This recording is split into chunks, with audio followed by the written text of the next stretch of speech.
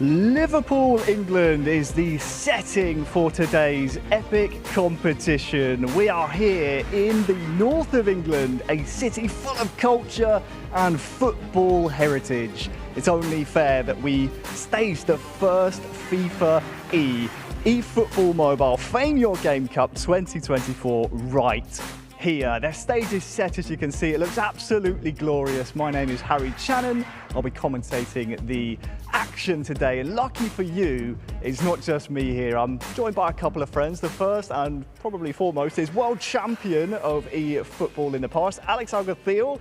Alex, fantastic to have you here in my home country. We put on quite a show, don't we? Thank you, Harry. It's been a unique experience for all of us, an opportunity especially for the players that are coming for all over the world, to this opportunity to be here in one of the biggest stage we have seen lately in eFootball. So I can't wait to see those performances, those emotions, drama, because I'm sure it will be tough for them, and only one will be the winner. Only one winner today. But before we get there, we've got a little bit of housekeeping to do. We can take a look at how exactly today is going to shake out.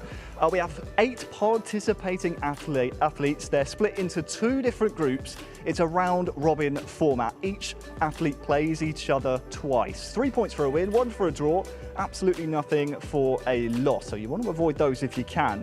The top 2 from each group will advance to the knockout stages, where the semi-finals and finals, Alex, will be a best of 3 games. Probably the thing that's caught your eye the most about that screen, though, $50,000 up for grabs here today. That is a nice amount of prize money. Yeah, that's useful for the players that come here with with the aim to be the champion. We have seen them before. We know them. They are really, really good players and really prepare for this scenario, for this stage. But for first group stage is the toughest part into the competition, and we'll see if they are ready or not. Yeah, only 1 winner out of our 8 athletes. 6 of them were invited, but we had a rock-up tournament yesterday where local residents could turn up, try their hand at eFootball Mobile, and have a chance at qualifying here to the group stages of the Fame Your Game Cup. Hello everyone, we are here in Liverpool. for the World Cup tournament, where the last two spot will be defined for the FIFAe Your Game Cup, where the locals had the chance to challenge the pros in the biggest stage. So let's take a look how it goes. My name is Joe Horrocks and I'm from Liverpool. I took part in the qualifying event for the FIFAe Your Game Cup. There was a few tricky games, but managed to get myself through to the finals tomorrow. I think coming into the event I wasn't really expecting to do as well as I did, but I'm obviously over the moon to win it and can't wait till tomorrow now. My name is Daniel Reid and I'm from the World. It was going well, I qualified, but I came second, lost the final game 3-0, which is a bit upsetting, but we got there. I think I got better throughout this tournament to be honest today, so hopefully in a few more hours I can actually win a few games tomorrow. Well, there we saw some of our local residents who have now qualified here for the group stages. And we said $50,000 up for grabs just by rocking up yesterday and qualifying for this stage. They've secured themselves a minimum of $2,000. So not too bad at all for trying their hand at eFootball Mobile. Now, I mentioned I have a couple of friends here with me. I've introed Alex, but it's only fair we see our Roman reporter on the floor over there in his comfy little sofa area. Chris Tunny, how are you today, mate?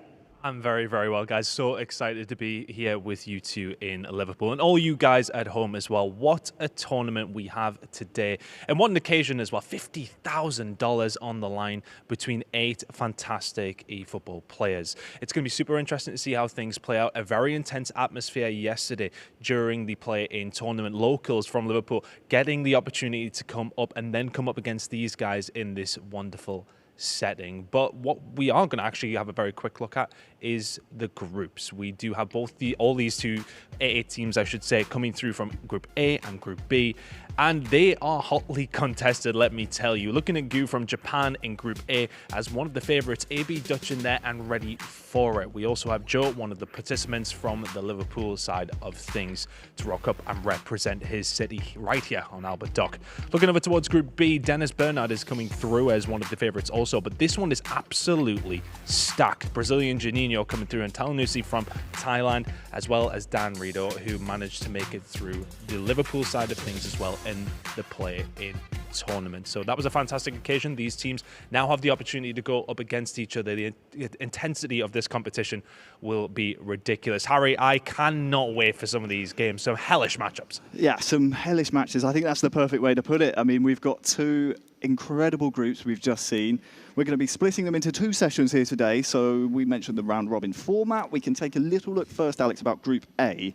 Group A filled with some amazing players. Gu Games, Ab Dutch, Ready For It, and Joe. So Japan, Belgium, Peru, and England here in Group A. Some really strong players. Yeah, especially Gu Games, one of the mans to watch, coming from being runner-up at the World Finals a few weeks ago. On the other hand, we have those underdogs, which are Ab Dutch, Belgium, Ready For It, and Joe. I think they have the option to jump into that second spot in this Group E.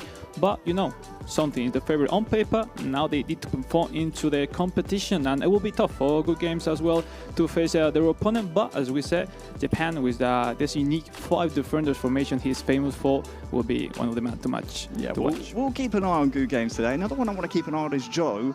We mentioned the Rock Up tournament yesterday. He's guaranteed himself a minimum of $2,000, which is not bad at all. It's cool, yeah. I mean, it's a unique opportunity for them to face the very best player all over the world in this competition. Obviously, no one can expect to him that much, but look, he will improve and learn a lot from the very best. And I mean, just the spirit to be playing right there is amazing. No? So yeah, be happy for him and his countrymen, because I'm sure they will have some surprise for showing us today's matches. Yeah, well, let's not wait any longer to meet our athletes from Group A. Let's bring them out and into the pods now, our Group A participants.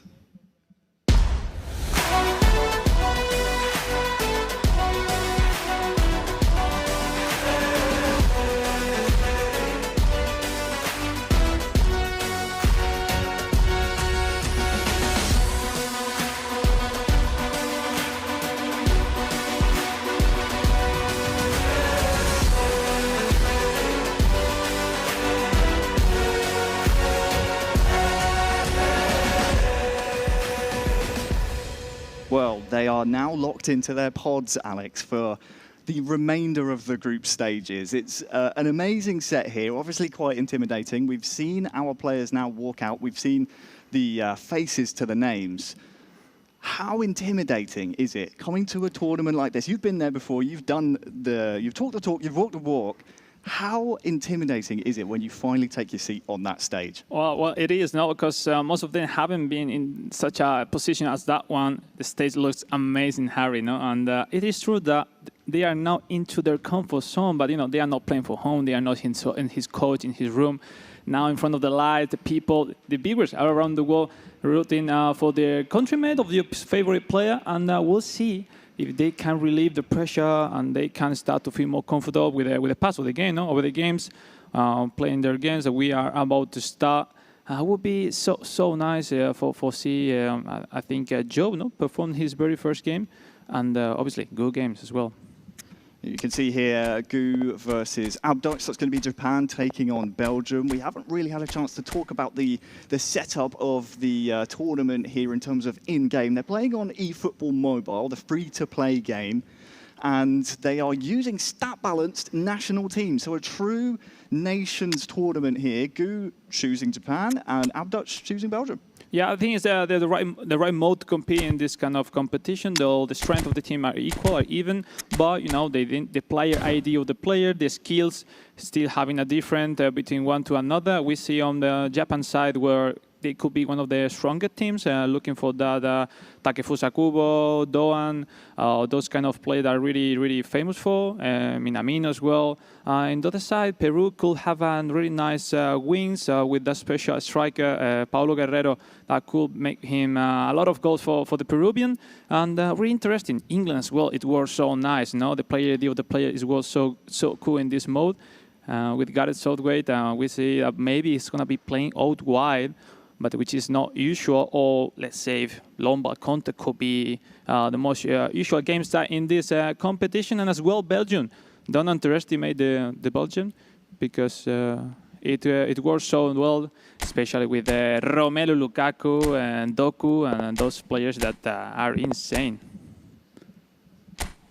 Well, into the matchup, good games versus Abduch. We're about to set up their formations that we see in the live screen as good game with a quick counter.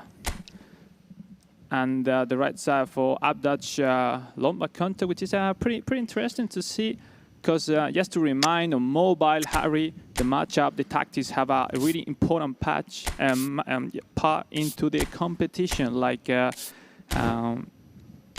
define a look. We have also that's so cool, eh? Switching from one game to another one is so cool. So cool. We have ready for it from Peru, taking on Joe, our rock-up tournament qualifier here into the group stages. And that's the fun part, seeing Peru, seeing England, seeing all these different nations in the game, stat balanced, to see who's going to come through and make it into the knockout stages later on today.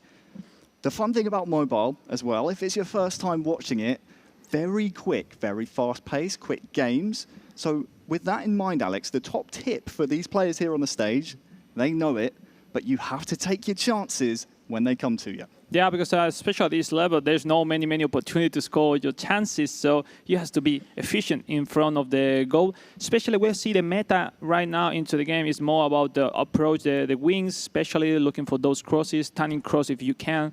Trying to drag the fullbacks out of position will be the key for the players. I will see for the moment no one using 5 center backs, but that's 4-4-2. For the moment, is the favorite one for the players, and Harry is about to start the competition right now.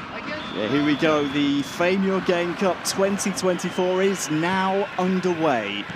Gu Games from Japan, he was runner-up at the World Finals last month in Tokyo, is taking on Abduch from Belgium.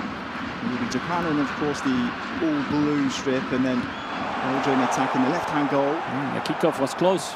Looking for Takefusa Kubo, probably the best player in this mode, where we saw later on Richarlison, the Brazilian, which is one of the best to watch. Lukaku defending. Certainly have to keep an eye on some of the star players, not only here in the studio, but also on the virtual pitch as well. The likes of Lukaku for Belgium, and then, as you said, some of the notable players for for Japan.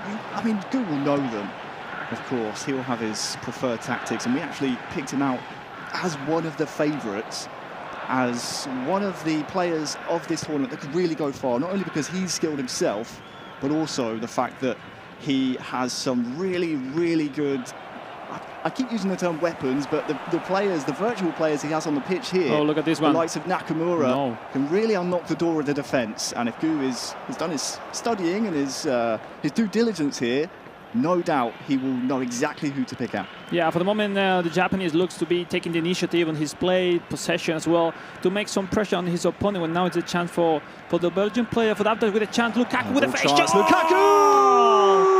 There's the first goal! The first goal of the FIFAe Game Cup. It's scored by Abduch, and it is Belgium into the lead here. 23rd minute of the match. And it's 1-0. Well, first surprise of the day, the Belgian taking the lead. Abduch with a wonderful fake shot. First time shot, finesse shot for Romelu Lukaku, his main player. And wonderful play, being faster than his opponent. Sometimes immobile is better to just go back instead to challenge every single time. And this time was late for good games that now has to react. Harry, wonderful start in the tournament for Abduch, the man from Belgium, which yesterday talking with him, he has some doubts on which game style to play, long ball counter or quick counter, but for the moment, seems good. Seems good for Abduch so far. 1-0 against Gu Games, who finished second at the World Championships last month. And of course, he was the FC Inter Club event champion as well in the regular season. He did so by playing a 5 at the back, and I wonder how much his preferred formation, which would be that 5 at the back, translates into the Japanese national team. Yeah, maybe this game he sees himself like the favorite, so you don't prefer to really be that defensive with that five center backs, and that's why he's rather using 4-4-2. But for the moment, it seems to be having a hard time defending Abduch, that every single time to go forward is really dangerous. Dangerous indeed. Time for Gusan now to maybe start here with Kubo to threaten Abduch's defence, but it seems to be the Belgian defensive line really holding strong, and the counter-attack looks pretty promising every time he gets the ball back as well. Half-time rapidly approaching, and it is 1-0 to Belgium. Can Japan respond? Ueda into Suzuki here, back to Ueda! Oh!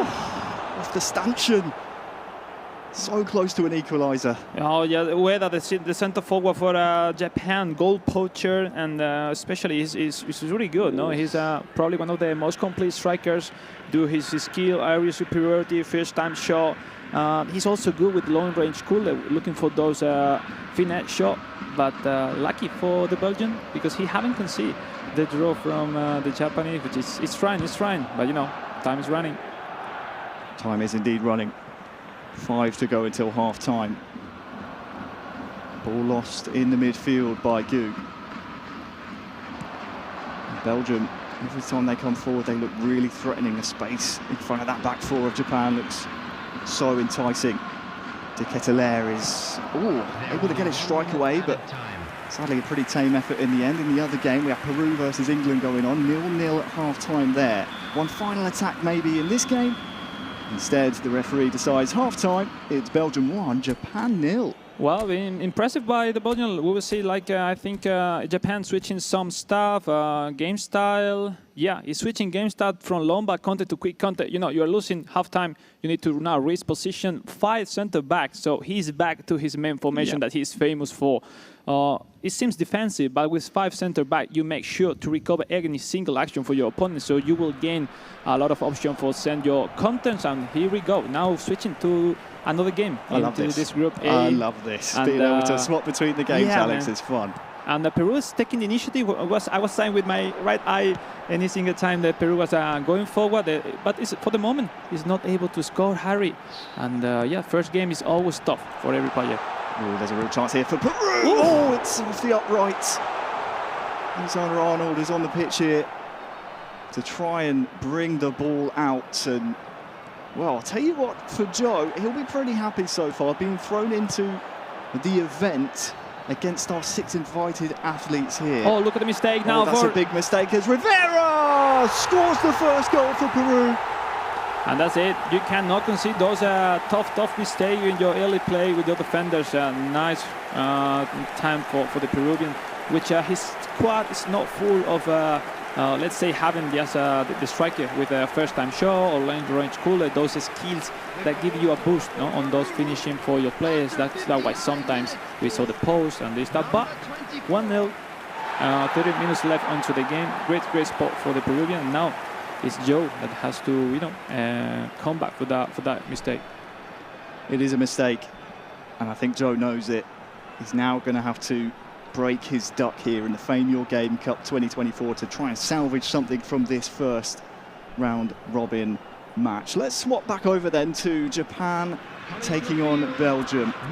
We have Peru in the lead against England in our second game, but of course, Gu versus Abdas. This is a game that we kind of earmarked in Group A, Alex, as one that really could open the day with an absolute bang. And so far, it's somewhat against the predictions that we had. We expected Gu to come out really as one of the favourites. Oh yeah, for sure. So any single point you can take from him is really important for your chances in this Group A.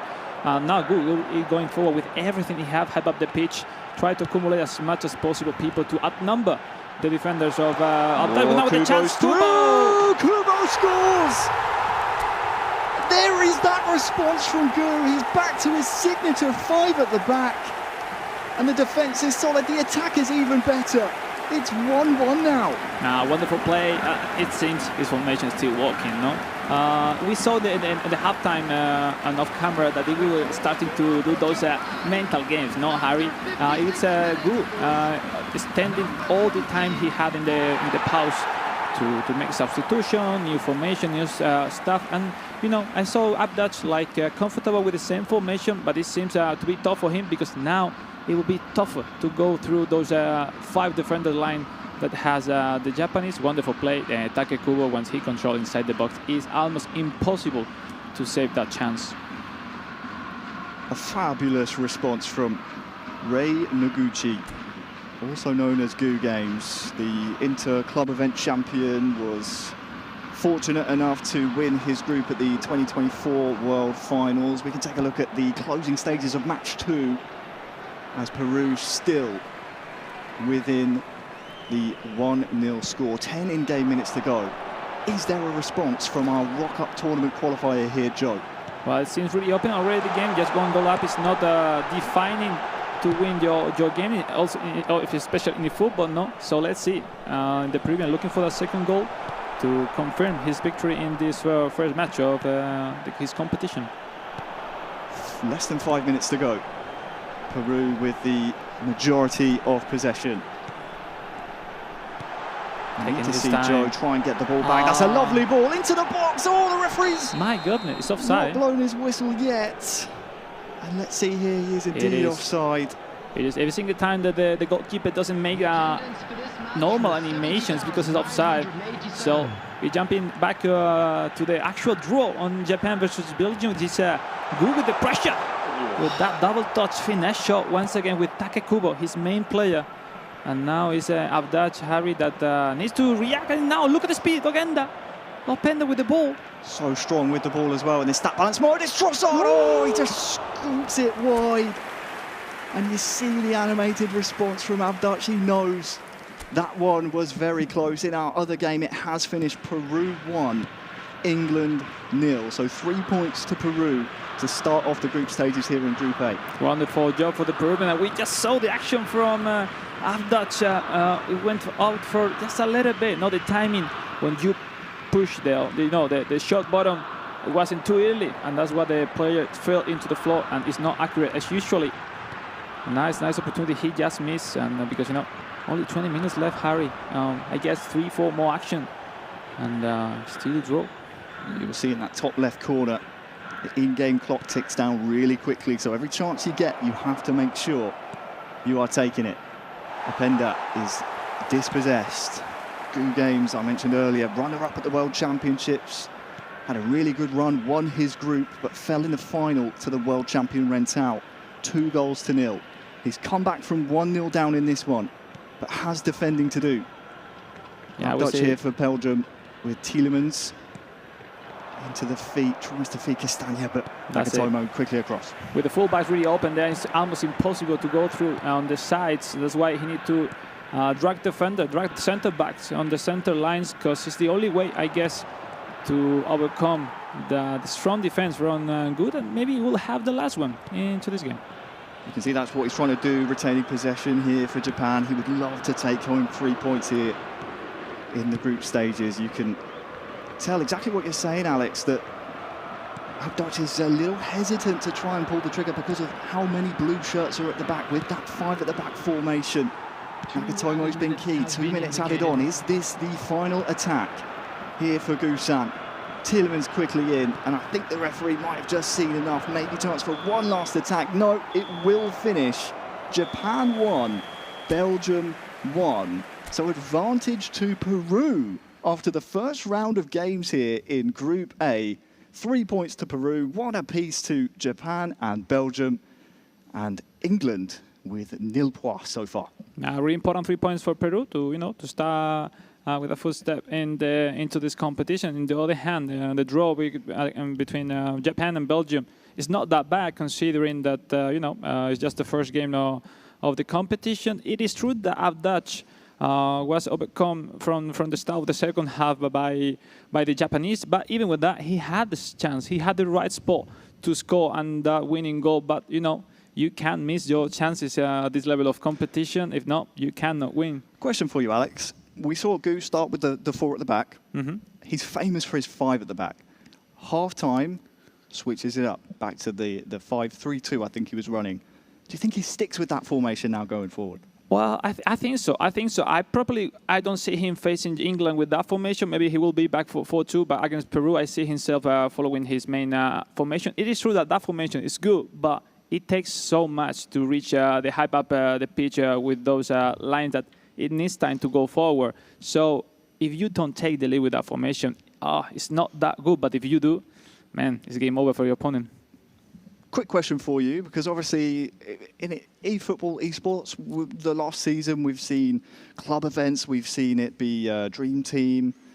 We're now in stat balance mode.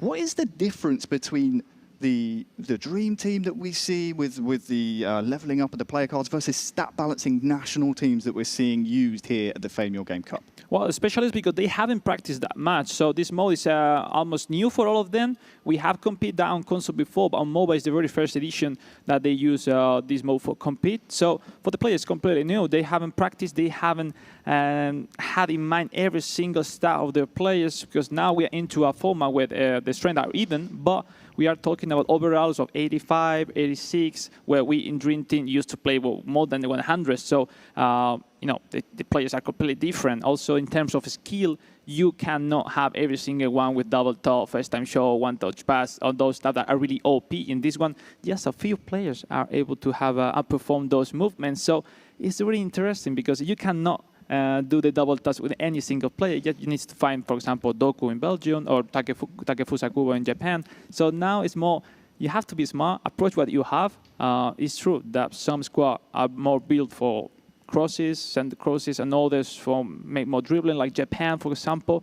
But you need to adjust to your game style. Play to your strengths is what you're saying, essentially. Exactly. We'll keep an eye on that for you, and that's the benefit of having a world champion here in the booth right next to me. But we also have a fantastic set studio here. They're locked into the booth and the pods for the remainder of group play. It's only fair we get our reporter involved. Chris Tunny is on the floor. Turn over to you. Thank you very much, mate. Very nice for you to get me involved, of course. You guys are all having all the fun up there. Yeah, down here in the pods, of course, for these guys, you're going to be sat here for a good couple of hours going through your games. Now, for both these guys, there was definitely, I want to say, different celebrations from some of them. There was a very muted response from the Peru side of things, but when, of course, AB Dutch scored that first one, the passion already coming out from these guys. But a very, very close game. I think that's something, we talked about between ourselves, Harry and Alex, was the sense that this first game, especially with Gu going up against AB Dutch, was a super, super important one that went down to the wire. Both those two teams looking very, very solid on the outset of things. But for Joe coming in as the Liverpool participant going up against the Peruvian, of course, for him, it was a very, very tough game coming into it, but with a very, very decent start. So if he can, I mean, came down to one little mistake that did actually lead him to go on to lose that game. So there is time for him to still bring this one around. Harry, Alex, absolutely fantastic showing in the first game. Looking forward to the second one. Yeah, you and I both, Chris. Thanks so much. We'll be popping in with Tony. He'll be able to pick the brains of some of our players when it's appropriate to, of course. We can't be interviewing them while they're playing. That would be a little bit rude. But they're locked into those pods now, like Tony said. It's definitely not usual at these types of tournaments. This is a different beast you have to overcome, being locked into the same chair, playing round after round after round without barely any breaks. Well, I definitely prefer that one because obviously the first game is complicated for everyone, but you are in your spot for the single group stage or for the full group stage. So, you know, it's your place, even if it's tougher because the lights and the pressure you could have overthinking those stuff, but you had not to move from there. And now we are into the second match, round 2, Japan versus Peru. Good games versus ready for it.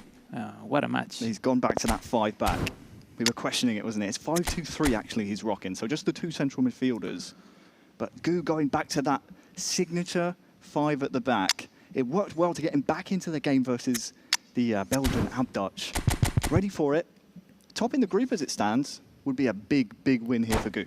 Yeah, I don't know if he have played a match against 5 center back, both going with quick counter. That means they will send a high pressure, hype up the pitch against his opponent. His defense line will be really, really advanced in the map, as you will see later on. So it will be interesting, especially if the Peruvian can approach the left wing and the right wing to, you know, overcome the early play against Japan. But it is true, like later on, Japan will be really tough to go through with those defenders. We'll be keeping an eye on this game, of course, with ready for it, top of the group. My big question is, of course, will Joe, at our Rock-Up tournament, I mean, he turns up yesterday and is essentially, by qualifying to the group stages here, has given himself such a great chance of getting a good chunk of change. It's such an interesting format where we have players from local Liverpool postcodes, so from Chester, Liverpool itself, Preston, Warrington, able to turn up and have a chance to play against the pros here at the FIFAe Game Cup. It's such a unique opportunity for Joe. Obviously, a big blow to lose round 1. No, even if it doesn't go as they expect, just to have the chance to be here is like a lifetime opportunity for the lads that are into the round 2 right now. We'll have later on, and also Belgium versus England. But first we start with Japan versus Peru, and let's take attention of Paulo Guerrero, the 86 overall center forward for Peru. And as we said before, Japan have a lot of talents with Takefusa Kubo, Ueda as a center forward. And maybe we can see later on Maeda, but with this formation of good games, I don't see using Maeda that much. Well, we're underway. Peru taking on Japan. Peru currently topping Group A after the 1-0 victory over England that we saw earlier on. It's Gu who's able to weather the storm after going down 1-0 against Belgium to secure a point for Japan. Not the worst result in his first round of games, but this will be a real setup for the rest of the group. With Peru already on 3 points, can we see anyone try and take them on and catch them up? This, if Gu can secure a result here, could blow this group wide open. Yeah, let's focus on the keys for this game is regain the ball, hype up the pitch will be so dangerous on both sides. No, I think the match will be easy to be the initiative on the side of the Peruvian because I know Japan is not accumulating many players on his upper block, but once the Japanese can make his usual play, and this man is so good. He is so good. He proved that at the FC Inter Club event, of course, back in March, I think it was, April, to qualify for the World Finals. He was the only club representative in the knockout stages at the World Finals. We have, of course, a variety of players invited here. Gu is probably the most, I don't want to say decorated because eFootball Mobile is such a young esport, but he's certainly the one at this tournament that has gone the furthest forward at the international level, which is funny to say because the World Finals was his first ever taste of international competition. And you know, what a way to be at the highest stage possible. I think, you know, eFootball Mobile is in an early stage already, no?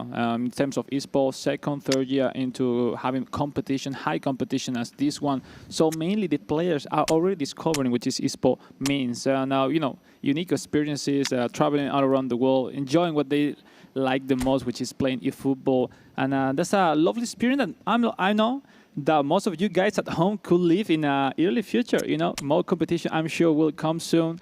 And you could have the chance to represent your country, your community, and why not be in the World Championship soon?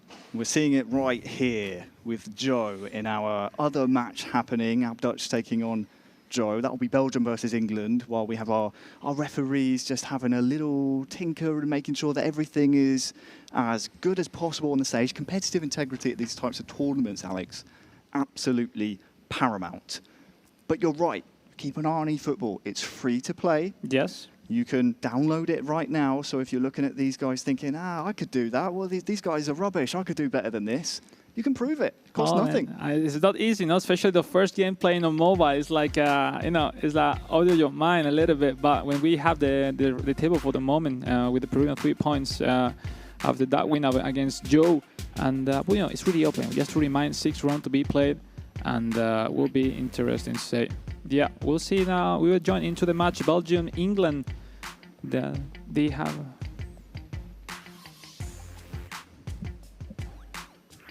All right. Looks to me, Alex, as we're just getting confirmation from the floor exactly what's happening. But we can take a look at the group as things stand. Obviously, Peru with that 1-0.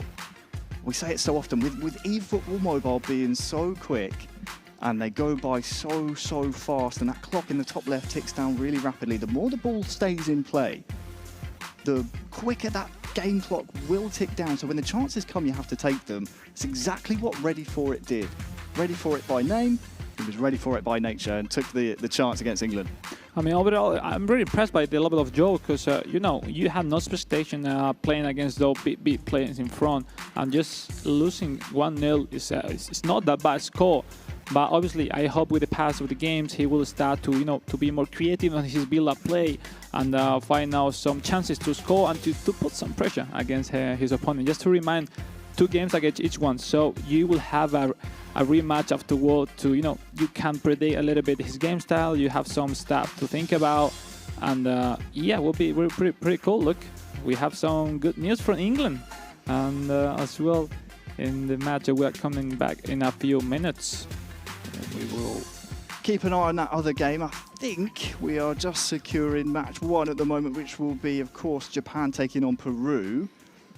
Elsewhere, England-Belgium is now 1-1. So Joe's first goal of the tournament scored by Ivan Toney after going 1-0 down in the 5th minute. It's Ivan Toney scoring an equaliser. Let me jump in. I was just calling for that, but I didn't knew before. But yeah, right after saying that is Joe with the draw after that early lead by Abdutch. Once again, Abdutch after leading, conceding the draw. But we'll see if this time he has something to say, no? Because already after 15 minutes from the kickoff, still early path in this second match of this Group A. Absolutely. Second match, Group A. Obviously, Joe, we've mentioned our Rock Up tournament qualifier for this group. We have another qualifier for Group B as well, as there's a strike actually from Belgium to reinstate the lead. It is Abdutch back in front. It's Lukaku's second goal to put Belgium up 2-1 now. Joe is going to have to respond yet again. Wonderful, wonderful. Same move, same action by Abdutch, trying to connect with Romelu Lukaku, no? And trying that first touch action, no? With that fake shot to have some gap, some space to shot, and putting the ball into the net once again. 2-1, 1 goal up for the Belgian player, which you know, it's interesting how he's performing those movements. So Abdutch back in front. It seems a far cry from the player who was in the Bayern München club event finals back in March at the Allianz Arena. Of course, lost on penalties to a fellow competitor here as one of our 6 invited athletes. That's telling us we will see him in Group B lost on penalties in somewhat of a unique situation. Lost 3-2 to Turner Swede. Took the first penalty with Thomas Müller while being commentated over by Thomas Müller in real life. It was kind of embarrassing, but seems a far cry. Abduch has shaken off those nerves now. Back in front against England, 2-1. A brace for Lukaku, and he's one that I think you have to keep an eye on, especially in this stat balance mode, because he's so strong and almost out-muscles John Stones there. Yeah, chances now on the side for the Belgian player, Abduch, which now after that goal has some momentum on his favour. But now it's Trossard looking for that through pass to Mangala. And will be interesting once again he can connect with those two centre forwards, especially Romelu Lukaku, that has been almost unstoppable for the moment in this competition. No, I respect from Joe. As many Liverpool players in that lineup as you possibly can. See, starting Trent. He's got some really good players in there to choose from. Of course, Gomez at centre-back as well. He's got some defending to do against Castagna here. De Ketelaere is really a fox in the box you have to look out for Belgium. Mangala is dispossessed now by Declan Rice. So about 5 or so minutes till half-time. Anthony Gordon's won the ball back here for England. Belgium in the lead, and well, with England 0 points in this group so far, we are gonna need to see some kind of response from Joe. In the other game, Peru versus Japan has kicked off, and it is Peru who have struck first. So Peru 1, Japan 0, and that spells trouble at the top of Group A for every other nation that doesn't begin with P. Well, the end is having a hard time now. Joe to react and connect with his forwards. He's maybe rushing a little bit, and not taking his time to go forward, to connect, to build up his players. Usually, would be pretty interesting to see if Joe can react in this second half. So Belgium 2, England 1 in our other game. Let's hop into that Peru-Japan game, because this is a key clash towards the top end of Group A. Peru already with 3 points, and as it stands, would be the first nation with 6 points here after 2 games. Is there a response here from Good? Impressive. We have seen the goal, but look, it's a nice opportunity again, looking for those wings that I'm sure the Peruvian has the advantage of. We were talking about yesterday, say, Alex, I have only wingers. I have no center midfielders to make some central passes lines stronger. And it's like, man, it's easy. If you have wingers, go for it and approach those space, those gaps you can go through. And another chance for Minamino, for the Japanese. Into the feet of Suzuki. There's Kubo. We know him as the star man for this Japanese national team. Sugawara is there. Back to Kubo. Suzuki! That's a wonderful move! Japan are level. It is Gu 1, ready for it 1. And that now has blown this group wide open. We're still in the first half, of course, about 5 minutes to go until half-time. Peru 1, Japan 1. What a move. Wonderful play from right to left. Those one-touch pass by Japan, especially those players have that skill as well. So he approaches so well that that skill move from his player, and there's the only choice is to predict that your opponents are going to make that combination. If not, it's impossible to stop Harry. Japan 1, Peru 1 in that game. The second half is underway, Belgium versus England. Now a rock-up tournament qualifier, Joe, is under some scrutiny here. De Ketelaere now for Belgium. He'd love a 2-goal cushion with Abduch. We mentioned it earlier, made it to the Bayern München Club event finals, made it all the way to the final qualifying match for the World Finals. And in the other game, I believe we've seen Japan actually take the lead on the stroke of half-time. So still in the first half there, about to go into the break. It is now Japan 2, Peru 1. So it is all change here in Group A. For now, we will see if Abduch can get the first 3 points on the board for Belgium, and we'll see if Joe, nice ball, on the attack now with Phil Foden, can get his first points of Group A. Oh, the pass back, misclick, I guess. Declan Rice still has possession. Still on, yeah. Even Tony is dispossessed there. That was close. He needs to wait for those disruptive movement for his teammate. I mean, talking about Joe, to make advantage and to overcome against the Belgian. Is leading Abduch. trying to go forward for the third one. But now the chance, eh? Look at the mistake. A big mistake. It happened in the first game for Joe, and it's happened again here in the second. It is Belgium 3, Joe, and England 1. Great goal from Abduch. As I said, it's a bit of a far cry from that player we saw back in the Allianz, who, under the pressure of being commentated by the real-life Thomas Muller, missed the penalty, the first penalty with the virtual Thomas Muller. He looks a different beast here in Liverpool. Belgium 3, England 1. Wonderful pressure, 2-on-1 against over Declan Rice, and quickly define that chance into the net. Clinical, the Abduch 3-1, massive score for the Belgian player.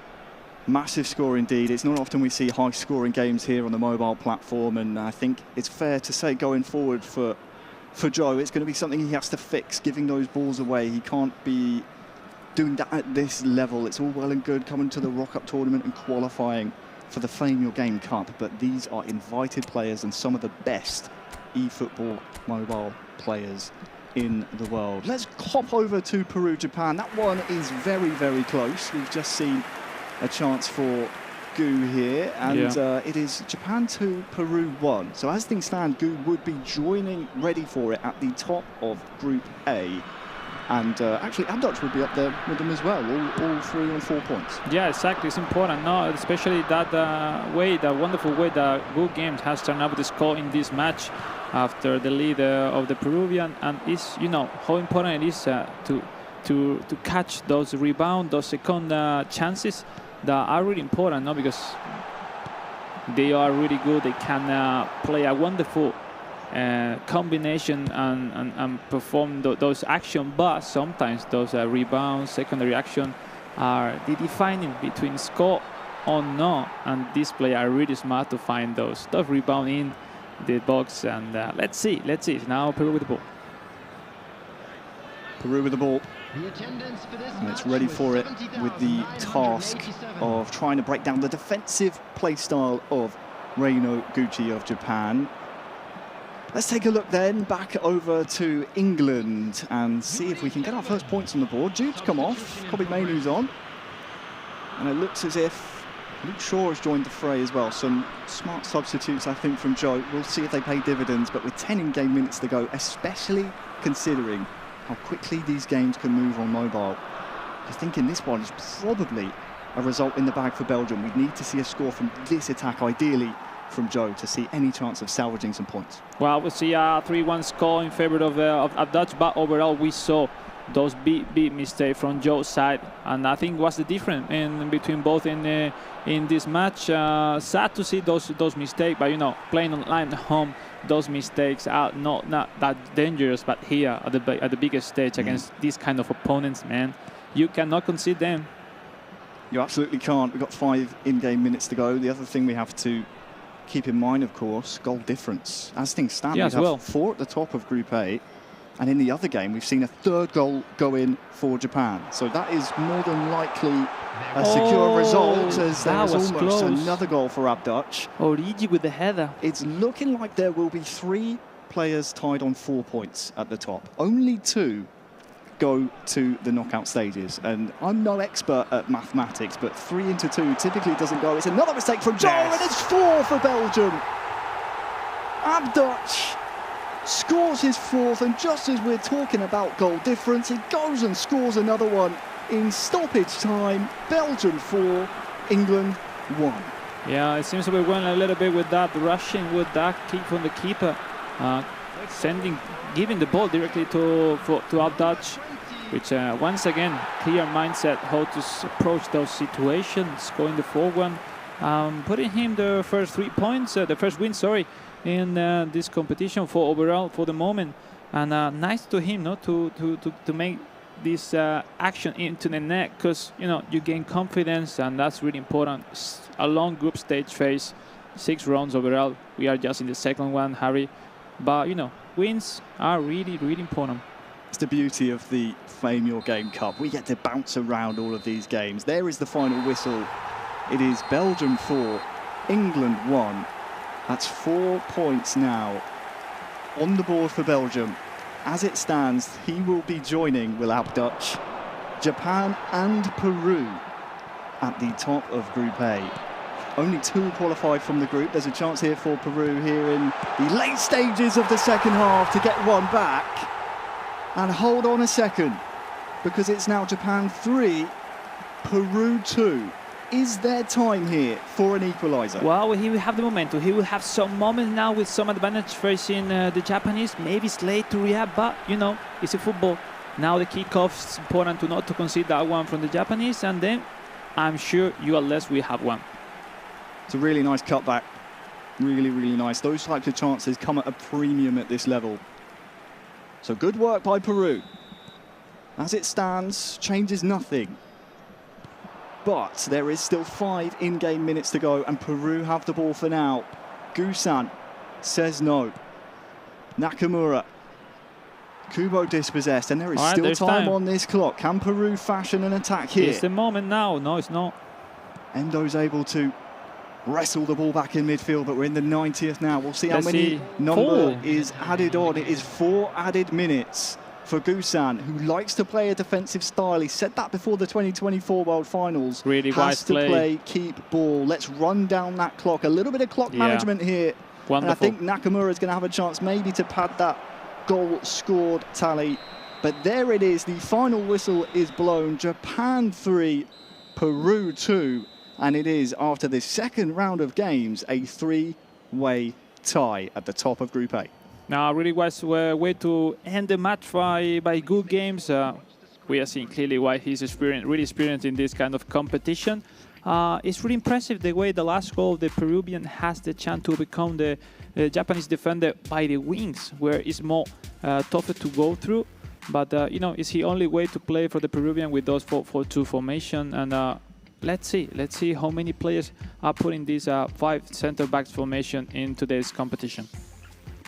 Well, amazing to see, of course, Gu go back to his tried and tested 5 at the back. We asked the question after the first round whether or not he'd go back to it, and we have our answer. It's done pretty well for him so far. Those keen-eyed of you will have seen Tunny in the corner of the set in the sofas. I believe he's with Dan Rido, one of our players who came to the Rock-Up tournament and is now here at the Fame Your Game Cup. Chris.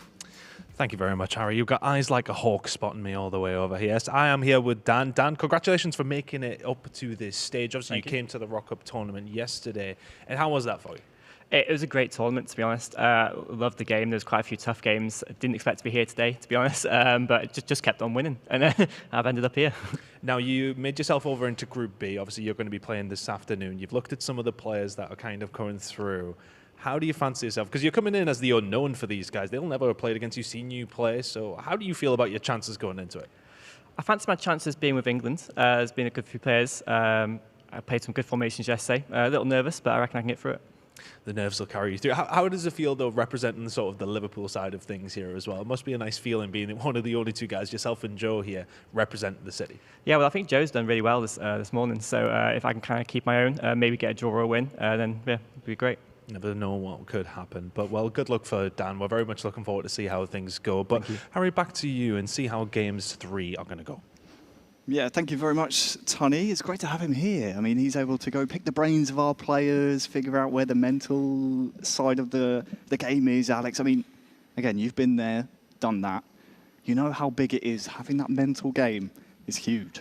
Well, the mental game is a mindset is developing just based in regarding your appearance in this kind of competition. The first time I was in such a state as that one, look, I was so nervous, and I cannot handle the nerves at those moments. But, you know, with experience, you know, you get improving in any area, playing, in the mindset, or how to face your opponents, those eye-on-eye vision that you have against your opponents, and celebrating your goals, showing your emotions, and saying, look, I'm going to win this competition. It's all about keeping those emotions in check. As you say, such a beautiful set here. And we're in Liverpool, which is a far cry from a lot of these players' homes. I suppose the thing going for Joe and going for Dan is they actually have the home field advantage, if such a thing exists. They have no jet lag. We have no excuses, if you will. So they're primed and ready if they can make it out of the group stages to really take home a good amount of cash here. No, definitely.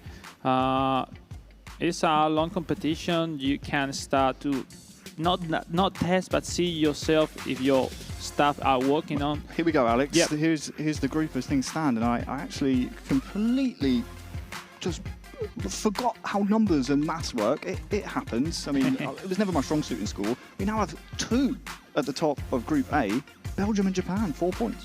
Yeah, definitely nice job for both sides. We saw the level they are putting this competition is really, really high. Especially good having more resources, more plan B in case he's not leading for the moment, because he started both of his games losing. So it's really impressive, because if it happened the opposite, I think he's going to win his games. So maybe the chance for the Peruvian to come back to react after that defeat. Now facing England, right? You can see round 3 is about to start, and I think you're Belgium. right. It's going to be Belgium. It's going to be Japan taking on England, and then it will be Peru versus Belgium. I think that's a big game. Belgium versus Peru. Considering Peru 3 points, starting the group early in a really good fashion. To then have come up against Japan and have lost by 1 goal, but you were trailing 3-1 for a lot of the game. This one could be a turning point in Group A for either of these nations. We are underway with Belgium-Peru. Definitely, because these are the ones with the aim to be closer to the Japanese on top of the table, especially their real spot should be around the top 2. But, you know, let's see. It's just about to start the game, and it's now the Peruvian with the ball, with Flores, and his left wing. Yeah, one thing Nice we've seen, play. Look at the Alex, pass back. with Peru, they like to score early goals, ready for it. Really likes to live up for his name. Lives up to his namesake, ready for it. He starts games early. And he's got himself a corner here, swung in to the middle. The header is won, but sadly not on target. We'll see if some of them can prepare some short passes into the corner kicks. If not, the other choice obviously is the cross sending to one of your center forwards.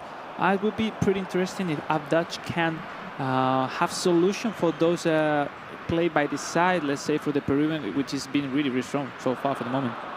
Yeah, we'll be keeping a good close eye on this game, Belgium-Peru, because it is just such a top-of-the-table clash almost. Obviously, Peru, as things stand, outside of those top 2 places. There's Flores here as well, dispossessed by Castagna. Elsewhere, we have Japan taking on England, and it is Gu Games who has scored first in that one. Yeah, we saw the play by the Peruvian needing to orient the body for the right foot, and that's why it gave the spot for the defender to arrive in the last moment and to deflect the potential chance and score for Peru. We'll see. I expect a bit of a cagey affair in this one because there is so much on the line. Peru has proven ready for it that he wants to try and attack. He likes playing that brand of eFootball, and especially on mobile where the games are shorter, they're snappier, they're quicker. When chances come, if you're able to take them, you're going to be in a really good position, ready for it. Who can he find? It's the white shirts of Peru, but that's really good defending. He just ran into a bit of an alleyway of players there, did ready for it, and Belgium with a chance to counter, a little bit wasteful there. We see now the Peruvian having a hard time to avoid those center midfielders that are completely blocking any single line for passes to connect with, especially Paulo Guerrero, not the main center forward for Peru. The best player with the skills, the first-time shot, the long-range cooler, the heading, aerial superiorities, are really complete strikers. So he needs to connect within any single time if he wants to score his chances. But for the moment, nice job by Abdach controlling those slots in the defense. Yeah, Abdach, as things stand, would be in second place in Group A with Japan currently 1-0 over England. We'll see if Belgium can make it out of this Group A. There's a chance, though, for Peru on the turn. And so far, so good for ready for it. It's still 0-0, but the chances, about 5 minutes from half-time, have definitely gone his way. Belgium really struggling to get going. Yeah, we haven't seen any single action already from Abdach, which is really giving us the view that the Peruvian is really good. Probably is the unique player that with the English player that we haven't seen before in competition, first appearance in a global tournament. But for the moment, it's really impressive the level he's showing us from the very beginning. Now into the kick in the first half. Almost a chance to end the first half with a chance. And speaking of chances, there's been a chance in the other game taken by Japan. That is now, thanks to the Kubo goal, is now 2-0 for Japan. So we're still in the first half there. as these players are just going for some team lineup switches. Here's the goal, Alex. Kubo just taking it inside the defence and curls it nicely into the corner. It's Kubo putting over the edge, any single opponent he's facing. Now, I only see maybe put a man marking on him, one of the solutions to have at least someone next to him, because for the moment Kubo is scoring a lot of goal assistance and being the main for good games, that is leading 2 goals up and potentially getting into 7 points if he's able to finalize this game on his favour.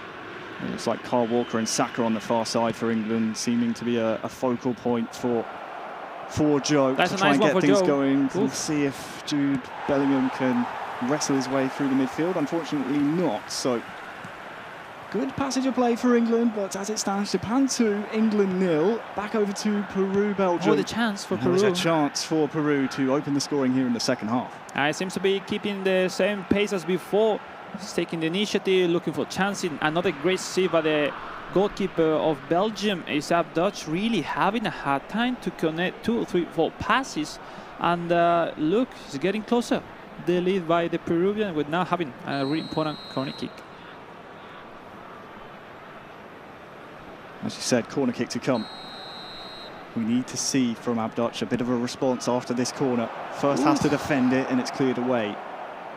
But it has been one-way traffic. It is half-time in the other game. Japan 2, England 0. The counter's there. But here we go. Abduch, Trossard. can he take this chance? It's Trossard with a couple of red shirts to find. Goes for goal himself. Forces the corner. But was that the right option?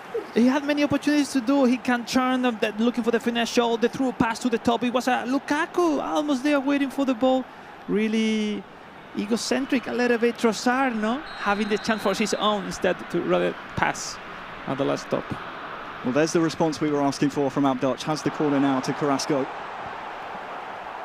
And will maintain possession here afterwards. Has to take care of the ball, though. That's given away. And look Another at the counter. white shirts pouring forward here for Peru. 3 Who on can 4. Rivera find? Wonderful. Abdullah's there, but yeah, just read by Manually Belgium. going with Onana to control and to save that great opportunity for the Peruvian. We've seen overall how tough is physically the Belgian team, especially they are way more stronger, taller than the Peruvian. So, but the Peruvian seems to be smoother, faster with those dribbling passes. Let's see who can approach his play on their best. Now the Peru with the ball. Rivera with a through pass to La Padula. Now Advíncula. Oh, wonderful face shot is in. Just hesitated there, didn't he?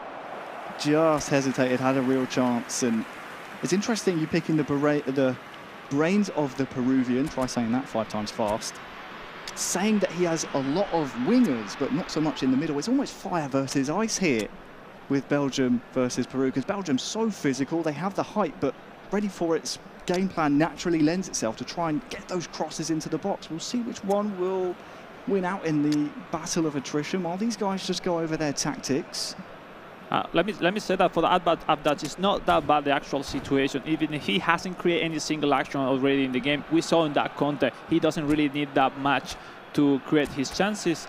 That was close, but the confidence, same time it goes in, it goes back. We depend see on the game. For so many years there, using quick counter. In the other game, Japan have scored their 3rd. I believe that's Kubo again. Yeah. A brace for him. We see long ball counter. That means essentially, Alex, that you're looking for long balls on the counter. Yeah, exactly. No, I mean, let's say both are the really most useful place game style, are really different one to each other. You need to practice that much which game style is better for you. I prefer long ball counter rather than quick counter, just to make more secure on that defense that sometimes What's the difference? Well, long ball counter, it makes your defense line go back up to your defense line really deep. And in the opposite side, quick counter is really high pressure, front line pressure.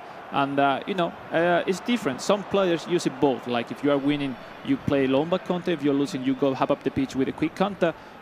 This solution, there is resources. You always say it's really important to have plan A, plan B, and we'll see. For the moment, good games, having for sure plan A, B, C. But I don't know if the rest have prepared many options on their play. Chance for Abduch for Belgium.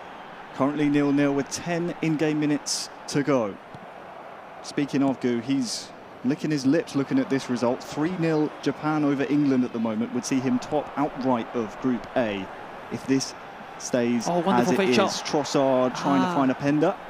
But with 5 in-game minutes to go, if there was a goal soon, Alex, you'd have to say it's likely going to be a decider here, Belgium versus Peru. Oh, definitely, definitely. Maybe we entered one of the last opportunities into the game. That through pass deflected by one of the centre-back of Belgium. We haven't seen many double tosses because the players are really smart, and if you have not the skill of double toss, Doku, yes, Doku have it. You cannot perform that special dribbling so well. Now look at the cross. Final chance, surely Trossard can't win the header. And surely when this is cleared, the referee will blow his whistle. Belgium 0, Peru 0. And one man that benefits more than anyone else is going to be, pardon the rhyme, the man from Japan. Rei Noguchi, currently 3-0 over Joe, representing England here at the FIFAe Fame Your Game Cup. Well, a score that leaves the chances for both to go through really open. On the other hand, we have a really strong performance once again by the Japanese, leading 3-0, if I'm not wrong, against Joe. He took the early lead in the match. We saw now formation Joe going forward, half of the pitch with some substitution. Just to remind, 5 substitution in the group stage. In the knockouts, we'll have 5+1, but we'll be later on during the day. And Harry, we'll see. Stuff. You are facing the runner-up of the World Championship. So it's a tough task for the English player. It's definitely difficult. I'd love to shout about an England goal, though. So, Joe, if you can give me that, let's get a goal on the board. Come on. We've got 10 in-game minutes to do so. The brace goal scorer, Kubo, is off the pitch now. But it is Japan looking so fluid here. Kamada to Hashioka. Chance for a 4th here maybe for Japan. Mark Gahey's across. As we see the fullbacks joining the attack, and those second lines are the key for that 5 defender backs. Kamada! Oh, it's off the upright.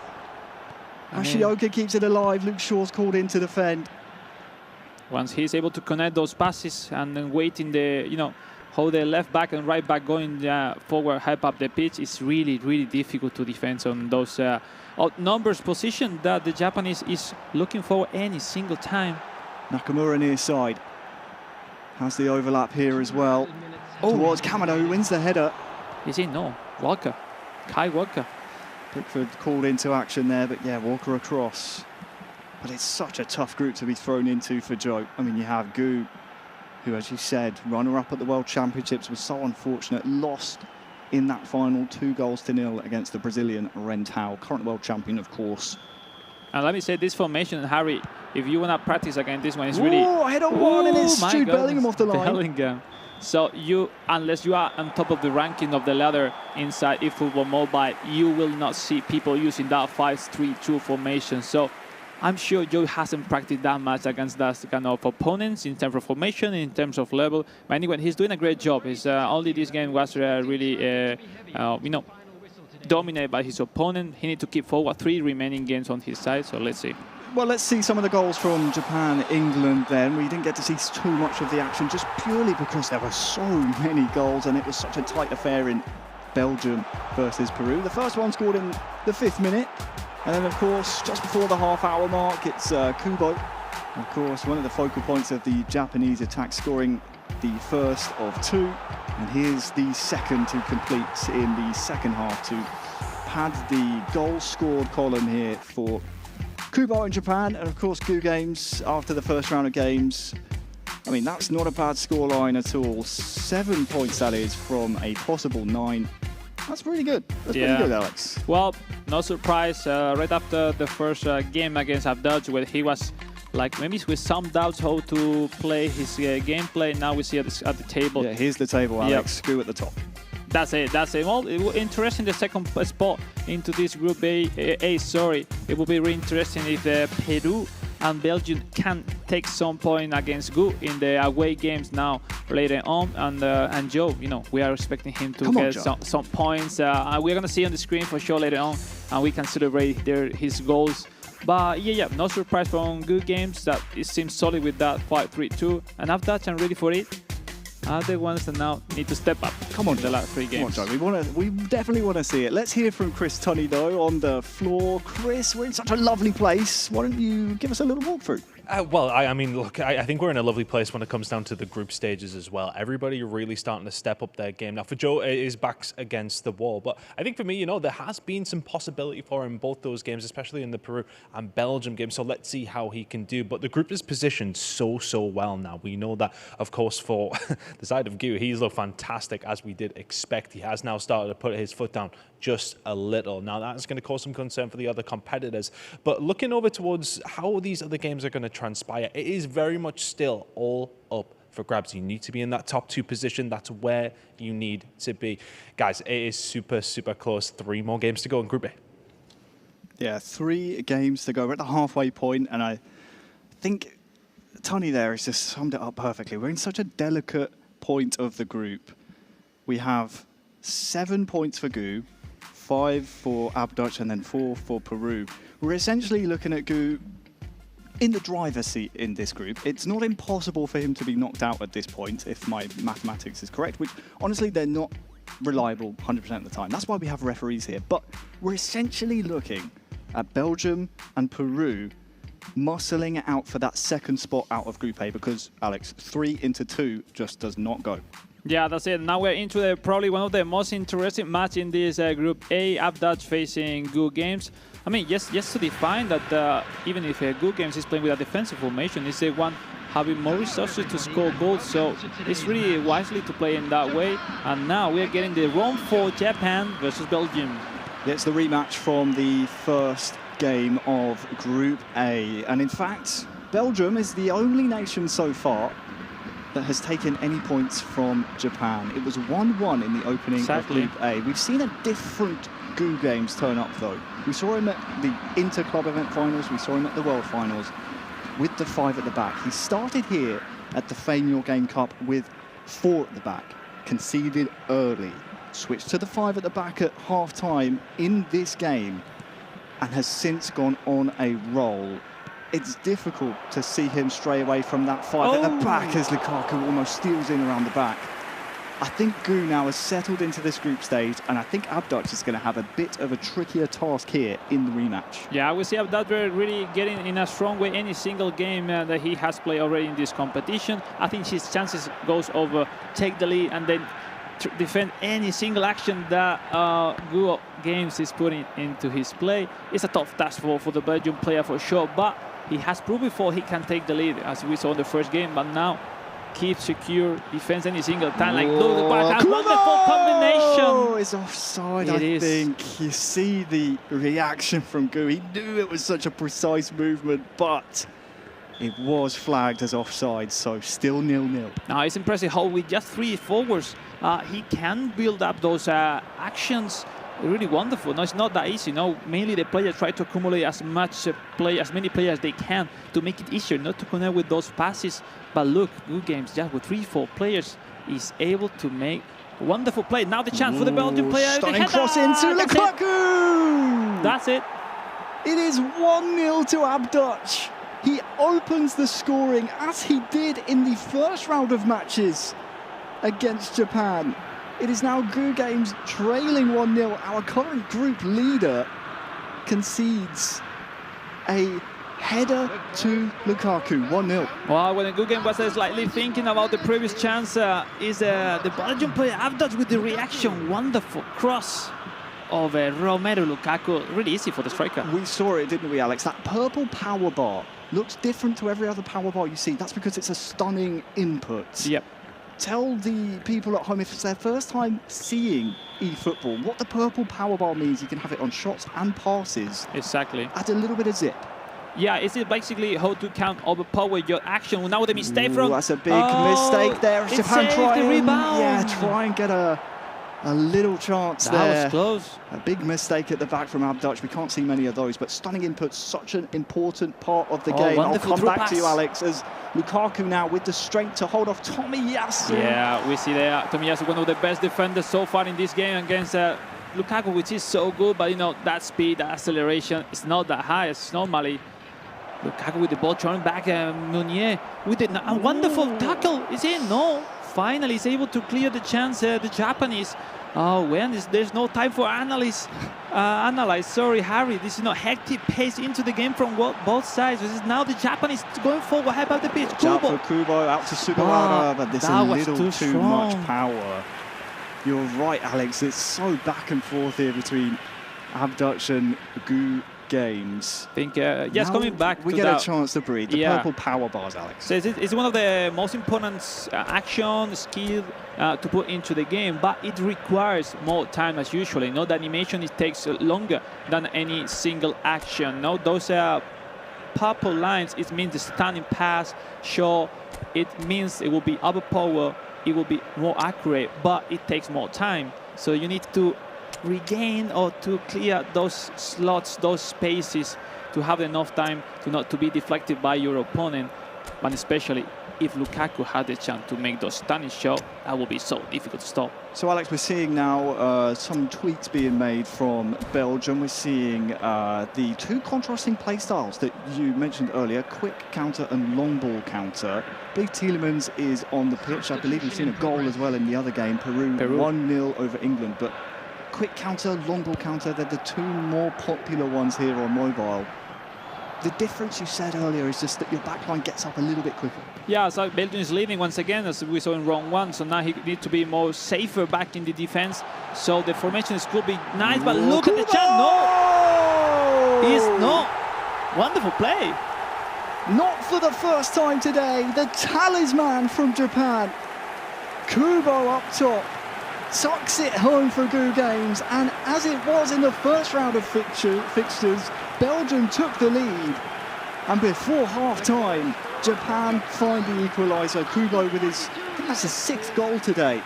Unbelievable so far here in the group stages. Now, yeah, every single opponent is having a hard time defending those quick passes made by a good game. That this time, right after this change of formation tactics by Abduch, which seems not really working to help him a little bit more to block and not to concede those action. Wonderful play by Gu Games. 1-1, same story as on round one. You'll see it here again, Alex, just some of the changes briefly there from Abduch. He wants to bring Kevin De Bruyne on the pitch, understandably, but the differences in formations as well. We say Gu uses 5 at the back. I believe it's 5-2-3 he utilises, and that's somewhat unorthodox because it may lend itself to be a bit more defensive, but you see the way he's able to break with ease with the likes of Kubo up top. He really makes it work. As we see our two players there just absolutely locked in. The referee's assistant shows the number 3, so this likely will be the last chance here of the first half. Japan 1, Belgium 1, nice and one. look at this quick passing. You saw Kubo just cue up the skill move, the double touch. That will be a dangerous one. And no time. there was a counter on for Belgium, excuse me, but as you say, referee says that's enough, lads. Into the tunnel for half-time. Japan 1, Belgium 1. Yeah, it's really interesting to see Belgium because he switched from a standard 4-4-2 formation, wide side, to a 4-4-2, especially control formation, looking for that AMF SS to connect passes with and to overcome his opponent. But for the moment, great reaction from the Japanese, and now moving into Peru, England, Peru leading. And let's see if Joe can give us a goal. And, Come on, Joe. Come on, go. Come on, Joe. We're here in your hometown. We'll take a really brief look into this one. Maybe just stick with it for this attack as Saka can try and find some of his teammates in the box. But I'd say the main event of this round of games is definitely Japan-Belgium. We're into the second half now. Honours even as things stand, 1 apiece, but there's a chance here maybe for Japan to go into the lead for the first time in this fixture. Of course, was 1-1 in the first game between these two. And as things stand, we're looking like a carbon copy. Yeah, looking forward to see from Japanese Good Games to perform those double touch tricks, as he have 6-7 players able as with that skill move. But we haven't seen so far those movements, just simple fake shot or just a combination of passes. Morita with Minamino, the heel pass. Looking the superiority on top. Now the mistakes, no. Really even game right now. No nerves on point. Harry, who scores, wins mostly. Most likely. Speaking of scores in the other game, sorry to you England fans, it is Peru 2, England 0. I will celebrate a Joe goal at some point today, I promise you that. We will. And when it happens, it's going to be glorious. But for now, we'll keep our eyes trained on Japan, Belgium. About 20 or so in-game minutes, plus a little bit of change for us to see if there is going to be a decider, which way it will go. I don't know. It seems having a hard time now to overcome Abdac. Good game, especially because he not have wingers now with those CMF. It takes longer to join the attack as he keeps trying to go by the sides, but it seems easy for the moment for Gu to stop any single action by the Belgian player. And we're now into substitution, just to remind how important it is on eFootball this refreshment, those substitutions, because the stamina are clinical in this game, this competition, because you know, as we see the green bars are really almost empty. So those refreshment players, it seems to be the very best. And just to remind, in eFootball, if a center back has no stamina, doesn't perform as usually. So also putting new substitution defenders, DMF, less 1-2 per line will be really, really important, Harry. Most certainly will, Alex. We're just coming to the end of the first half in Peru, England. And again, sorry to England fans, it is Peru 3, England 0. The referee about to blow his whistle for half-time in that one. But something that these players will not know, of course, is that Peru breathing down the necks of both of them at the top here of Group A. We'll keep you informed in terms of exactly the permutations of what's happening elsewhere. Of course, we have Tony on the floor. It's great to have him. We put him to work. We keep him busy. Yeah. But for now, 15 or so in-game minutes to try and find a winner here for either Belgium or Japan to really take Group A by the scruff of the neck. Yeah, and a game between Japan and Belgium means one of the most complete squad into eFootball stats balance mode. So we're having the very best players fetching each other with really nice weapons that are their teams in this competition. Now, looking for that lovely pass as well. Looks like this will be a corner, will it, to Japan? Has it been kept in? I think it has, actually. Really nice work by Abdac, especially when you consider full time is rapidly approaching. Nagatomo, and it's back with the Japanese goalkeeper, so you have to keep an eye on that clock. It ticks down so quickly on eFootball Mobile. Endo into the feet of Nakamura now. Is there a winner here? Oh, for Rei-san, aka Gu Games of Japan. He's top of the group so far. Kawamura is there. Ueda was waiting. 90th minute, about to tick over now. So will there be a defining moment here? If there is, it will come Japan's way. It's gone backwards and the referee has blown his whistle. It is exactly how it ended in the first round-robin match between Japan and Belgium. It's Belgium scoring first, it's a Japanese equaliser, and it's honours even. Japan 1, Belgium 1. Yeah, exactly the same story. Really important point for Abdac on his chances to go through the knockouts, because you know, it's supposed to be good games winning the rest of his games into this competition. But come on, Joe. Come on, Joe. Let's go. It's Cole Palmer losing that ball.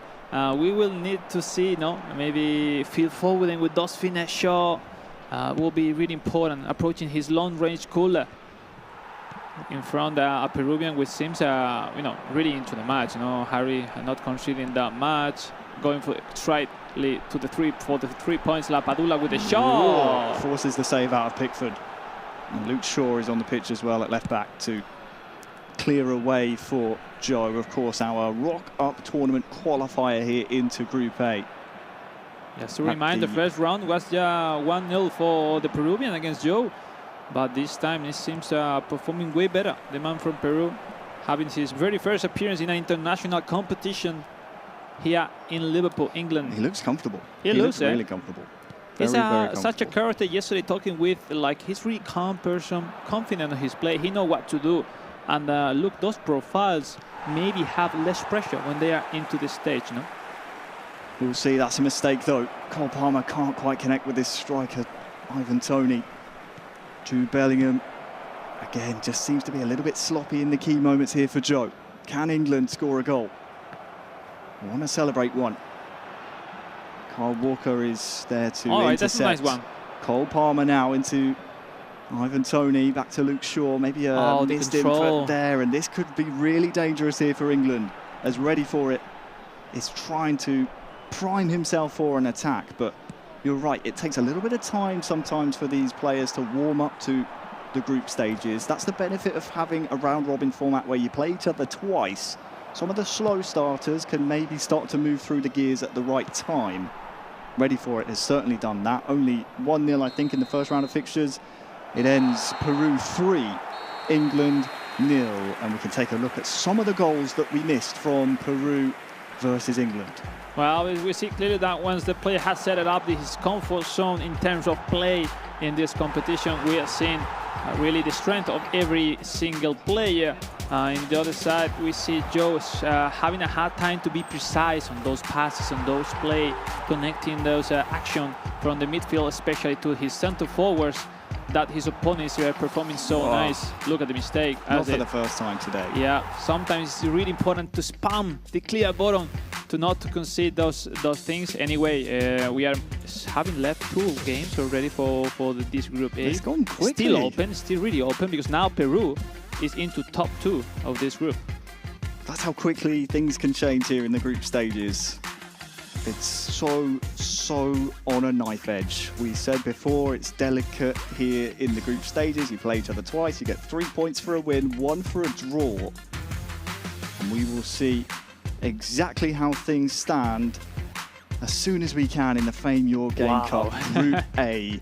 Just 2 points separate Japan and Belgium in first and third, respectively. They are sandwiching Peru.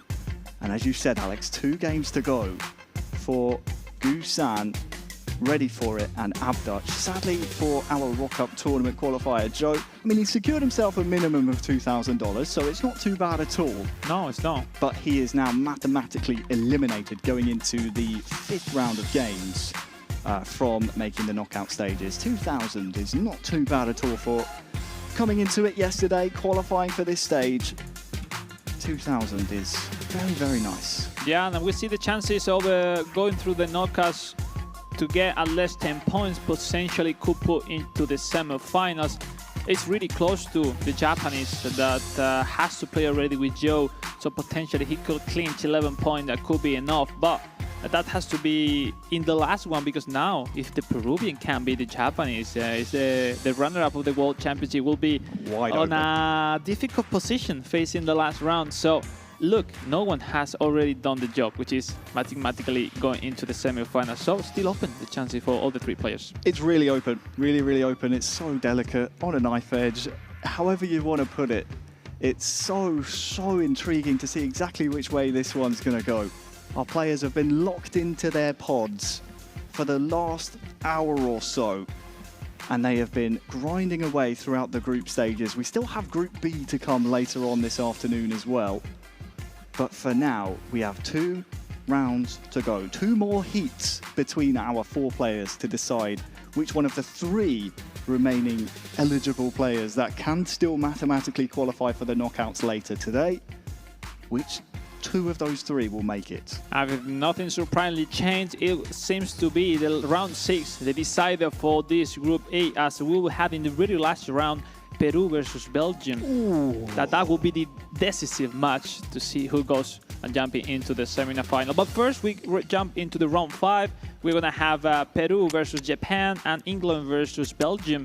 Really interesting match. The first one, Peru versus Japan, as you know, now first and second into the Group A facing each other, and we get it into the screen. Ready for it from Peru versus the Japanese. Good games. And I think it's only fair, Alex, that we keep our main focus on Peru-Japan, because if you cast your mind back to the first round of fixtures between these 2 nations, it was Japan 3, Peru 1 when we hopped on board, and then Ready For It in the 85th or so minute got a second. So it finished 3-2 in the end, couldn't quite find the equaliser.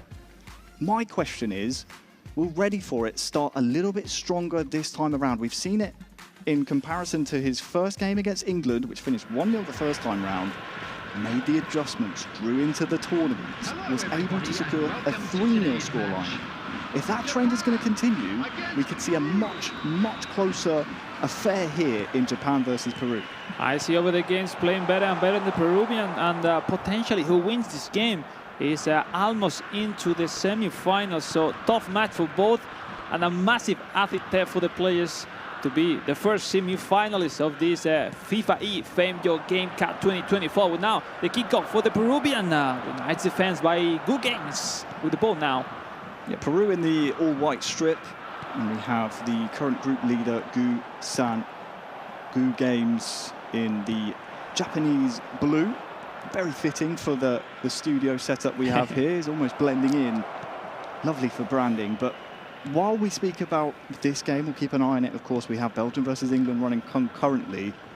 Joe, although he can't qualify for the knockout stages, can still play spoiler here. If he's able to take a point or two from any of his last two games, oh, it could really mix up the top here. So we'll be keeping a close eye on those games as they progress. For now, Japan, Peru is where our attention will lie. Peru's starting really strongly, and it's a question we asked Alex. Will he be able to move up the gears in the latter stages of the group stages? Let's see, it's working so well, the squad of Japan. Good games now with the 1-2 passes. Minamino with this potential stop. With a chance, look at the pass. Suzuki tries to square it on the 20th minute. Still alive here for Japan as well. Minamino and Suzuki still there.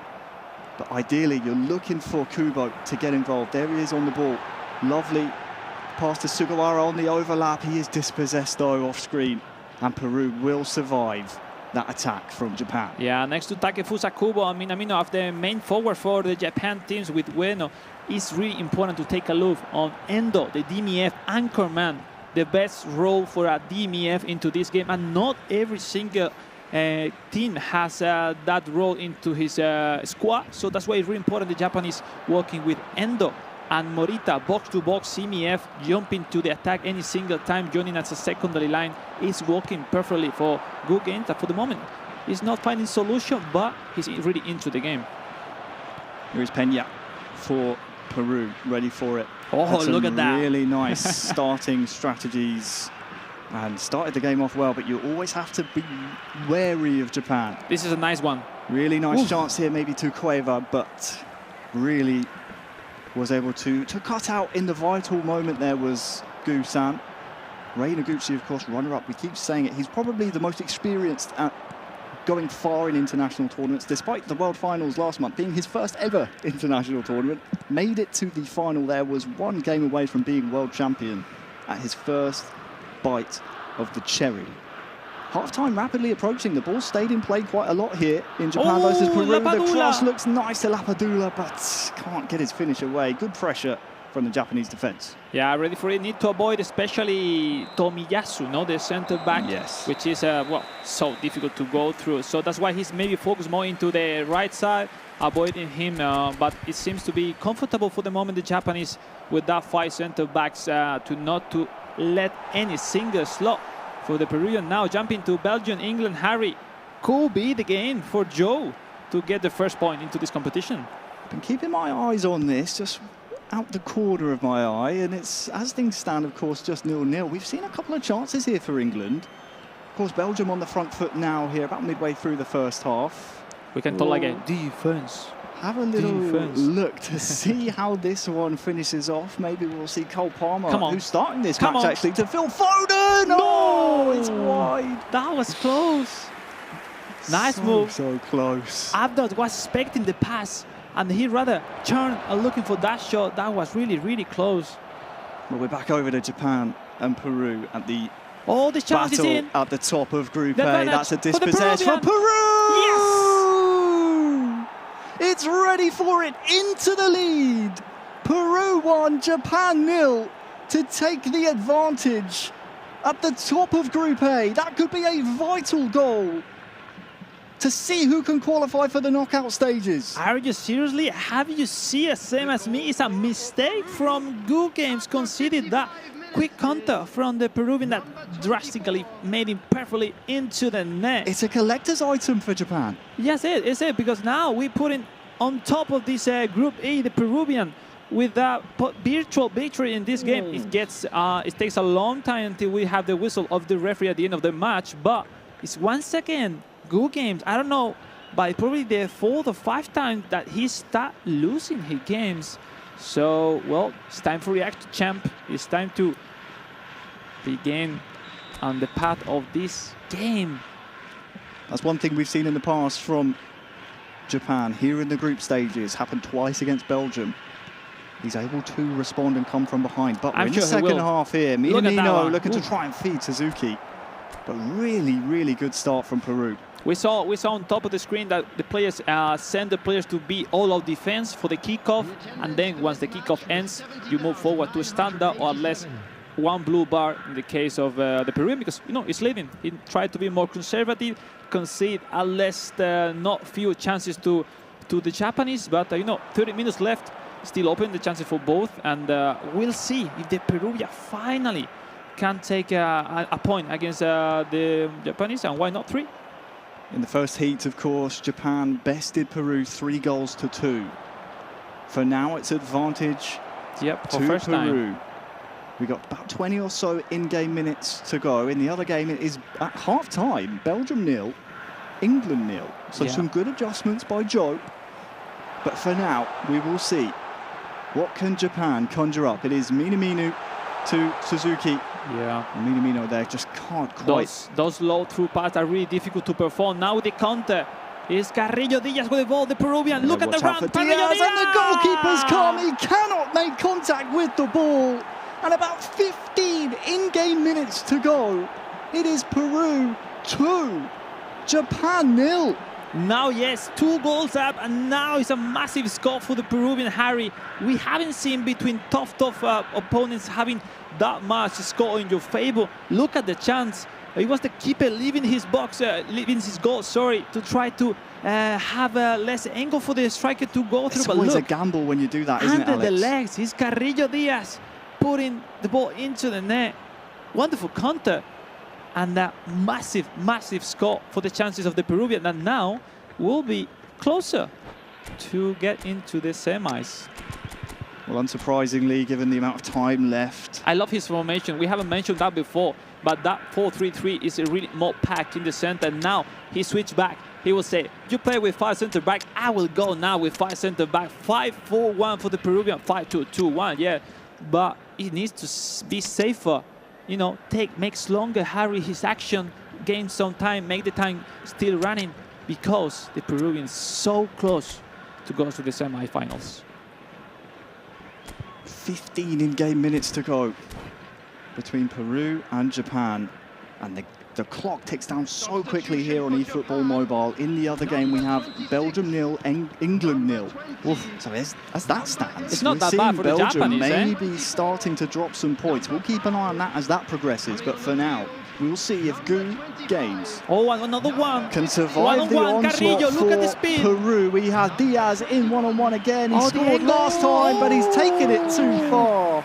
10 minutes to go, and it could have been 3-0. Yeah, the angle, he was running and he was having each time less and less space to perform a nice shot.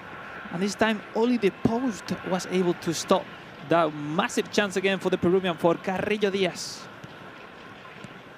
The problem for Japan is the more chances come for Peru, the more the ball is up the wrong end of the pitch, which, as you can see in that top left corner, once these substitutes are finalised, it's ticking down so quickly. I think they've got about 5 or so, plus a little bit of change in game minutes until the full-time whistle. Elsewhere, we have Belgium starting to turn the screw against England. Still 0-0, but for now, 5 to go. And it's Japan in possession. Kamada to Sugawara. We haven't seen good games having a hard time that he's having right now into the match. He has suffered some goal, he has conceded some goal, but is completely dominated by the Peruvian. Now, with that mistake, he put into the game the Japanese. Nakamura with the ball. The through pass. No. He has to score just purely based on the amount of time and left. And Peru in possession. He can tick down the clock here. This one is going to finish. Peru 2, Japan 0. And it's a big 3 points for Peru at the top of Group A. That is a statement. And elsewhere, it's bad news for Japan, because we have Belgium in the 80th odd minute scoring the first goal of the game against England. It is Belgium 1, England 0. So this is like a roller coaster here in this group. As we said, 3 into 2 just does not go. Who is going to be left at the end of musical chairs on their feet? As we saw, a secondary chance in a corner kick, if I'm not wrong, for Abdach. Finally, to score, take the lead, because he was suffering. I was seeing with my right eye his face. He was having a nice time facing Joe, struggling to do his best. Now with a chance for Joe, offside on that kickoff. That goal is massive for the chances. So Abdac to get closer, and if I'm not wrong, he could be clinching the second position right now, right before the last round. So it will be the Japanese maybe on the edge. We have one more round to go, but don't forget it is Peru versus Belgium next. Exactly. So that could be a very important one to keep an eye on. Can Joe provide a spoiler for us here? Cole Palmer on the near side, but with 5 minutes to go, plus stoppage time, we need to see a response soon from Joe, which, to be fair, he has started to steady the ship here for his England team. I've noticed some adjustments he's made. He started, obviously, Gareth Southgate with the possession game. He's now moved to quick counter, which has started to give him more options on the attack. 90th minute, though, it has to be now. Otherwise, we're going to see Belgium score another 3 points here in Group A. They have possession. They will run out the clock. It's De Ketelaere with the last attack. Lukaku, plenty of space to try and find a finish. Trippier will clear, and that will signal the end of heat number 5. Belgium 1, England 0, and it is Peru 2, Japan 0, and that has absolutely turned this table on its head. Some great games, and I think we're perfectly poised to go into our 6th heat of games, not knowing who is going to be the final qualifying nations. What a first round of games we've had. I mean, Group A in FIFAe Game Cup 2024, it's a perfect introduction to mobile eFootball. Yeah, we haven't seen that coming from the Peruvian. No, we knew it was going to be one of the one with chances to qualify, but not to be leading this Group A before the last round is impressive. Impressive because you know, it's been the only one defeating the Japanese good games in a really solid way. You know, he had made probably his best game so far already in the group stage in a perfect moment. It's true that now has to face Abdac in a potential critical game, no, in the round 6, but let's see. Overall, really excited to see the players, you know, dealing with those up and down that you should have in this kind of competition. But for the moment, open for into the last round. Let's take a look at the standings and let's get Chris involved, because I think Tony is a little bit bored. So, Ton, you tell me exactly what's going on here in Group A as we enter the final round of fixtures. Thank you very much, Harry. Yeah, I'm waiting around just watching to see how things have gone down. But the surprise that we had in that previous game has mixed things up massively. Gu was in complete control, but ready for it then. Coming through with that victory puts him at the top of the table. But with him and AB Dutch to go up against each other, it is Gu who has to absolutely win his game and hope for a result on the other side of things. So everything still to play for here in Group A. It is very much going down to the wire, Harry. Whoa, down to the wire. Fast and furious, these games. They've come so quickly, and with them being locked into the pods on the stage, there's no time to lick your wounds. You're straight into the next round of games. You're straight back on the battlefield, on the front lines, and now we're here at the final game of the group stages with 3 players that could fill 2 spots. Well, sometimes positive, sometimes not. It depends. No, if you came from winning your last match, it's completely perfect to run quickly into the next match. For us, it's really also positive. No, like we don't stop to see games, goals, emotions, drama. We saw the celebration from the Peruvian right after the Japanese player, because it's really important. Now checking back into the table with a draw against Abdac in the round 6 is enough to put him into the next round, because you know we can expect a victory from Good Games against Joe, so that will put Good Games with 11 points. So it will be tough. Now maybe the pressure is on Abdac. Yes, that has to win yes or yes if he want to go through the knockouts. It's within his control if he's able to best his Peruvian adversary in this next game, which is fair to say. We'll lead with that one, because that is going to decide essentially who out of those 2 will be in the driver's seat going into the final standings of Group A. But you're right. While a draw is good enough for ready for it, of course, Jason Nicolai Marel Cueva of Peru, it's not good enough for Abdac from Belgium. It's not good enough No, for him. it's So not. he has to go and get himself a result. So don't think both of these players are going to settle for a draw. The man on your screen, he needs to win.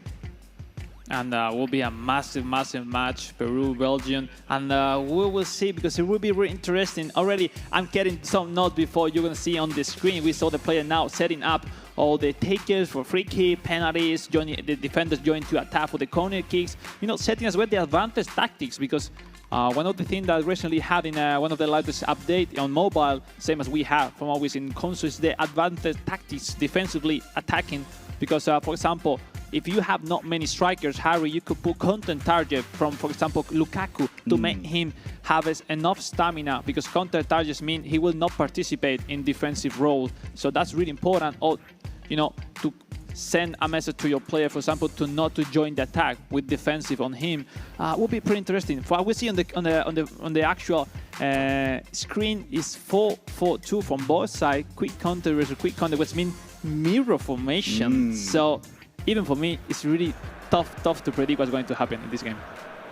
Interesting tactics from Ready For It. We saw him go 5 at the back against Japan's 5 back.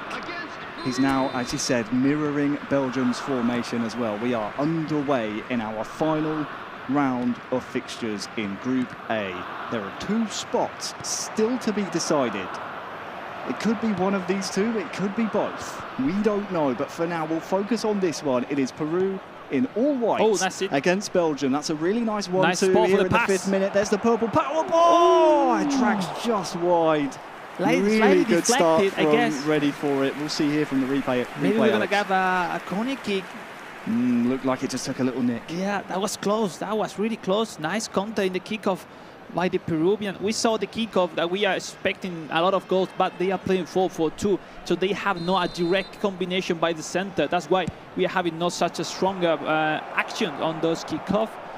Really interesting, Harry, that the Peruvian has played with a different formation against the Japanese. Like, he knew how to play against that 5-3-2 formation from good games, and now into his main formation, 4-4-2. That's the good thing. We were able to discuss with some of the FIFAe colleagues here yesterday. We were filming podcasts and they say, oh, what's your favourite style of player to watch? It's always, for me, a player with a plan B, a plan C, all the way through Z, because you have to be prepared at this type of tournament. He made the adjustment against Goo Games, went to that 5 back that we spoke about, is now switching to 4 at the back, as you said, 4-4-2, almost mirroring the Belgian. No, especially that in mobile, the games are just 6 minutes overall. So it's like you don't have time to wait and see your opponent what's doing. You need to act in the same moment as your opponent is switching formation. So well done before by the Peruvian, but different story.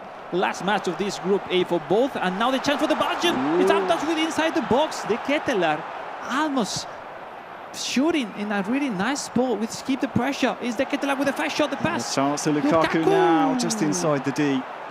Is deflected. Still alive here though for Abdach. Really quick passing. Can they keep up with it? It's Lukaku who's dispossessed at the vital moment. Important score update from the other game.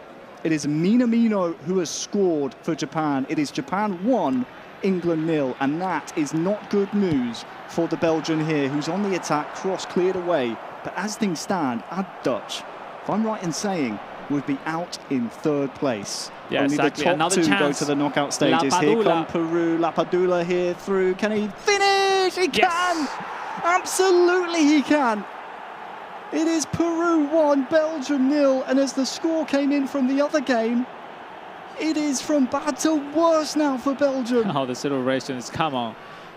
The driver, the pass, I don't know, man. Like, this is like the club with the license in terms of, I don't know, it's really fun. You don't like the celebrations? I mean, if I'm playing, I prefer not to see that from my opponent, but, you know, as a competition, you need to celebrate, and it's the main celebration for Lapadula in the game, so yeah, that's it.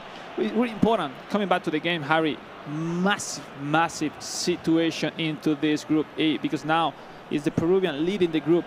And now the 2nd position will be virtually for Go Games, and it's the time for Abdach to react, because he has to turn over the score and win this last match if he wants to be into the knockouts. And from what I saw in his face after the reaction, Harry, he seems to be overthinking too much on the score in the table instead to be just thinking on win this game. That's all he has to do. It sounds simple for us to say it. Stood up here with cold blood watching this, but in the pods, it's very easy to overthink. Has a chance maybe here for an equaliser. De Ketelaere was trying to turn, but instead it's Peru who defensively have looked really, really strong.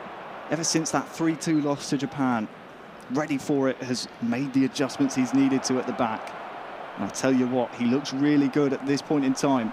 Things can still change, but to advance to the knockout stages later on this afternoon as one of 2 Group A representatives.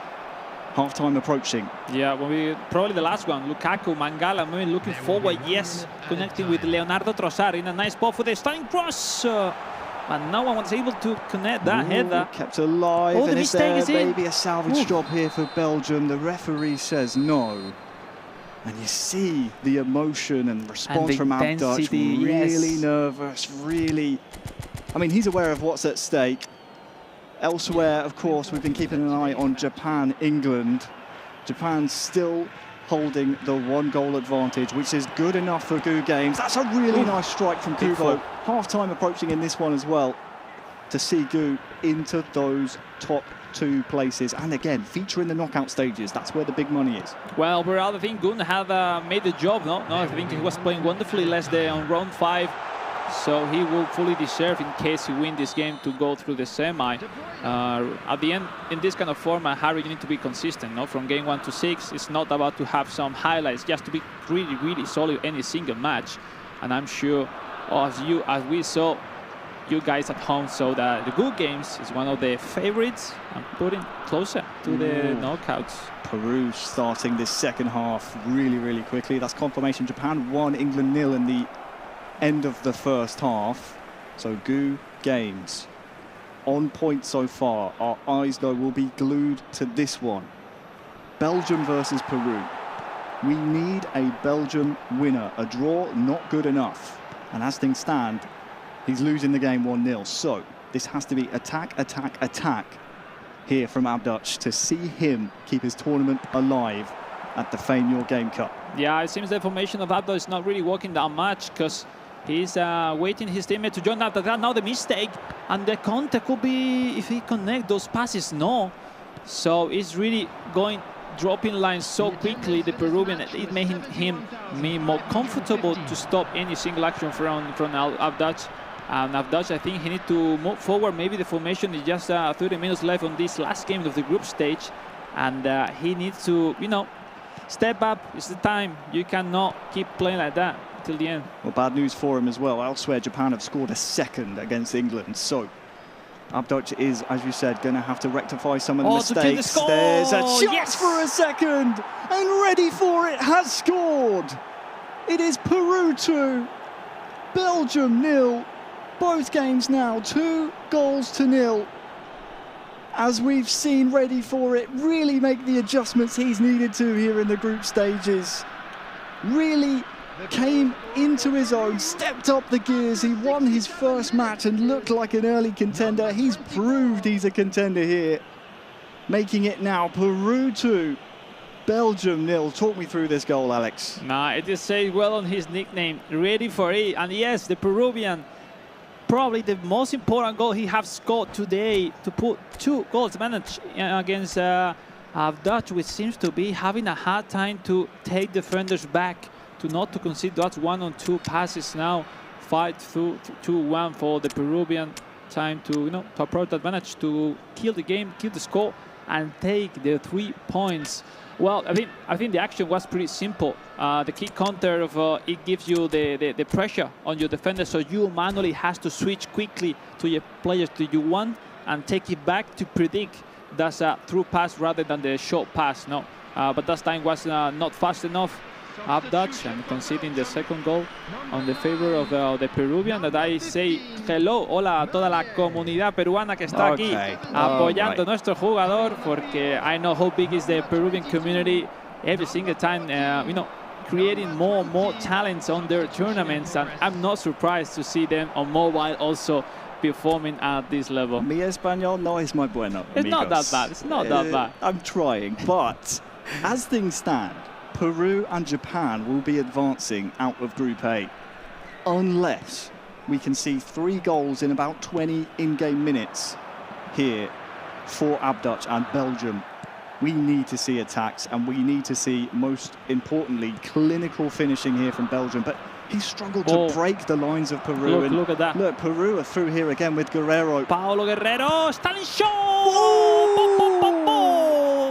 That is the dagger for Peru.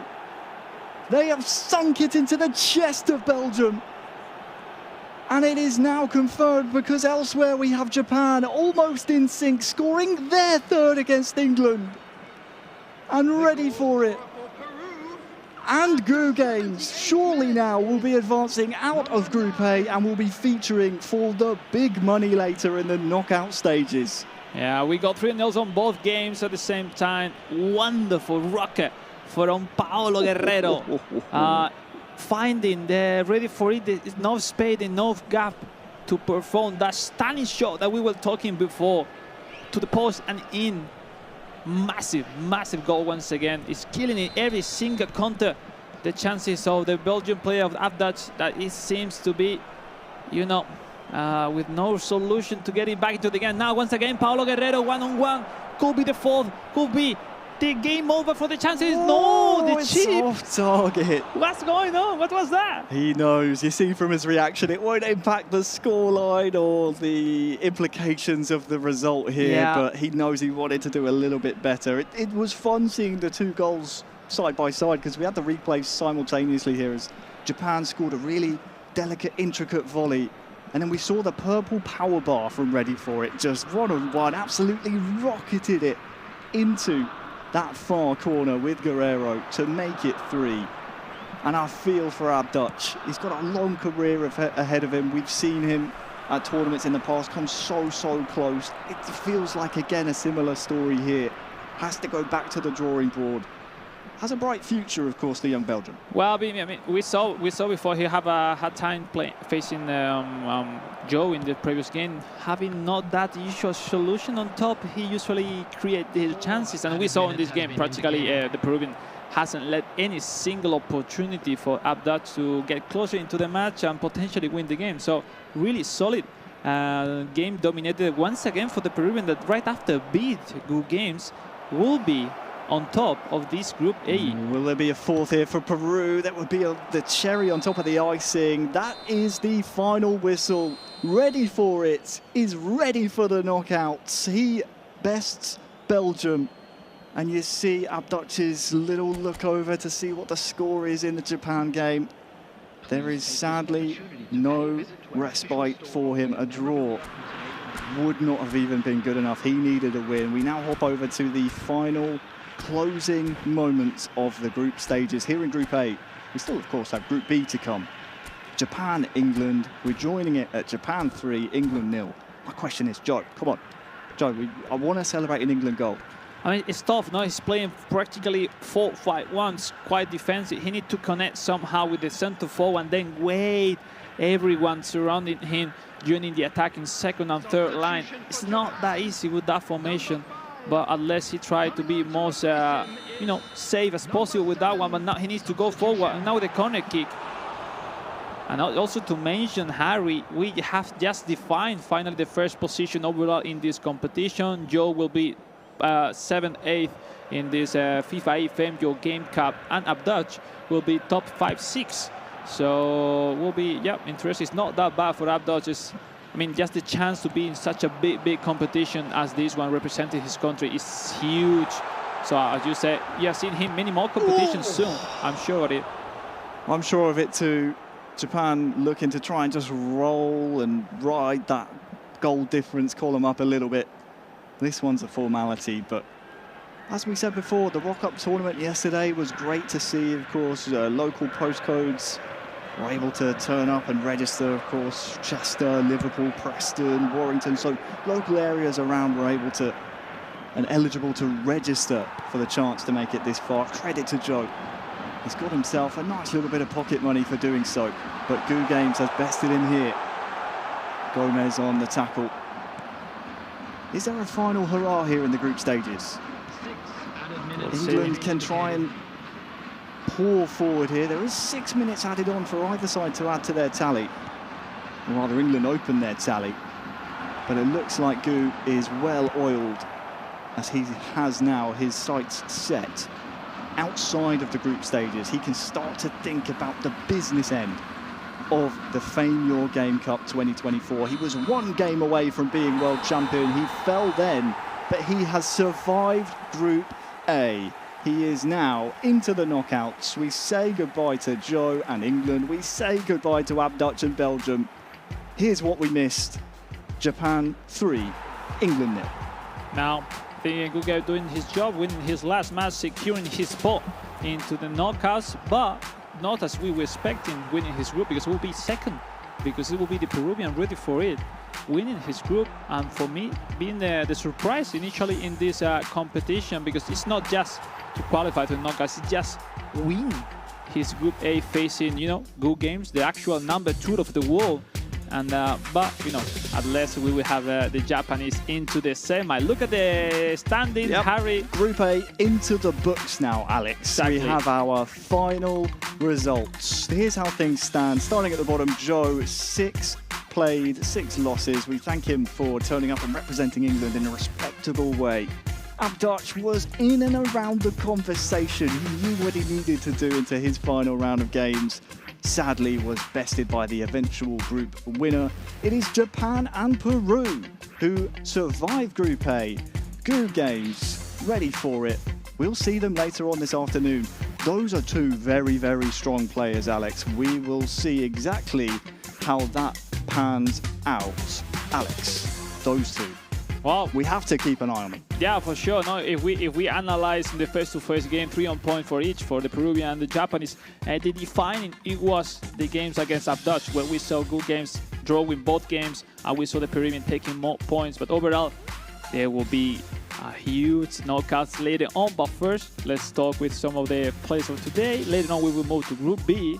So it's still a long day, drama, emotion, everything's coming already. Don't move from your home, from your place. Take some popcorn, some drinks, because we will have a really good time enjoying eFootball Mobile. Yeah, so much tension here in this room, but the Group A now has come to a close. It's been a long time in those pods for those players. I think it's only fair we pick their brains a little bit, because we now have our Group A complete. Tony on the floor. Let's speak to Joe first, I think. Joe, commiserations. It was always going to be a difficult task for you coming in, but I think you represented your city. You came up there. You come away with $2,000 as well. But how did you find the tournament going up against the best of the best? Yeah, I mean, I expected to come into it and not, particularly win any games, but I really enjoy myself. And obviously, as you've seen from the games in the stream, that these 3 guys are just next level at this. So it was always going to be tough, but I've enjoyed myself regardless. Is there anything in particular that you learned off them when you were playing against them? Was there anything particularly that they did well that you thought, oh, right, okay, well, maybe that's something I need to improve on? Yeah, I think when I played against Belgium, there was, I think, the 2 goals that they scored with Lukaku, where you just sort of passed it and then he knocked it off and just curled it in. And then when I played Japan as well, those sort of long balls, I was getting just overwhelmed by them all the time. So there's definitely some things I can learn from, and as I've mentioned, these guys are just next level. Is there anybody in particular that you thought really caused you more problems than the others? I think Japan in the first game, I think they were just ruthless every time they came forward. And then Peru, the second time I played them as well, very clinical in front of goal. There was a few chances that I had against Belgium, but overall, I still enjoy myself. Well, Joe, $2,000, better off. Congratulations, and good luck for the rest of your weekend. I hope you hang around with us for the rest of it. Guys, what an absolute performance by Joe. Fantastic work. Really represented England in a great way. And as you said, Tony, $2,000. It's not too shabby at all. And of course, we still have another Rock-Up tournament representative in Group B to see later on. But as Joe said, there's levels to this competition. And our invited athletes really starting to prove exactly why they are the invited ones. Alex, we'll recap Group A. We'll put a bookmark on it. Here it is. Peru, and ready for it. Top with 13 points. And Go Games, 11. They're in second. They'll be the 2 who advance out of Group A. Yeah, South America and Asia having their first representative into the knockouts. Was a bad day for Europe into this Group E, let's say. But overall, They will perform so nice, consistent. They show us more resources, the plan A, plan B, depend their opponents. Wonderful play ready for it and good games. Well-deserved spot into the knockouts. Yeah, speaking of A and B, we've seen Group A. Here's what we're going to see a little bit later on. Next, it will be Group B. Here they look are. at the names. Dennis Bernard, Juninho, Talanusui, and our second Rock Up Tournament qualifier from our local postcodes, Dan Rido. We heard from him earlier on. He's seen now the gauntlet that faces him. Alex, this group, I mean, we've seen Group A be tight. Group B, arguably, even closer. Yeah. We start to be laughing yesterday when we saw the draw because, I would not like to be playing in that Group B. Dennis, Juninho, Talanusui, one of the probably best player all over the world out there in the Group B. The usual one in the letters in eFootball Mobile are here facing each other. We're just 2 spots into the semi-final. So, man, massive games we're going to have in a few moments. Who will be joining Japan and Peru in our knockout stages here in the FIFAe Game Cup 2024? I think for now, we'll take a little bit of a break because when we come back, we have Group B ready to get underway.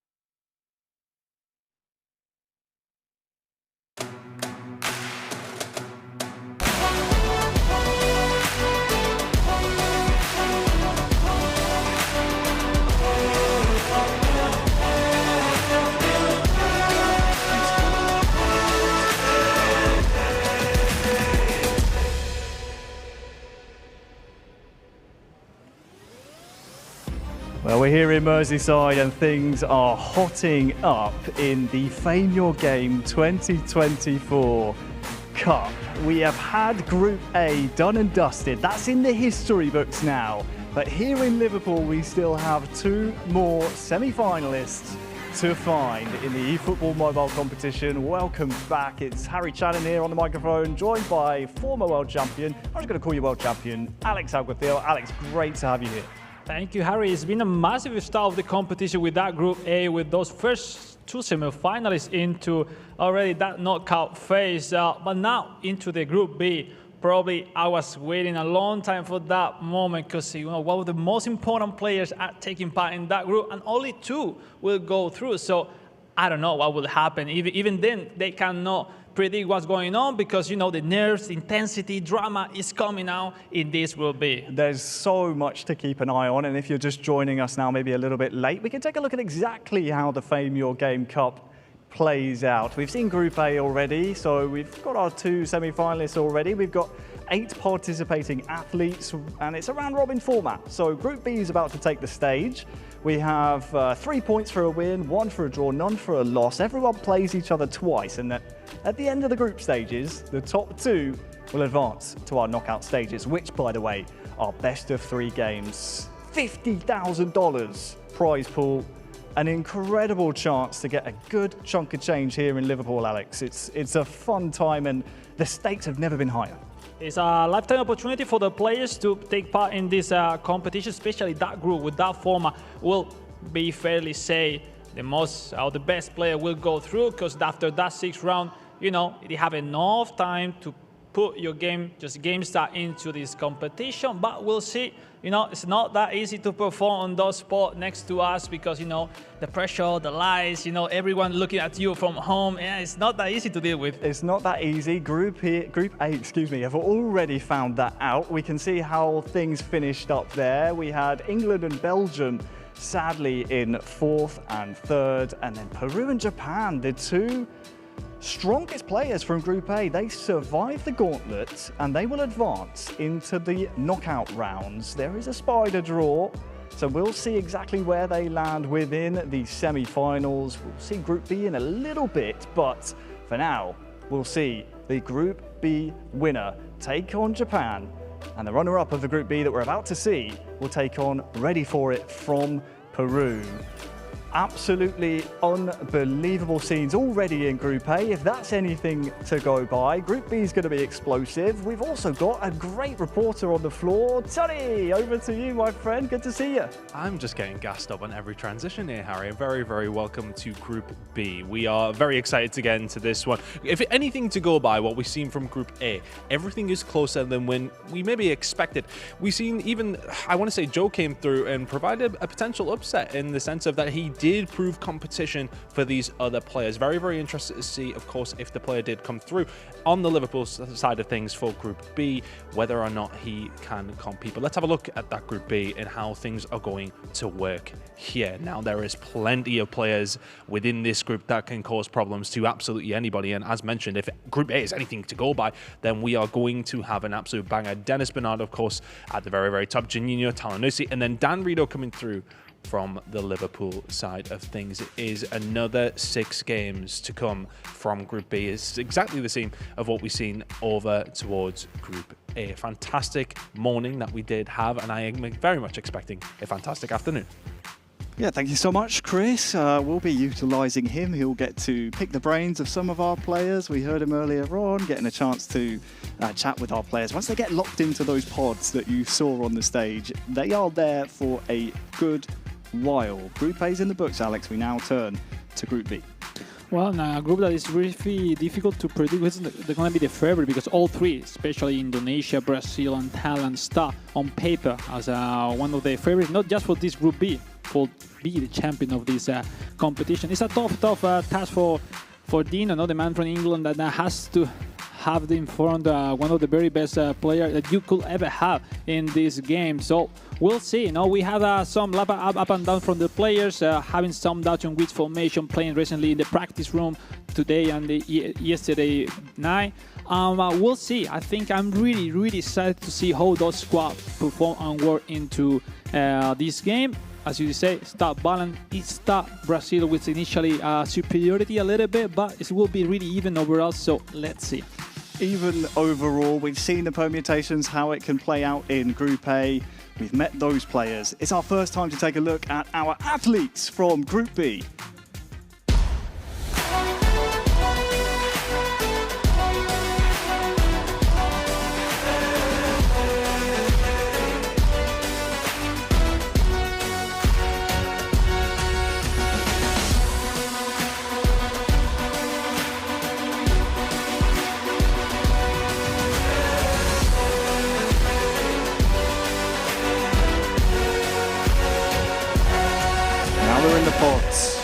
That's where they'll be for the next hour or so, game after game after game, we have 6 games that they're now locked in position for. There's no turning back now. It's put your best virtual foot forward and see where you land at the end of Group B, which, by the way, is an absolute shark tank. Well, we see on the screen Dennis Bernard, the man from Indonesia, having once again another international opportunity. Indonesia, one of those communities that is creating big superstar into the game. Now we see Juninho, the Brazilian former champion of the Manchester United club event recently passed this season. And big names, Talon Sui, the man from Thailand, another big name in the worldwide scene of eFootball mobile. Can't wait to see this man. It's a different cohort has from the previous tournament to this one. Now Dino, the man from England, into his very first appearance into esports scene, let's say, and I hope he liked it, he enjoyed, because it's a unique opportunity, not just for himself, for everyone, to be here in the FIFAe Fame Your Game Cup 2024. Harry, we are about to start the games. The drama is all about to start. We will start with a game Indonesia-Brazil. That will be like a final. So I don't see. We see Indonesia with his coach Putra, the man from Indonesia, supporting Dennis Bernard. I'm sure a lot of people from Indonesia rooting in the stream that we approach to say hello to everyone from Indonesia. And massive community in terms of eFootball. And if it's not Dennis, we have Philly, we have Asgar, we have many superstars that could be jumping in future events. Absolutely, we have a couple of world finalists in this Group B. The man on the right-hand side of your screen is our second qualifier from the Rock Up competition that we had here in Liverpool yesterday, open to local Liverpool residents. We'll be seeing Dean Reed later on representing England, but for now, it is Indonesia versus Brazil. You rightly said, that's going to be a big game to keep an eye on. Thailand and England will be an intriguing affair because, as you said, Konasui really strong. Thailand as a nation, again, the further east you go, eFootball really tricky to break down. At the same time, Dean Reed, England, somewhat of an unknown quantity coming in from the Rock Up tournament. There's no game film or anything for these professional players, these invited athletes to really study. It's only fair, I think, that we kick off with Brazil-Indonesia. Juninho versus Dennis Bernard, 2 players that featured in the World Finals in 2024 in Tokyo just last month now, Alex. And we're underway. Indonesia, Brazil. It's Juninho versus Dennis Bernard. An Indonesian squad which is really comfortable for me because I've been competing with that squad last year in a national competition. Okay. Ramadan Sananta, one of the center forward for Indonesia, as well with Dimas Drajat. Both goal poacher will be the most important keys, for this Indonesian squad. In the other hand, we saw Brazil with Richarlison, He's completely full skill, goal poacher with aerial superiority, heading, double top, first time shot. If you are Dennis, you need to avoid to have conceding those chances by Richarlison. When he's looking for Neymar Jr., The first appearance of the Brazilian into this competition, will be nice to see that samba movement on him. Some names you'll recognise, no doubt, from the Brazilian squad. Of course, we're playing stat-balanced mode with these national teams, so you may think, Brazil, Indonesia, that's a bit of a mismatch. But it's not. Everything as fair as can be here at the FIFAe Your Game Cup 2024. Juninho, representing Brazil, was in the World Finals last month alongside Dennis Bernard and as well as Talon Sui last month in Tokyo.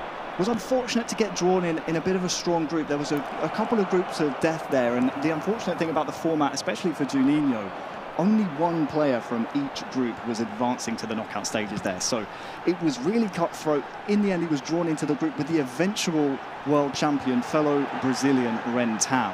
Has some defending to do here, though. You can see Dennis Bernard just taking his time. And we see the control of the rhythm of those passes, those turns. It's Ananta with the ball. Almost make it possible that shot.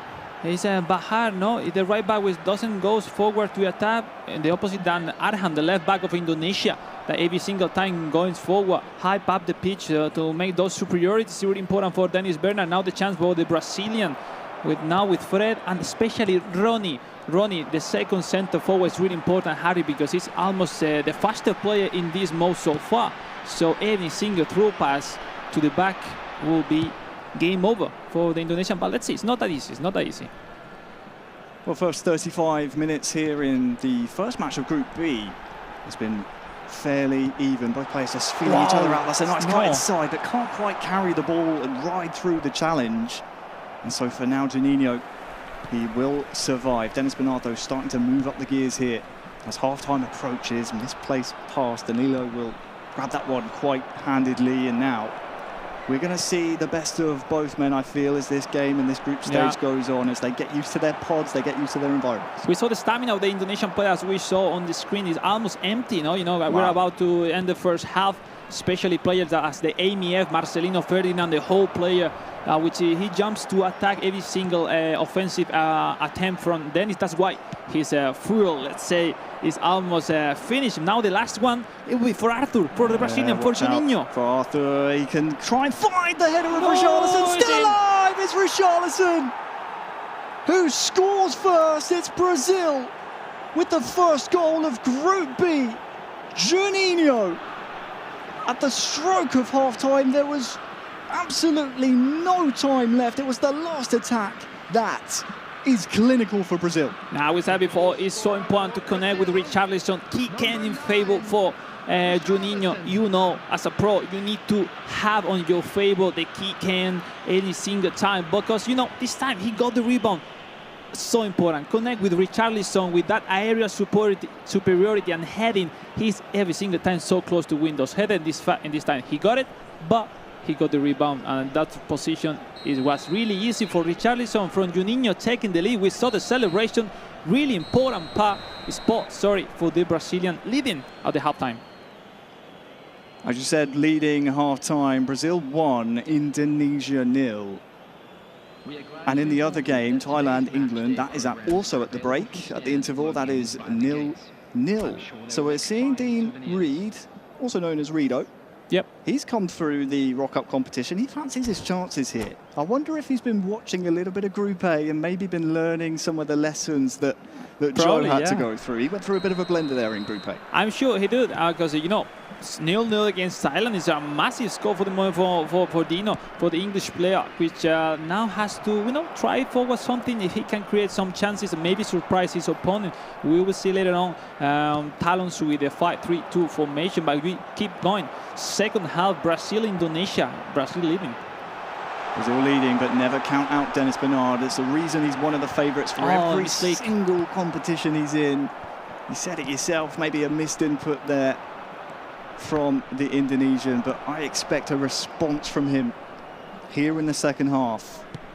The problem is you're coming up against a Juninho who is well oiled in clinical finishing. That one will be easily gathered by the goalkeeper, but you think back to the 2023 Libertadores, he scores the winner for Fortaleza. Last minute goal there. We saw it just before half-time, finish his dinner and give Brazil the lead. Has some defending to do here, does so well, but that's going to be something that you have to keep an eye on with Juninho. He's always going to take his chances when they fall to him. Now here's look another at that, one. Richarlison on a brace here. Can he maybe find the finish? Job. Good defending. Yeah, no, we see the initiative every single time from Dennis, having the control of the game, the possession, but yeah, somehow he's not finding the solution for the last pass, to the last action, to really create that chance that will put him closer into the score. It's not that much, just gone one goal down, but I see really comfortable the Brazilian defending, and let's say physically it's way stronger Brazil. So Dennis and also Talonsi need to avoid that physical contact against Brazilians. Look out for this break here. Elsewhere, there has been a goal. It's gone in for Thailand, so 1-0 over England. Neymar with the ball, looking for the 1-2 over the top. But now we're approaching the time of the game. We usually see substitutions, but the pauses don't come in until that ball goes out of play. Juninho is going to try and keep the ball in play here, no doubt. Heads it back, back heels it to Fred. There's Ronnie here. Can he get the pace to turn on the burners? Sadly not. And now Indonesia, is there any break? There's just not enough red shirts forward. You said yourself, look at the stamina bars for Indonesia. They're so red in comparison to Brazil. Is there enough gas left in the tank here? for Dennis Bernard to try and get back on level terms. He's being so patient, and that's allowed Brazil to regroup. He's going to have to try and unlock the door here. There's a chance maybe to turn back, but it's cleared by Brazil. Now, definitely, Dennis needs substitution. As we see on the screen, his stamina is completely empty, completely dry in these players. The ball doesn't go out unless you're forced to send the ball out. You will have no spot for substitution, because as we remind, substitution are game changer in this kind of competition. So let's see, Marcelino Ferdinand or Ricky Cambuaya box to box cannot join the attack as usually faster as we expect. Final attack. That's it. Juninho wins the first game. Brazil 1, Indonesia 0. A strong result against a strong opponent there, Dennis Bernard. And that, I don't want to call it an upset because they are two of our invited athletes here, but that one puts Dennis Bernard on the back foot here in Group B. The two just having a discussion exactly how things played out there. We'll hop into our other game here in Group B. As we said earlier, Thailand 1, England 0. Yeah, let's see now for first the chances of talent suite, and let's see the actual level of the man from Thailand into this competition. We saw a really low-pace start. Now he's having the chance. Finish shot for talent suite. 2 goals up. Wonderful. There's the smile and the shake of the head from Dan. We saw earlier with Joe, it was mistakes really that cost him, and that's again a bit of a gift out of the back from another English player here on the stage. Talon is doubling his advantage, and it is now Thailand 2, heel pass. England 0. Yeah, well said. One thing that we are seeing from the English player coming from the World Cup competition compared with the pros is like those early mistakes. Those instead you turn, you have enough time to turn and then think a little bit and then clear or make to a long ball. But those mistakes easy for such a player. A good one as a talent suite that especially with his main player, let's say Super Chai that with dummy runner is not that useful, but unless he have Teresak Poi Pimai wall poach, and also his super sub. Super sub is really important into this game because those super sub have a boost if they came up from the bench. Now the chance! That is lovely. That is absolutely lovely from Talon. And Dan knows it. That was such sumptuous footwork in the box. It's not easy to do here on mobile. We'll see it here again, Alex, in just a moment. But wow, the footwork was wonderful for Thailand to punch in their 3rd goal.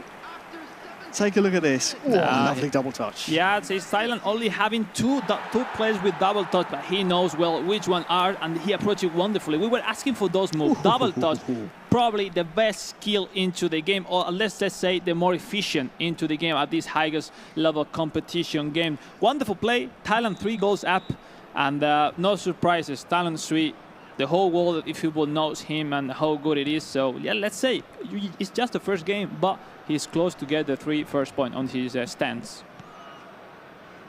3-0 to Thailand and 3-0 to Talon, the man who started his career out in the small Thai leagues, playing locally, made it his way up the ranks and was qualifying pretty regularly for the club events to try and make it to the World Finals. Was able to do so, I believe, at the first time of asking at the Bayern München club event. Exactly. Became champion there and then made it to the World Finals. Here he is again into the England box. This could spell doom for England. And it's 4 for Talon Asui, 4 for Thailand. And Dan Rido is getting a horrible welcome into the group stages here. I think it's GG, go next. Now it's a perfect action when you reach that spot inside the box. You need to stop in this case, Talon Suite, to not to be playing in that position, because that, simple slop, simple cross into his connecting with his center forward, making easy, that headers right in front of the goalkeeper, nothing for Pickford. And 4-0, wonderful play. It's really difficult when he sent the cross to stop that chance. Especially on mobile. We were speaking to Joe a little bit from Group A. He was a fellow Rock Up Cup qualifier to the group stages here at the FIFAe Your Game Cup 2024. He said the Rock Up tournament, I was feeling pretty comfortable. And then he said there's levels to this competition. Some of our invited athletes, and really, the further east you go, the stronger the competitors get. I think his fellow Rock Cup qualifier is experiencing it firsthand here. Thailand 4, England 0. 5 to go till full time. And I tell you what, the whistle can't come soon enough here for England. And it pains me to say that as an Englishman, but we're supposed to be unbiased, Alex. I've been through enough years of hurt as an Englishman. Looks like we're going through another one here as maybe there's a stunning strike. That one was really nice footwork. 90th minute now. You saw the purple power bar. There was also a super cancel, which basically cancels the input, Alex. There was a really nice chance there for Talon to turn wonderful the timing screw. for Can he find the header? It's actually held really well. Nah, it's on fire, completely on fire. Talon Sui right now in these last 20-30 minutes, right after the halftime. We haven't seen he has switched something in the tactic, but Les is super confident. It's like a machine, no, in that last part of the game. Wonderful scores and yeah, beautiful 3 points on his start of the tournament. Wow. Talon Asui has started Group B in an absolutely emphatic fashion. It is a really rude introduction for England into the group stages. And Group B, our first heat, is done and dusted. It is, as you see, Thailand and Brazil who have bested their adversaries and sit at the top here of Group B. Yeah, well, it's a really important 3 points for Talon Sui and Juninho, you know. Coming back to Talon Sui, probably is the player who recently has competed a few weeks or last week in the finals of the national competition there in Thailand. So probably he is the man with, with that momentum on his favor. In the other hand, Juninho, you know, that the Brazilian community that have a lot of competition coming up every single week, online, that stuff. And also Indonesia, which is one of the biggest also community around the world in football. So all the three are really prepared. Obviously, Dennis Bernard, I don't know about how he feels really, but he just came this morning after some problem with traveling, that stuff.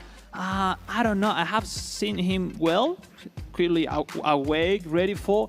But you know, it's not that easy, no. But finally, the good thing, we got him on the competition. Yes. Because that's the most important, to have the full squad, the full list ready for compete. A really good point you bring up, Alex. We haven't even mentioned yet, of course, the travel complications that Dennis Bernard had. He had to turn up in Liverpool, flew into Manchester Airport this morning. So yeah, he was supposed to had come a chance to sink his teeth into Liverpool or the venue or get used to any of the training conditions.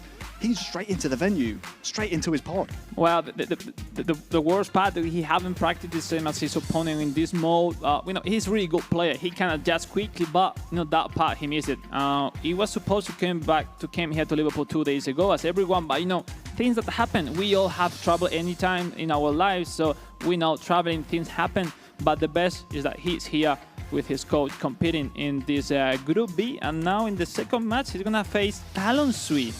So it's from one rock to another rock. Yeah. From Juninho, Talon Sui, and you need to perform, because if you lose again, man, it's tough situation. Really, really tough, especially as we've just seen how the group plays out at the moment. I think that's one that we should lead with, because we have Indonesia and Thailand taking each other on. Again, we mentioned it earlier, the further east you go, the more strong eFootball, especially for mobile, you tend to see.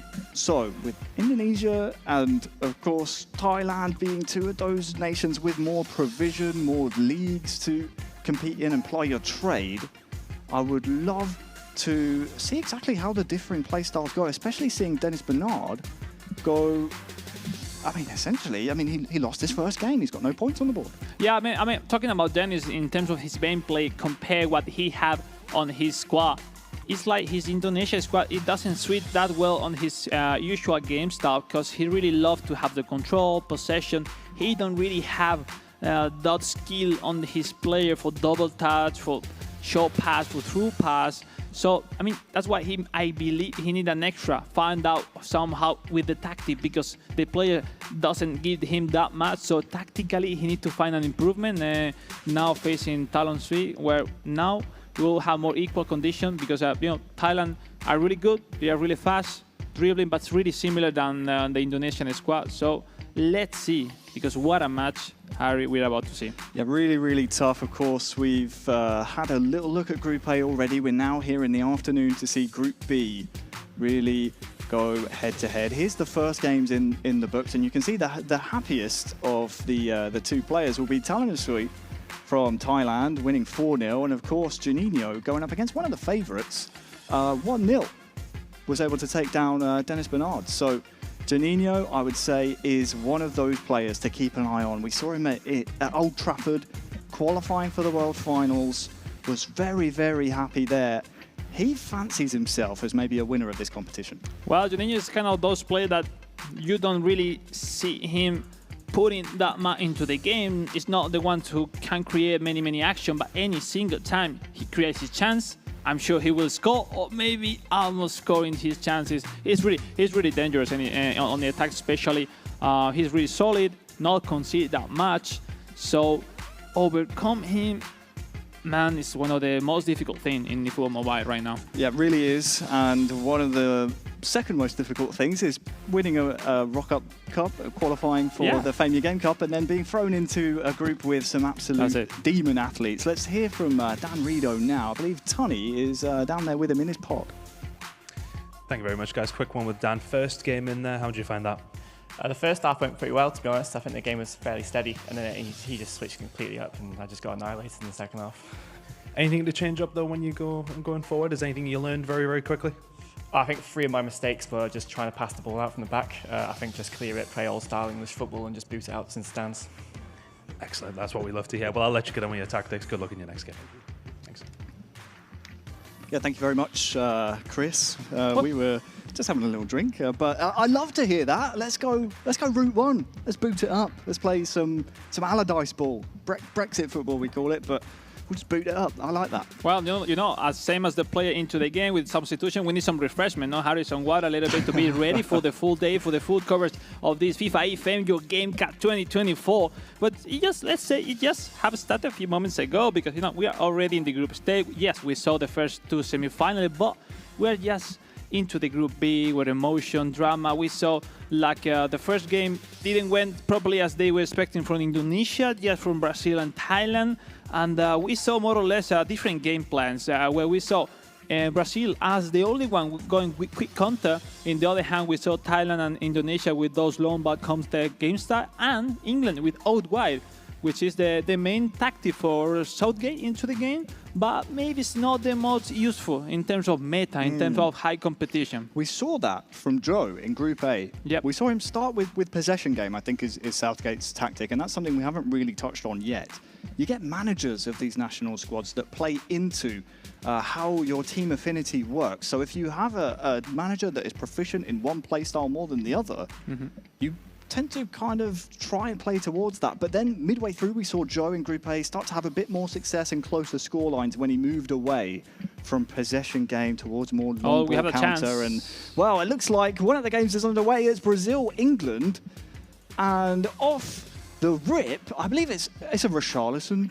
It's a Richarlison goal. It's England. Well, no surprise. Richarlison, which sounds to me, Alex, they're just testing. So right. Don't worry, England aren't in the bin just yet. Don't worry. It's My okay. goodness. Everyone relax. All right. We're all fine. No, because I mean that's a good thing that this competition have. Like the players are able to have a quick test to check everything is properly working. Because you know sometimes we have compete any single time, and for the player has to have the perfect condition in terms of feeling with the passes, with the turn, everything about connection is properly working. So that's the best thing that we are testing out the stuff, because you know after that test, Harry, no blame, go for it. That's it.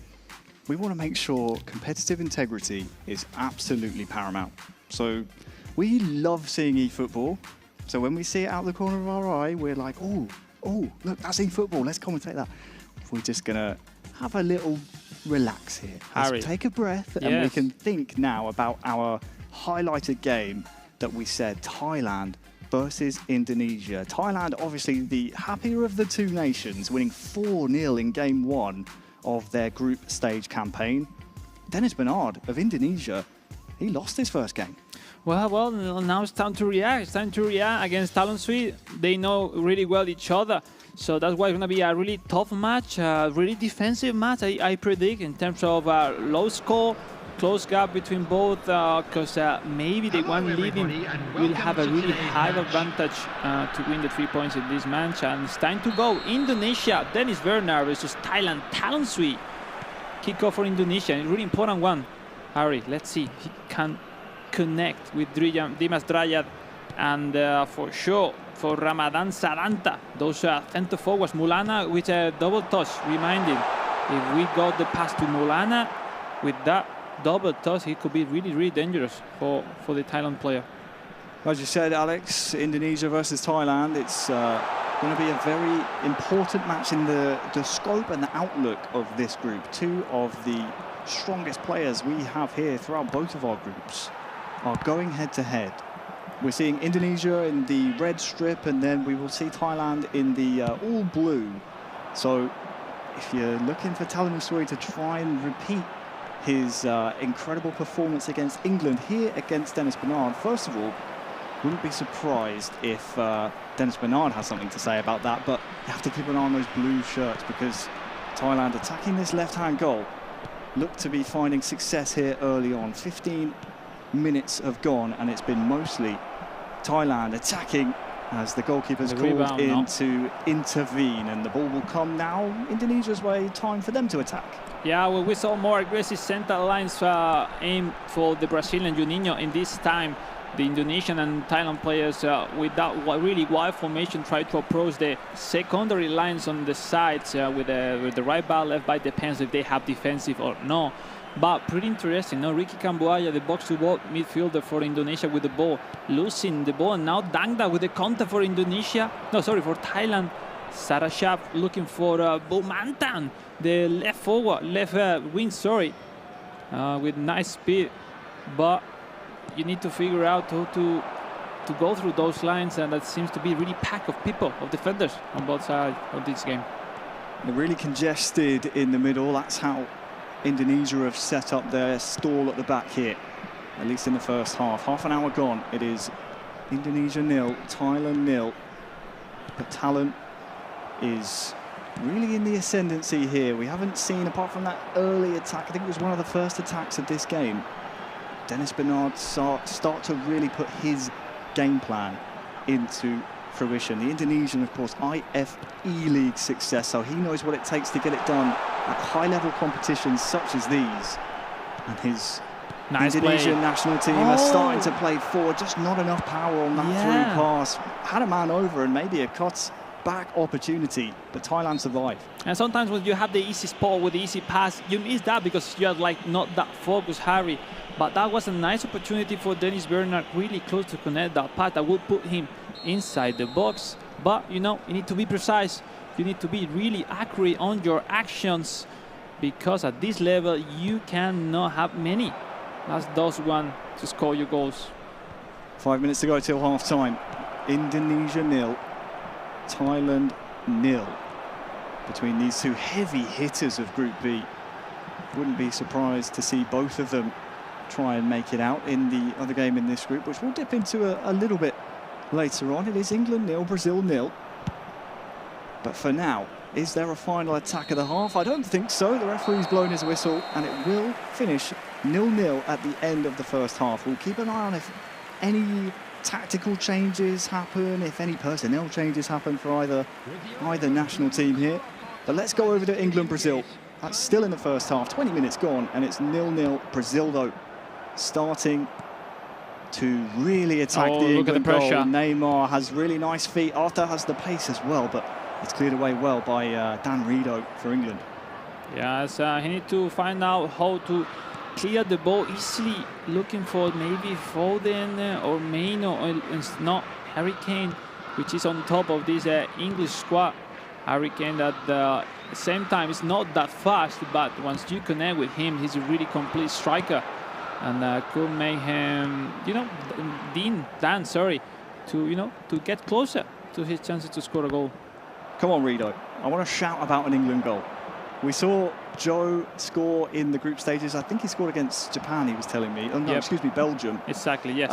But we didn't get to see the goal. Oh, So that's it. he has to No. defend here Too against long. Fred. Can he get there? No, it will just roll out quite miserably for an England goal kick. But I want an England goal to scream about. Come on. Yes. National pride is at stake here. It's our home turf. Yes, talking about with Juninho, he was like missing some big names on the Brazilian squad, but later on, digging into that squad, looking for the skills, the stats, it's a really complete squad, completely able to fight for this competition to be the champion. Why not? Because he have the skill, he have the team as well, and I'm sure he will get closer to get into the semis. Half time approaching in that one, but we're underway in the second half of our, I don't want to call it the main event, because again, there's so many strong players here. We're down to 2 from Group A. We still have 4 alive and kicking here in Group B, but these 2 are some eFootball mobile royalty, and they're in the same group here at the FIFAe Game Cup 2024. We saw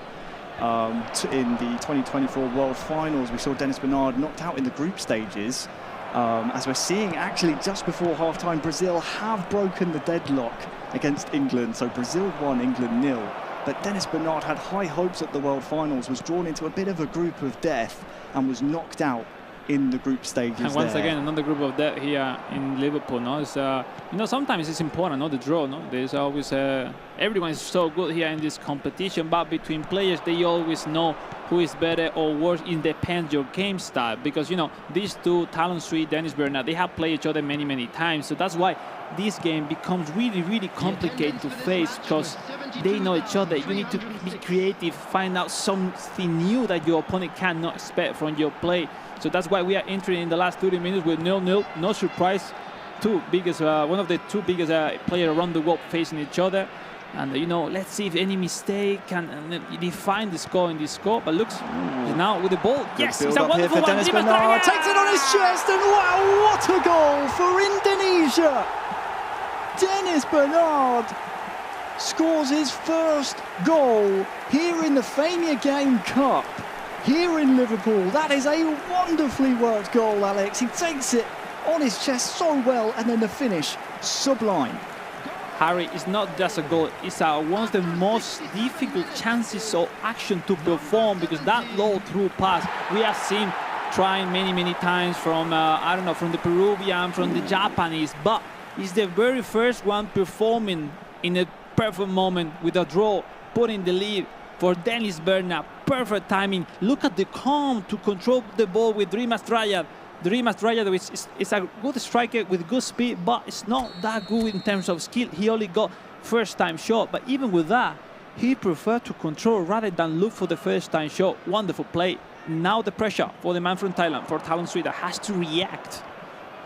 Big goal for Dennis Bernard, proving why he's one of the favourites here after losing his first match against Brazil. To score the first goal in this match against the group leader, or was the group leader until quite recently, Talon Sweet of Thailand. Now is on the back foot for the first time here in Group B. We're now seeing Indonesia really starting to grow in confidence elsewhere. Brazil have scored a second against England. Oh, wonderful pass. Cambuaya looking for Drayat. No. We see a little bit Talon Sweet losing the position of his defender, because, you know, he is going for the win. He needs to score at least a draw to secure at least 1 point. That will be really positive, seeing the actual situation, Harry. But you look, time is running. Only 10 minutes left. 10 minutes to go for Talon to try and get an equaliser. Oh, that's off the corner of the woodwork. Tried to curl it in that top left. That's difficult to do. And it's still alive here for Thailand. Can Talon maybe find himself an equaliser? It's cleared away. Oh, that was a really nice one, Harry, but we'll see if he have another one. He have time, I don't know, we'll see. Of course, finished second in his group at the World Finals, did Talon, so he definitely has that never say die attitude. But Dennis Bernard is a tough cookie to break down. Last chance Probably of the last one, of the yes. game, maybe. Maybe there might be one more coming Talon's way, but there's not been too much breaking Only the play, one. so only 1 minute, and he's lost the Yes, ball. Dennis that would Bernard be- will clear the ball up the pitch, and this will be the final action of Indonesia versus Thailand. Dennis Bernard with 3 points on the board against, well, going into it, he was the group leader. Well, now he's well and truly in with the rest of the Sharks here in Group B. Well, the game was on the route that we were expecting, not with that tense battle with our low score, but this time on favor for Dennis Bernardas, showed us that it was the one really putting more into win that game. Nice recovery, Harry, losing that first game against Juninho. Now 3 important points to get closer, to the top 2 players, and now we jump into the Brazilian Juninho. Massive performance once again from, probably right now the number 1 in this Group B, no? Yes. As things stand, he would have 6 points to both Dennis Bernard and Talon's 3. So, as things stand, it is going to be Juninho, who was the Manchester United club representative earlier on in the year to represent them at the World Finals. He is sitting pretty at the top of Group B after 2 games played. There's still time here for Rido. There's still time for him to come through and score 3 goals. But what we've seen so far is that the Rock Up tournament is a very far cry from this level of competition. Well, at the end, to jump into this kind of competition, it will make you learn a lot of stuff, because in terms of intensity, in terms of control, in terms of how the pros create or build up his tactics as well, their plan B, A, because it's really interesting, even if they are having different squad, but you see really quickly what the things that you are not doing and what they, yes. So let's see, let's take a look at the last 20 minutes of this match, if Dino can find out how to, to go forward, with that block of 5 defenders, the 4 centre back plus the DMF, it seems really difficult to go through, Harry. Absolutely it does. Juninho is well drilled on this, and it seems to be going to the head of Richarlison is a tried and tested tactic for him. We saw his first goal of this, I do believe, scored by Richarlison. He's going to it time and time again, especially at that near post. So keep an eye out for Brazil, and of course the opponent's trying to crack the enigma that is Juninho. He is in control of Group B. And for Dan Rido, we're about 10 minutes or so away from full time here. I mean, this result has gone. The question I have to you, Alex, is there enough time in this group for Dan Rido to start to steady the ship a little bit? Can he right the wrongs? Can he learn the lessons? Or do you think maybe he's a bit like a fish out of water? I mean, it's tough because it's not the usual schedule of the competition. This one is everything completely running each game, another game, and it's not that much time to analyze your play. So unless I would say he needs to get some confidence in his play, find out how he can put more trouble on his opponent, and try to follow that until the end of the competition. Let's see. Juninho in front is really solid, dominating the match. As you said before, really close to get his 6-on-6 points already so far in this Group B, and well, it's not over. It's not over. We are going to have 6 matches. So look at that! What a banger! That is a banger. That is an absolute banger. There's no other word for it by Juninho. He enjoyed that one. I think that's the pick of his 4 that he scored here. I think it was Vega who rifled this one home. We'll get a good angle of it here. Alex, no pressure on him. Exactly. Why not? The left-footed strike from downtown finds the back of the net. Well, he had many options on that position, but it's like, look, no one's coming for me. Boom, into the net. Wonderful left foot, stunning shot. And yeah, it's difficult to deal with those actions, because if you pressure, you have the empty spot to concede that through pass or whatever. So, I mean, it's working properly well for Juninho. The tactics, the intensity he's putting on, the pace. Difficult situation from Dan. We are facing maybe one of his last attempts in this match. Come on, Rido. I need a goal. I need to shout about an England goal while we're watching it. Okay, Joe scored 1, but we didn't get to see it. So I would absolutely love to scream about any English player, anyone you want. Score with Pickford if you want. I'm happy with that. Who mind?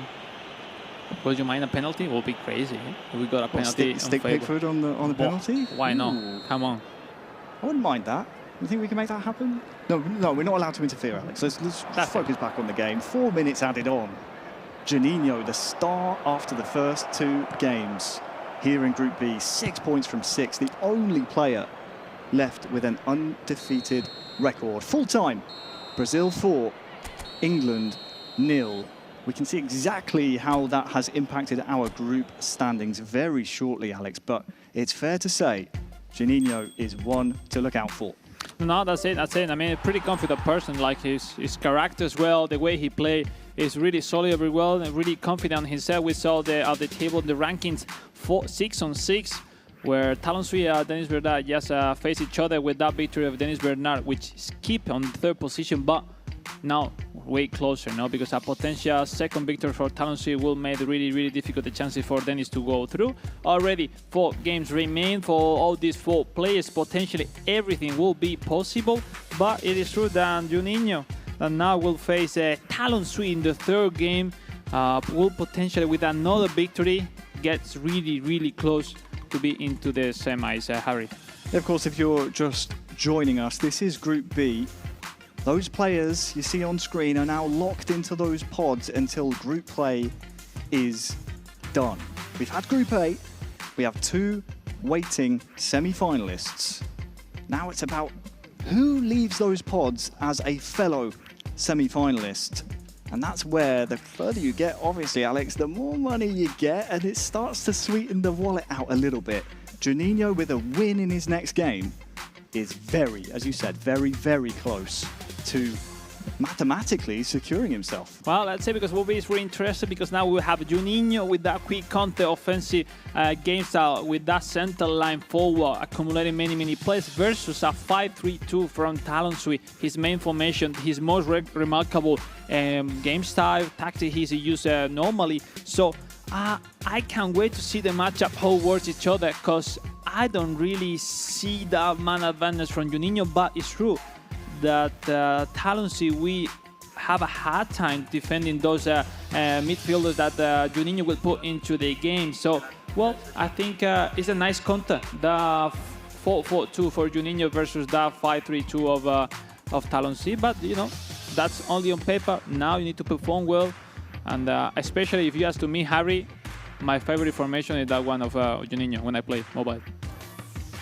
Talk me through it, because we're seeing a side-by-side of the man, well, on the left that everyone's chasing, and a man on the right with his, if I remember correctly, you were telling me freshly dyed white hair. I think there's a story behind that, isn't there? Yeah, it seems like in their home club in Thailand, they were playing the national team, and like it seems to be they are betting that if we win the competition, we will do like this, like that, and now all of them is turning like Talon Sui. So yeah, I will say hello to everyone from the Thailand community, as well as rooting us for Talon Sui and supporting this channel, this competition, because you know, another great people loving eFootball. And now, you know, it's great because how this competition, Harry, can pack and unite the communities all over the world that love the same as us, which is eFootball. We all love eFootball, and we love seeing eFootball action. Round 3 is just a moment away. You can see the studio starting to ramp up. It's starting to build the tension and the anticipation here. Juninho versus Talon. Brazil, Thailand is what we're going to focus on. And you said one of these two is one of your favorite formations to use in eFootball Mobile. Yeah, because especially the 4-4-2, when you are really in advantage against your opponent, the one for Juninho is not that good, because it takes time to go forward, hype up the pitch. But at this level of competition, where any details matter, it's really solid formation to control your defense, and then having a solid option going half up the pitch on your attack. But let's take a look, because potentially, guys, it's not a simple match. Maybe just because it's group stage, but potentially we are seeing one of the best players around the world facing each other in this game. Brazil, Juninho versus Thailand, Talon Sui. Harry, on you. Well, kickoff has just happened, Alex, and it's, as you said, a very intriguing affair we have here. Juninho perfect in Group B so far. As for Thailand, it was looking good from Talon. He was able to beat England with his Thailand squad, but came unstuck against Indonesia. Now, is there a bounce back? Is there maybe a banana peel here for Brazil? Talon definitely will want to try and make that happen, but first he has to defend this attack from Juninho. He's proved, the Brazilian, that he can be very clinical going forward. I've seen a really interesting role because we turned to a different role for Juninho. The first two games, he was the one waiting behind for those counter, and now see the formation of Talon Swift with 5 center backs. He have no other choice than start his play, the initiative, and winning the possession. But winning the possession doesn't mean you're going to win the game. So let's see if one of these two players can be the efficient one to score their chances and to take those 3 important points. 3 important points indeed. It's almost like a fork in the road for both of these two in their pods, playing what is essentially the match before the halfway point here in Group B. At the end of this, we'll be halfway through their group campaigns. Oh, Neymar manages to secure the ball after almost tripping up. Neymar is again wrestling for it, and it's Richarlison, who's been deadly for Brazil, trying to make something happen with the attack. I think it'll be a corner here for Brazil. Is Richarlison every single time ready for those rebounds, for those secondary action, to catch the ball and trying to, to surprise his opponent. Somehow you need to get closer to Richarlison, because if not, this man is really, really dangerous. Elsewhere, Indonesia in the 18th minute of the match have scored against England. So Indonesia 1, England 0, and there's a header at the front post. We've mentioned it time and time again. Juninho likes that header. This time, can't quite steer it on target. But that goal from Indonesia, Alex, puts the pressure on both Juninho and Talon. Maybe more so on Talon. But for Brazil, they know that Indonesia, they're going to be breathing down their neck here at the top of Group B. Well, exactly. No, those face-to-face matches between those 3 essentially are really important for the chances into this Group B. But we'll see. No, it's already soon to have a full knowledge of what's going on. But for example, right now, with another draw or victory for Juninho, it will let the chances of the Thailand player, well, really far from what we were expecting at the beginning. Chance here for Thailand. Nice As one. a Brazilian defence to try and break down. Is there a header at the end of this cross? He will secure the it, pass will back. Talon, but yeah, looks like maybe a missed input there. It will be cleared by Brazil on the half-hour mark. But good signs of life here from Talon. It is still 0-0. And a chance again on that far side to whip in a stunning cross. Danilo is there. Neymar is able to head it on. And now Brazil will look to try and counter. Look at the overlap, like you say, Alex. Artur is there. But yeah, Artur have not that speed and doesn't jump into the attack that quick as you expect for. But we see, that one of the strengths of Talon Swift with those crosses, sending those one to his main center forward. But in front, having Marquinhos, Magalhães, it's not that easy. Now we saw that on that challenge, mainly the center forward for Brazil, for the Canarinha, are winning those headers and not letting him for the moment, for Talon Swift, have that superiority that he had before on previous matches. Well, the complexion of this group is changing moment by moment. There is a second goal in the other game between England and Indonesia. And it is not good news for England fans. Indonesia have scored their second before half-time to make it 2-0. Speaking of half-time, Brazil and Thailand ends goalless. We're just about a half-hour mark in the game between England and Indonesia. So maybe we'll pop in, have a little look to see how our Rock-Up tournament qualifier has been plying his trade here against one of the best players in the world, Dennis Bernard. No, that's it. There's no room for relax for the English player, for Dan Rido, because every single match is completely an impossible task. But we keep believing he will be able to show us some shows, some lights, and some goals. We need Camboya for Haye, for Dennis Bernard looking for the third one. Samantha Lu, the pass in for Draya. That nice save. Pickford finally getting some important save for the English team. What do you mean, finally? He made it. It's a nice Draya. We keep going. Draya looking back. Sananta with that pass back into the spaces in. Sananta with the ball. The finish. Oh, it's 3. It's 3. Yeah. Completely running out of position. Dan Reader with the center back, not being able to, to control those lines, not to left any gap or any low for those passes. Dennis Bernard, as we said before, Harry, is really strong. Well, that has implications, of course, on the group table. The 3 trying to break away at the top of Group B are, of course, Indonesia, we've just seen, scoring their third. And then these 2 competitors here, Juninho of Brazil, Talon of Thailand. Second half is underway. We're still goalless, and the further that the timer in the top left ticks on, the more cavern could maybe start to appear between the two, because a goal could really flip the group on its head between Brazil, Thailand, Indonesia, all vying to get out of Group B. Brazil corner, header again towards the near post, but it is just over the bar. Yeah, we see every single time the superiority of the Brazilian squad on those long balls, looking for those header that well, he's still trying to approach, but it's not worth it for the moment. But you know, we are entering in those minutes, Harry, where substitution time are coming. Stamina getting down, and you know, you have those advantages in terms of speed, in terms of acceleration that could you make the gap. But now look at this mistake. Look, it's the chance for Juninho. Neymar, no, not able to connect that pass from Ronnie to Neymar Jr.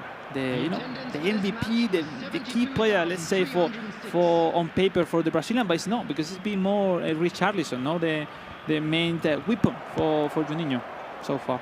Definitely a focal point of the attack. Look out for Richarlison. He's really physical in the air, has those jumping attributes that you like to see out of a striker, especially when you have the pace and the width that Brazil do. That's a bit of a misplaced pass, though, as Thailand now can maybe try and turn benefactor, but again, it's just a little bit wasted. There's some nerves in the pods here in Liverpool. You can feel it, and you can see it as well. Maybe some slippery fingers on the phone screens. 20 minutes to go until full time. Richarlison outside of the box. And it's Juninho. It's Brazil into the lead. As things stand, he's maintaining his 100% record here in Group B. Brazil 1, Thailand 0. 20 minutes to go. We all hear that vamos, boa. Nice chance, nice goal for Juninho in what a moment where the game was more even, that no one was showing us that much more. Is Juninho connecting that double touch, stunning shot, and what a lovely way to score. Now, we said before, one of the advantages from Juninho is to have a center forward as Richarlison, really good one on with those headers as well with that double touch. That double touch is clinical, no? As we say, for this kind of pro players to, you know, make the difference, no? For to avoid the tackle of those defenders. Wow, nice one for the Brazilian once again.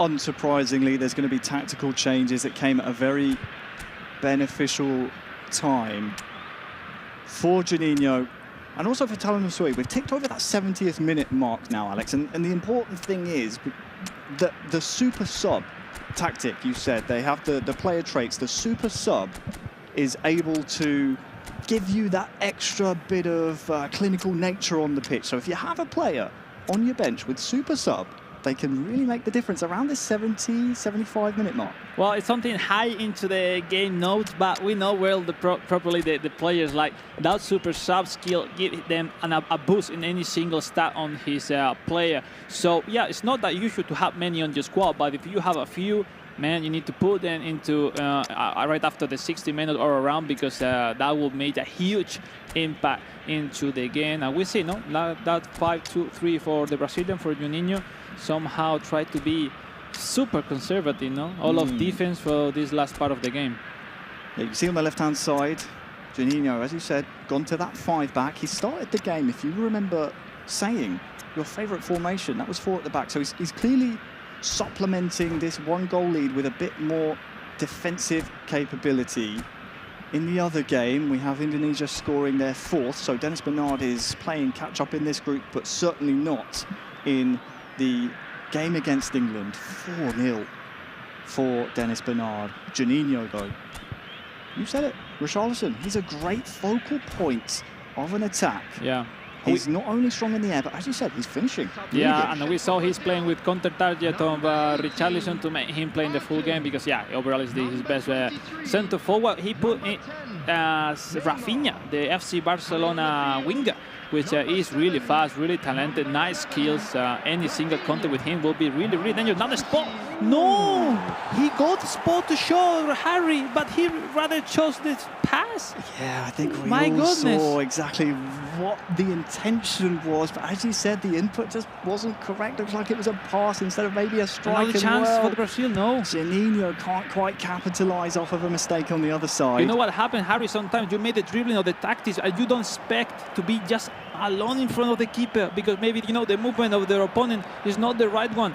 Anyway, keep having time, Talon Street, to react, to look for the draw. That honestly, seeing how are the rankings right now, it will be really, really positive for the chances of the man from Thailand. It would, but you're seeing now a little bit of clock management here for Brazil. They are up 1-0, and that time will tick down incredibly fast as long as the ball stays Nice in run, play. look. Really nice refreshment, run, eh? gets some territory as well, does Rafinha, but it's Thailand who win the ball back. 90th minute now. Is there much The last one, eh? stoppages? That's the good question and the important one on everyone's lips. This will be the final attack, I think, from Thailand. Well, Far let's see. side. Talon Asui to try and salvage something from this game. He needs to restart, Yes, no. It's cleared away and won by Juninho. 9 points from 9 for Brazil. That is 1 foot in the semi-finals for Juninho at the halfway point of Group B. The first round of matches in the round robin is now done and dusted for those two.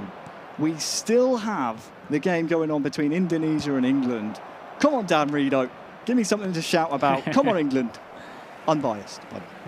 Let's see. Now in front, as we saw before, Dennis Bernard showing us a really strong performance now with his center forward Struck, looking for that pass back. But you know, it's been a tough task for you know, Southgate, or let's say Dino as a Southgate coach player into this competition. But we still believe that he can make it.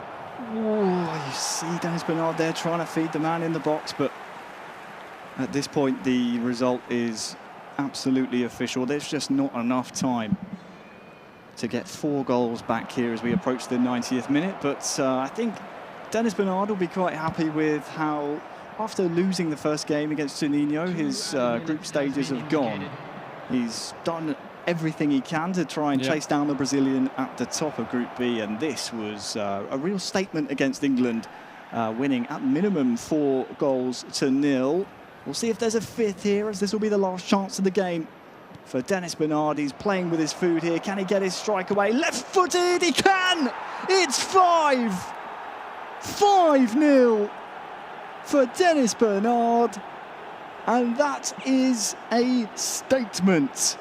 Here in Group B, Indonesia 5, England 0. Yeah, and Dennis Bernard our next has to play against Juninho, and probably will be like a final, no, for those two. Like after this first 3 rounds, let's say it's like a checkpoint overall to see, after each player has faced each other at least once, to see how overall is the actual stance in this Group B. But yeah, as we see on the screen, wonderful play, looking for that double touch plus that finesse shot with the left foot, putting into the net. Perfect timing for dribbling and finishing. 5-0. Wonderful play by Dennis Bernard. Well, there it is, full-time whistle between Indonesia and England. We didn't get to see any of the 5 goals, but we can see the standings and exactly what the final implications was. I mean, we saw the 5th, but we don't need to see exactly how England got drubbed there. Juninho, 3 played, 3 wins. 9 points from 9, Alex. Simply perfect. Approaching his opportunities, being efficient in front of the net, being really wisely in terms of mindset, how to deal with the game, because we saw against Talon Street that somehow Talon Street let him the ball, the possession at the beginning, but he said, no, it's not my game style. I will give you the ball and I will start my counters, and that's why he performed better than Talon Street, gaining that 3rd match. That will put him, let's say, 1 victory ahead to join the other 2 semi-finalists into the knockout. So yeah, it's really close, the chances from the Brazilian to go through, but now has to face the number 2 actually in the rankings, Dennis Bernard, in this round 4. Yeah, first round of fixtures is now done and dusted in Group B. Let's hear from the man chasing down Juninho. Chris is on the floor with Dennis Bernard. Dennis, we have just seen you find an easy victory there, feeling good in your gameplay now. How do you find the tournament so far? Yeah, at first I was just still adapting to the gameplay because I just found out the new rules that we have to use our own country and authentic. So I haven't practiced with the team. Yeah, so at the first game I was still adapting and trying to find the best gameplay, the best version of my gameplay. Yeah, so now I think it's better for me now. So nice and warmed up now. But obviously you had a bit of a problem coming into the country as well. Was your flight delayed or something? Actually, it's not because of the flight, but it's because of my visa. Yeah, at first I applied and it was rejected by the embassy. So I reapplied for the second time and thank God it got accepted at 29th of August, yesterday. Yeah, so yeah, we FIFA buy a new ticket for me, rescheduled ticket, and yeah, I just arrived 10 o'clock just now, around 9 o'clock. So does that, like, you've went through all that travel side of things, you have like jet lag, that kind of things. Do you feel that has impacted your play so far? Yeah, to be honest, I feel a little bit of tired, but I think it doesn't affect that much. Yeah, like all I need to do is just focus on the game and do my best. Excellent. Well, Dennis, good luck in the rest of your games. Now, what do we, for you, realistically speaking, how do you feel you have the opportunity to go on the rest of the tournament? You are here to win. You feel you can win it? Yeah, of course. I come here to become the champion. Yeah. So, yeah, I'm very confident with myself, and I hope I can be the champion of this tournament. Who do you see as your biggest competitor in this tournament? Myself. Just yourself? Any of the other competitors make a bit of a problem for you? I don't think so. Yeah. I think my biggest competitive is myself. Competitors. Yeah. Excellent. Thank you very much, Dennis. And back to you guys, I believe. So there we go. Group B. Fantastic to hear from Dennis Bernard. The first round of fixtures is in the books and there's only one man undefeated. Good to hear from Dennis Bernard, of course. Thanks to Tony on the floor. Two things. Obviously, visa issues and travel issues can sometimes wrong foot you before you've even started the tournament, before you've even sat down in the pod. But the other thing is, love the response. Who is your biggest enemy? Who's your biggest rival here? Myself. I love that. Great mentality. Yeah, it is. I know him very well. I know him that he used to not to perform in the right moments in previous competition. That's why he goes on that way. He knows how capable he is to beat everyone, but he knows that he need to be on point in this kind of moment, in these kind of death matches, to go through, to put you into the semis or to send you out of this competition. We are about to have the round 4. Juninho from Brazil on the live screen versus Dennis Bernard, the man from Indonesia we just heard a few moments ago. Crucial match, Harry, because for the chances of Tanusi, the man from Thailand, is the needs to see a victory from Juninho that will put him closer to Dennis Bernard in that second position. Because if not, unless second is better than third, in terms of being in or being out. So let's see, Harry. It's already the half of the path on this group stage, this Group B, and everything can change, that's it. That it can. We're going round the roundabout again. We're past the halfway mark here in Group B. And so the round robin continues. Brazil versus Indonesia. First time round, it was a 1-0 scoreline to Juninho. If I'm right in saying, I don't think Brazil have conceded a goal yet. So 100% record and also 100% defensive record as well. Dennis Bernard, I think, has something to say about that.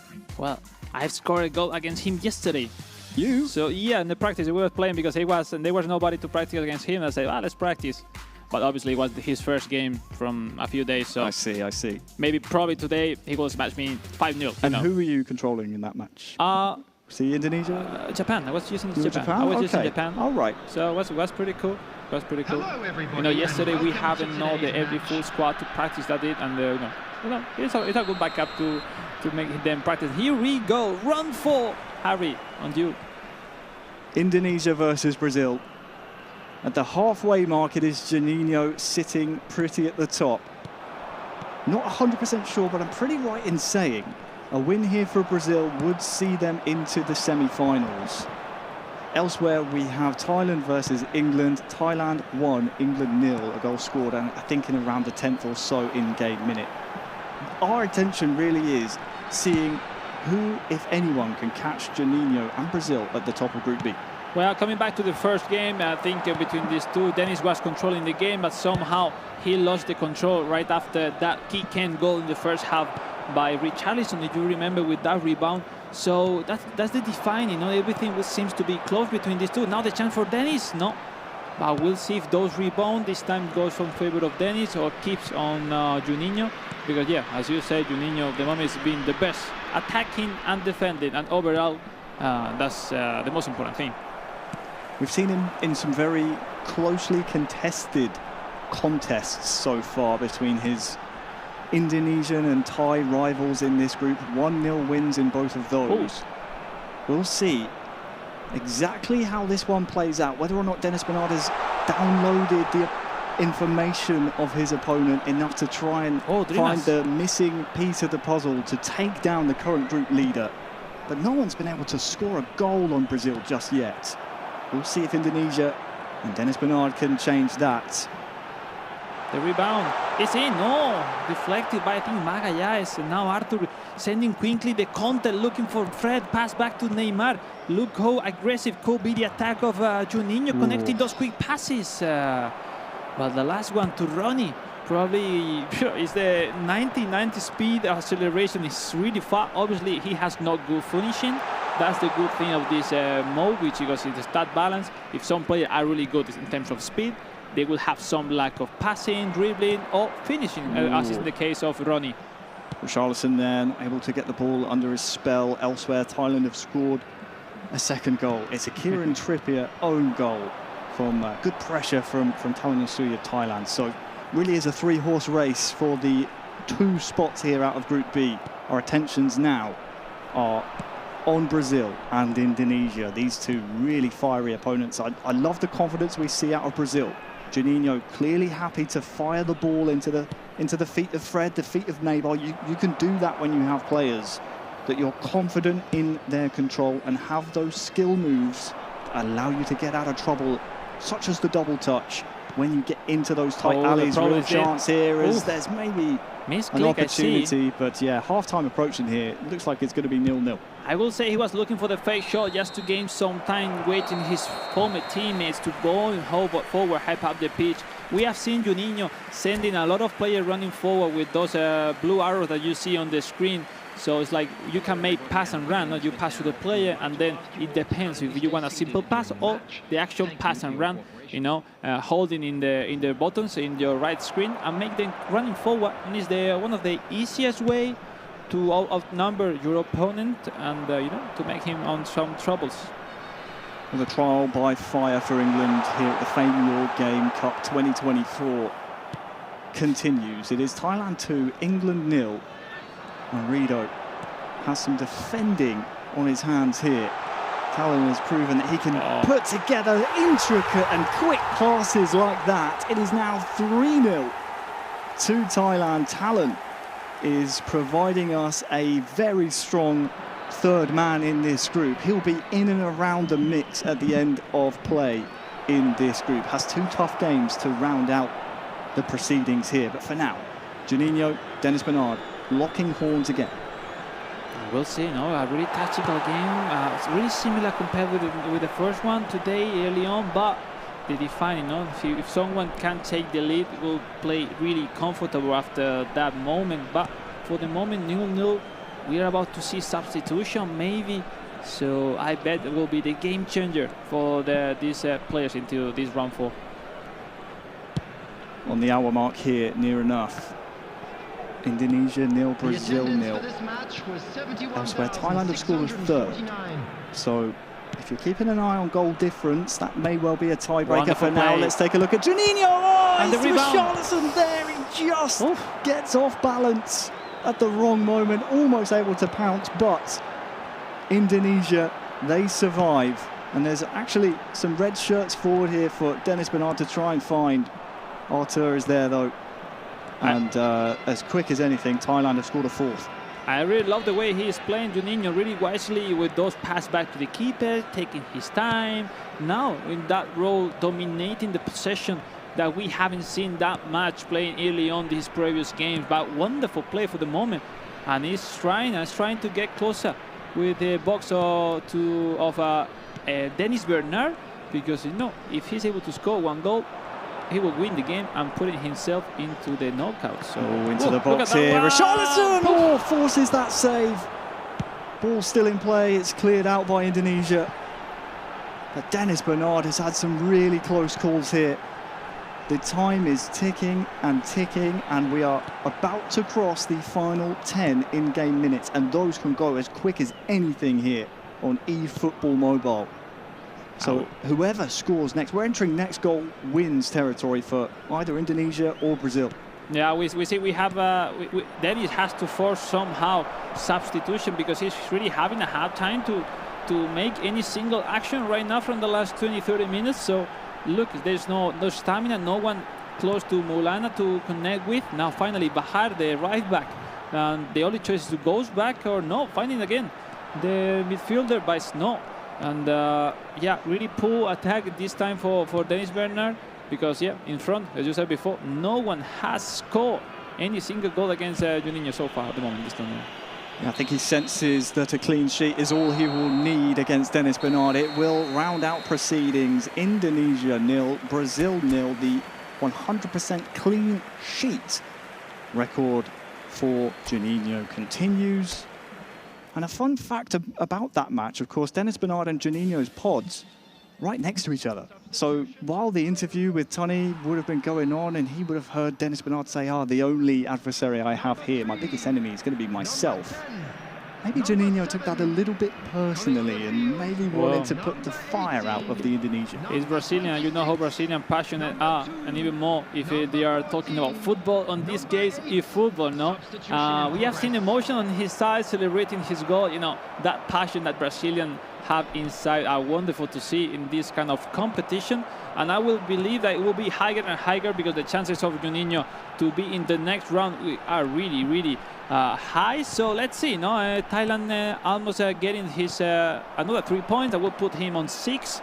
1 point down compared with Dennis Bernard, which actually is on second position in this group.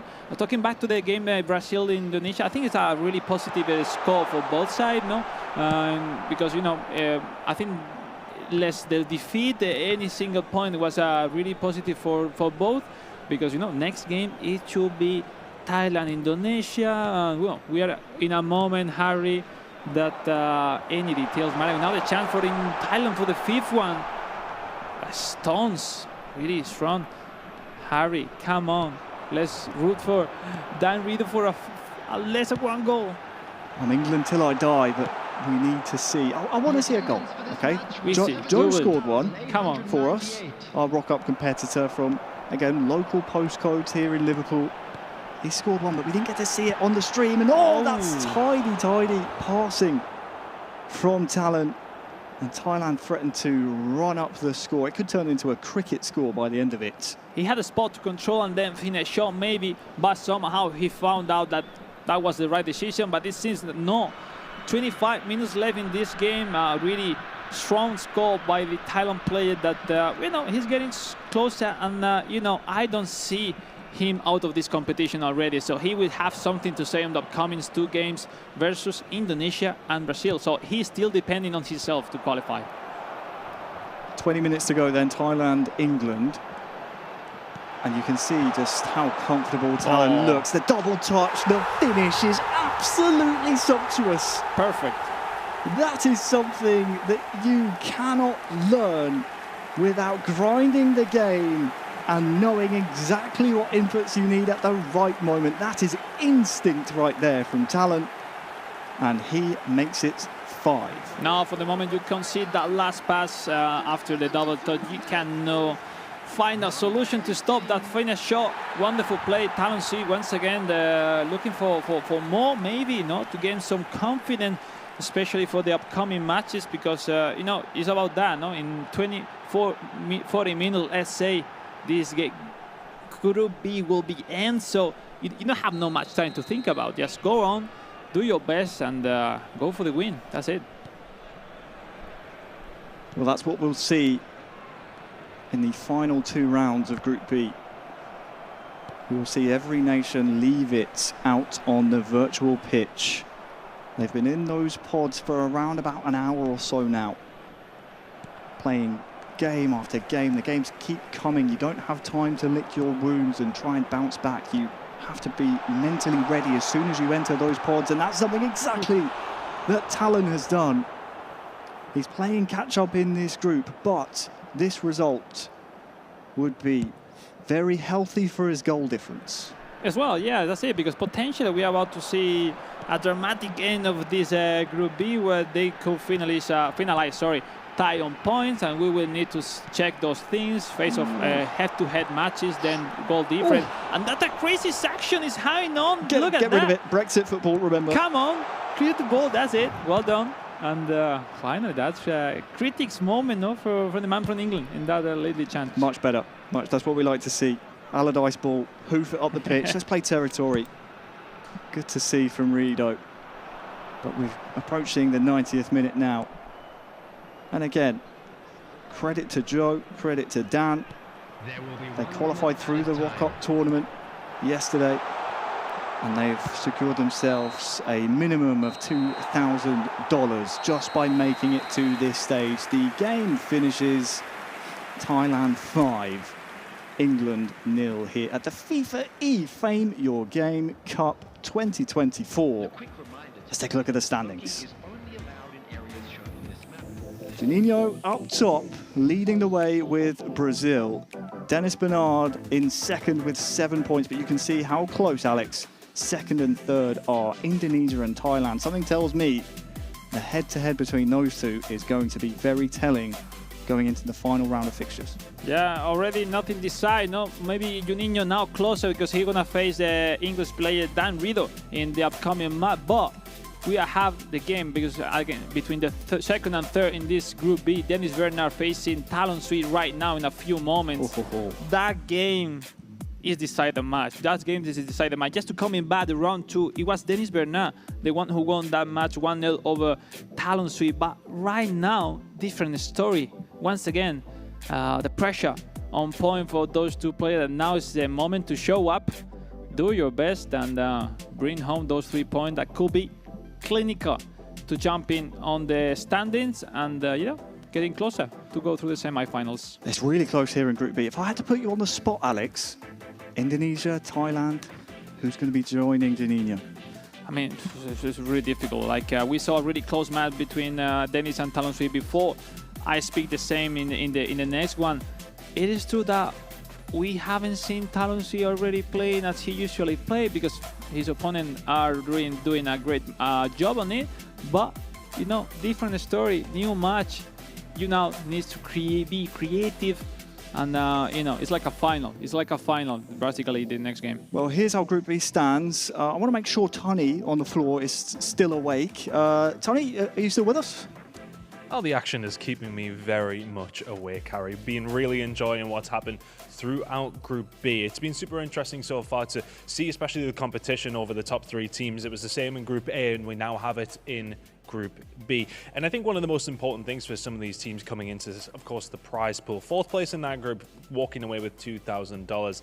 Unfortunately, has been looking like the Englishman so far, but I mean, besides the point, still a fantastic outing for them. But I think what's a really big moment in these groups specifically is going to be the prize money when they get out of the groups. Let's have a little look at the breakdown. So $50,000 overall, 4th place in the group, $2,000, and 3rd place. That's another big bump. Double your money for a 3rd place finish in the group. You will not make it out of those semi-finals $7,500 if you just make it out of the group. Then, of course, after a quick break, after Group B, we will have both those teams going up against each other in those semi-finals, which will guarantee them then $10,000 once they get to that final. A nice little bump up for the winner when they do get crowned. $13,000 here at the FIFAe Next Gen Cup 2024. Fantastic performance all around from everybody so far, but this is what is on the line, and still plenty more games to go here in Group B. Let's go back over to Harry and Alex to continue the action. Yeah, cheers, Chris. So important we see exactly what's at stake, but also important if you get out of the groups, if you survive them, the format changes a little bit. It now goes to best of 3. Yeah. So once we find our 2 Group B qualifiers for the knockouts, we'll then see a little bit of change up in format. We'll have extra time and penalties to decide every single match if we need them. So while round 5 is just moments away, we need to consider that as something that as the money ramps up, the format changes a little bit as well to make sure we get a definitive winner from every single game. Very different. And that's why the group stage is the toughest pass for any single competition you play, you know, because, you know, a lot of matches, different story, and honestly, from a player perspective as myself, I hate group stage. I've been out of many competitions because group stage, you know, because some player, once you made that first step into the knockouts, it's a different story. And here we go, round 5, Thailand Talon Sui versus Dennis Bernard, Indonesia, and that could be like a Southeast Asia battle between Thailand and Indonesia. They have faced each other and in many competitions before, but this one, Harry, is one of the most important face-to-face games that they have played each other. It's a very similar situation that we had in Group A earlier today, this morning, where 3 into 2 just do not go. We only have 2 qualifiers coming out of each group. We have 3 nations all in and around the mix, and 2 of them are on the stage there. Dennis Bernard, Talon Sui. The Thai representative is playing catch-up at this moment in time. Dennis Bernard just came off of a bit of a frustrating match against Brazil. Juninho definitely the happier of the 2 players there. Speaking of Brazil, we have them taking on England elsewhere in the other pods, so we can take a look at exactly how our rock-up competitor is taking on the current group leader, and it's 0-0. Yeah, now hypothetically victory for Juninho in this game will put him automatically into the next round, into the knockouts. That's why somehow it's a little bit pressure, like everyone expecting you to win this game, but until you don't score your chances, the pressure will be there. Pressure is there, but, well, it's quickly relieved. Brazil into the lead, just over 15 in-game minutes. And it's who else? It's Richarlison scoring the goal. The man who plies his trade in the English league. I mean, this city knows him very well. Has scored and has been a talisman for Brazil. Well, he's getting a lot of rebounds on his favors today, especially Richarlison is the one catching those rebounds. I mean, this is also part of the competition. You need to have the luck to catch out those situations that give you that slightly advantage to approach it and make them as a goal. Wonderful, no? It seems to be so far Juninho that today is on fire, but we'll see if he can keep it up until the end of the day. That will be, the massive thing, or the massive goal for the player. Well, we had a bit of a false start in the other game, which is just moments away from kickoff. But for now, Juninho, we saw him in his celebration. Ronnie. His fist was raised aloft, and there it is again, right on cue. It's exactly as you said, Alex. It's as soon as the chances come. If you don't take the first couple, you start to doubt yourself and the nerves creep in. Juninho has survived those scares in the game against England. He's up 2-0. But the key match in this heat has to be Talon versus Dennis. Thailand versus Indonesia. Second versus third. They're separated by just 1 point here in Group B. And look at this one. Look at this one! Goal for Thailand!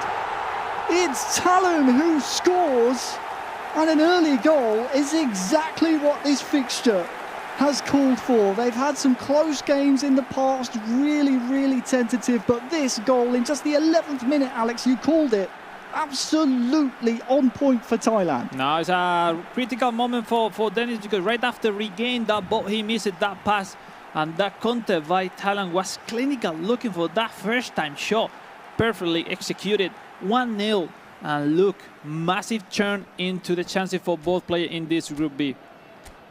As you said, somewhat of a Southeast Asia derby, if you will. We're seeing Thailand have that 5 at the back. In fact, looks... Are the biggest community right there in Southeast Asia, for sure, Thailand and Indonesia. You can see Dennis Bernard just having a little look at Thailand's tactics there. Yep. He's just trying to scope out exactly what's happening with the 5 at the back. He wants to know what Thailand's doing on the other side in response to his opening goal. Well, he was having a hard time with his formation in his previous game. Now, after concede that early goal from Talon Sui, he quickly switched to 4-2-4. Really offensive formation, trying to have someone closer to every of the 5 defenders of that Talon Sui has putting it into this match. We'll see if that works or not, but it's pretty smart, no? It's time to switch, go for it, because it's like a final, no? This match we're seeing there, discussing with Putra, no? His coach. We could just see their talent just signalling to some of his virtual players on the pitch to make sure that they stay back. I think it was his left back, his right back saying, hey, don't join the attack here. He's probably a little bit... it's like, man, take it easy, stay at the back. He's a little bit worried about maybe a response from Dennis Bernard. So we'll have to see if that will just close the door on anything Indonesia tries here following the restart. Well, the previous game between these two was 1-0 in favor of Dennis, so a really close match. And everything was slightly changed after that first action. And when we go into the match, right after 10 minutes, Thailand leading. And what an important moment for Talon Sui, because now he needs to save somehow his back in this part of the game, because Dennis go with everything he has. He most certainly will, which is why we saw the tactical response from Talon. After going in front, he wanted to make sure that there was no opportunity for any holes in his defence. And I tell you what, it looked like he was about to fashion an attack there, but it seemed the referee's assistant had other ideas. But what an important goal for Talon. He entered this match against Dennis Bernard 1 point behind in 3rd place. So he entered this round. Of course, we have another round of matches to come after this.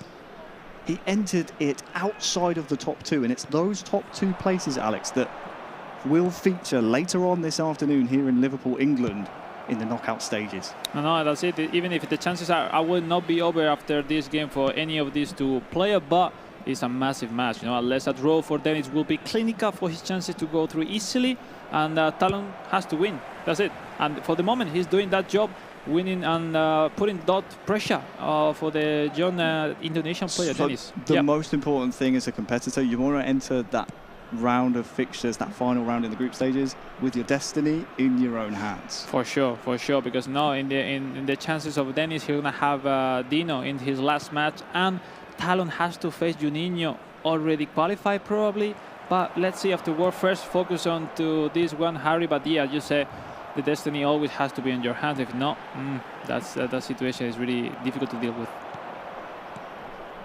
Bit of a battle of attrition in the midfield. We saw some giveaways from Dennis Bernard, and then repaid in turn by Talon. But now it's taken easy now, without clear, not to concede any single mistake in his early play. Sending the balls. I don't want the ball. I want to defend. As we see down the map in the left side, full blue bar for Talon Sui, which means any single player will be focused just on defense. But let's see if he's able to avoid any single attack by Dennis. Now going forward, Maulana with the pass by Trajan! It's an equaliser for Indonesia. Dennis Bernard right before half-time with the perfect response. Levels the playing field. And as soon as we kick off, I assume the referee is going to say that's enough of the first half. Let's go into the tunnel, into the dressing room. But this was really well worked. Thailand, they were essentially just sitting back. They were happy to say, come on, then try and beat us with your passing, or try and beat a man. That's exactly what Indonesia did. Well, I've scored many goals like this one with Dimas Draya. So from the moment I saw the pass back, I was 100% that was going to score. Really important moment for Indonesia, because Thailand was full defensive. We were talking about the full blue line, but that doesn't mean even with 5-3-2 full blue line that you are not going to concede. You manually has to be smart, really fast to block those inside lines. A pretty nice job by Dennis. And now, Harry, we enter in a different story match, because now Thailand needs to go for the win. So, come on, it's time to react. Nice match to watch for sure. We can see exactly Thailand doing just that, switching from his previous tactics. He's now on quick counter. He's changed the deep line. He's moving his players to, okay, maybe now your wing backs can start to go forward again, because you put it rightly, Alex. He needs to win this game. Wow, it's difficult to deal with. Like we saw Dennis concede a big mistake, let's say, in the first attempt of the game by Talon Sui, but now, the pressure for the man from Thailand, which he needs to keep doing his game. No, Harry, not to really worry at all. Just 1-1, it's not that bad. And let's see how both players deal with the actual score, because we are already in the first half, Harry. Still a long path in this game. Still in the first half. I just spied a substitute on the side of Thailand. That's kind of rare to see in the first half. I think he subbed on a midfielder. Who's that on his left-hand side? Yeah, playing maybe left after CM? the first goal, he was just thinking on defense, and now that I need to go forward, hype up the pitch. It's like, whoa, I have not the right players to do that, so I need to make that early substitution. It's 2 substitutes for him. It's not that bad, but it's completely unusual, so that's right. So, well, let's see how that affects in that effect into the game. Now, kick off for the Talon Sui. Let's see how it goes. Whoa, nice run, eh? Half-time is very close to becoming a reality here in round 5 of Group B. And there it is, Thailand 1, Indonesia 1. Dennis Bernard with the bounce back here against Thailand. And I tell you, someone who is enjoying the result of this game as it stands, that would be Juninho, because he's doing his part in the other game against England. And he is consolidating his lead at the top of the group. So, very important that we see one of these two try and keep pace. Of course, the happier of the two will be Dennis Bernard. 4-0 to Brazil. Just 10 minutes to go. You can see how quickly the game goes. I mean, there's been 4 goals, but compared to our other match, which has been tactical, it's been attritional, there's been lots of breaks in play. Look at the shoulder charge by Mateus Cunha. We're seeing here, we're in the 85th minute, and Brazil, they want a 5th. Vega with some nice footwork. It's offside, sadly. Also, we have to mention, Harry, not to worry the people at home watching the stream, because we're going to have the highlights of this match to really resume all the goals made in this game. So, it's good to set up. Everything is working properly, both games at the same time, highlights, emotion. This never non-stop, because we keep going. Arthur with the ball, the Brazilian Juninho. Who can he find now? Rafinha. Oh, Arthur almost stuck a leg out there. I'll tell you what, Alex, if we want to skip past the replays of England conceding, that's okay with me. But this one is a formality at this point. Rido just cannot seem to keep the ball. We're seeing some more Allardyce ball. Yeah, play territory. That's absolutely fine with me. But we're going to see if there's a 5th goal in it for Brazil. Rafinha will win the ball back. Is there a 5th? Woodwork says no. It's the upright, and this one's about to be in the books. Brazil 4, England 0. But the one that has the most implications on the standings is this one. Thailand, Indonesia, 1-1. Now we'll see now if someone has something extra to show us in this moment. It's a moment to show up, because a victory on any of both sides will be clinical for the chances of this kind of player in this Group B. Now the ball is Samantha to go through Marcelino Ferdinand to the pass back. That was close. The first time shot, which have not the car Marcelino Ferdinand, but anyway, that was close to perform and put it into the net. The pressure is still on, eh? We'll see. Indonesia starting this second half very brightly indeed. Talon now, he's the one really that needs a result from this match to have destiny in his own hands entering the final round of matches. Now the reaction for Talon Sui with the right wing, looking for the pass back. Many of the players are looking for those pass back because if you are able to connect those passes, which are really difficult to do, you had a great advantage in front of your opponent. But Thailand caught sleeping on the ball though. Yep. Waiting for that pass to arrive. That's a good tackle in the midfield now. Will we see blue shirts start to pour forward? We need to see something from Talon. Unless there is something to be said about it from the other side. That's a really nice stunning cross. The rebound was bouncing anywhere. 20 in-game minutes to go. Thailand on the offensive again, double touch. Oh, the goalkeeper saw it, collected it, has both hands on it, and Indonesia for now will survive. Dennis Bernard knows a draw is good enough. It's a complicated moment because over the minutes I see Dennis, the draw is seems to be enough for him, but you know, when you are with that mindset, the line between win or lose the game is really close. So let's see. It's still time for more action, for more chances, and we'll see. Maybe drama. So 10 minutes left. 10 minutes left, as you say.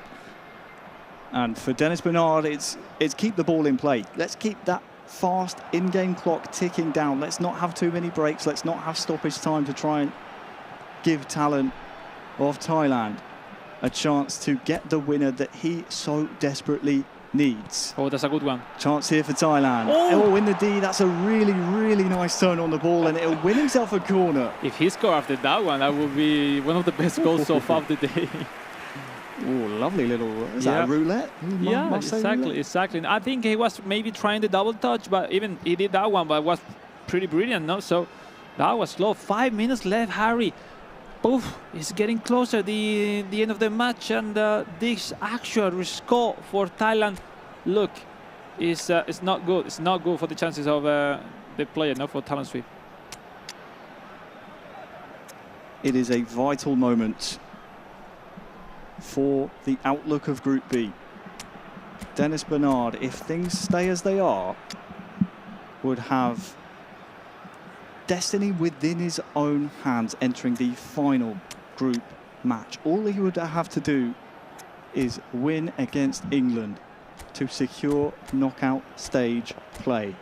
That is why Talon, who is 1 point behind Dennis Bernard, entering this match, and as things stand, needs the victory here. He needs a goal. Well, we see it now do two different roles. Now I guess Dennis Bernard will try to clear as soon as possible any single time that he have the ball on his possession. On the other hand, Talon Sui has to have clinical mindset to see from where starts his play, how to go through those defensive like that Dennis Bernard will put into the match. But you know, 5 minutes, it will mean 1-2 chances maximum, Harry. It's not that much, eh? It's always fascinating for me to see these players set up their tactics and just how quickly they navigate the menus. If I watch this back, I think I'm going to have to put it on 0.5 times speed to see exactly what Dennis and Talon have instructed their virtual players, because you just know it's so intricate, and they have those plans B through Z on top of the plan A. Oh, we have many times, no, Harry, the practice made the master, no, and this player made those action movement tactics every single day. Sorry. Well, back into the game, Alex. Will be corner kick in favor for Thailand. Oof. This could be a defining moment here. These final 5 minutes, do not blink, because for Talon and for Dennis, this could be key to surviving Group B. Oh, it's a goal from Talon! We're approaching the 90th minute, and it's a goal that Thailand desperately needed, and they found it from the corner.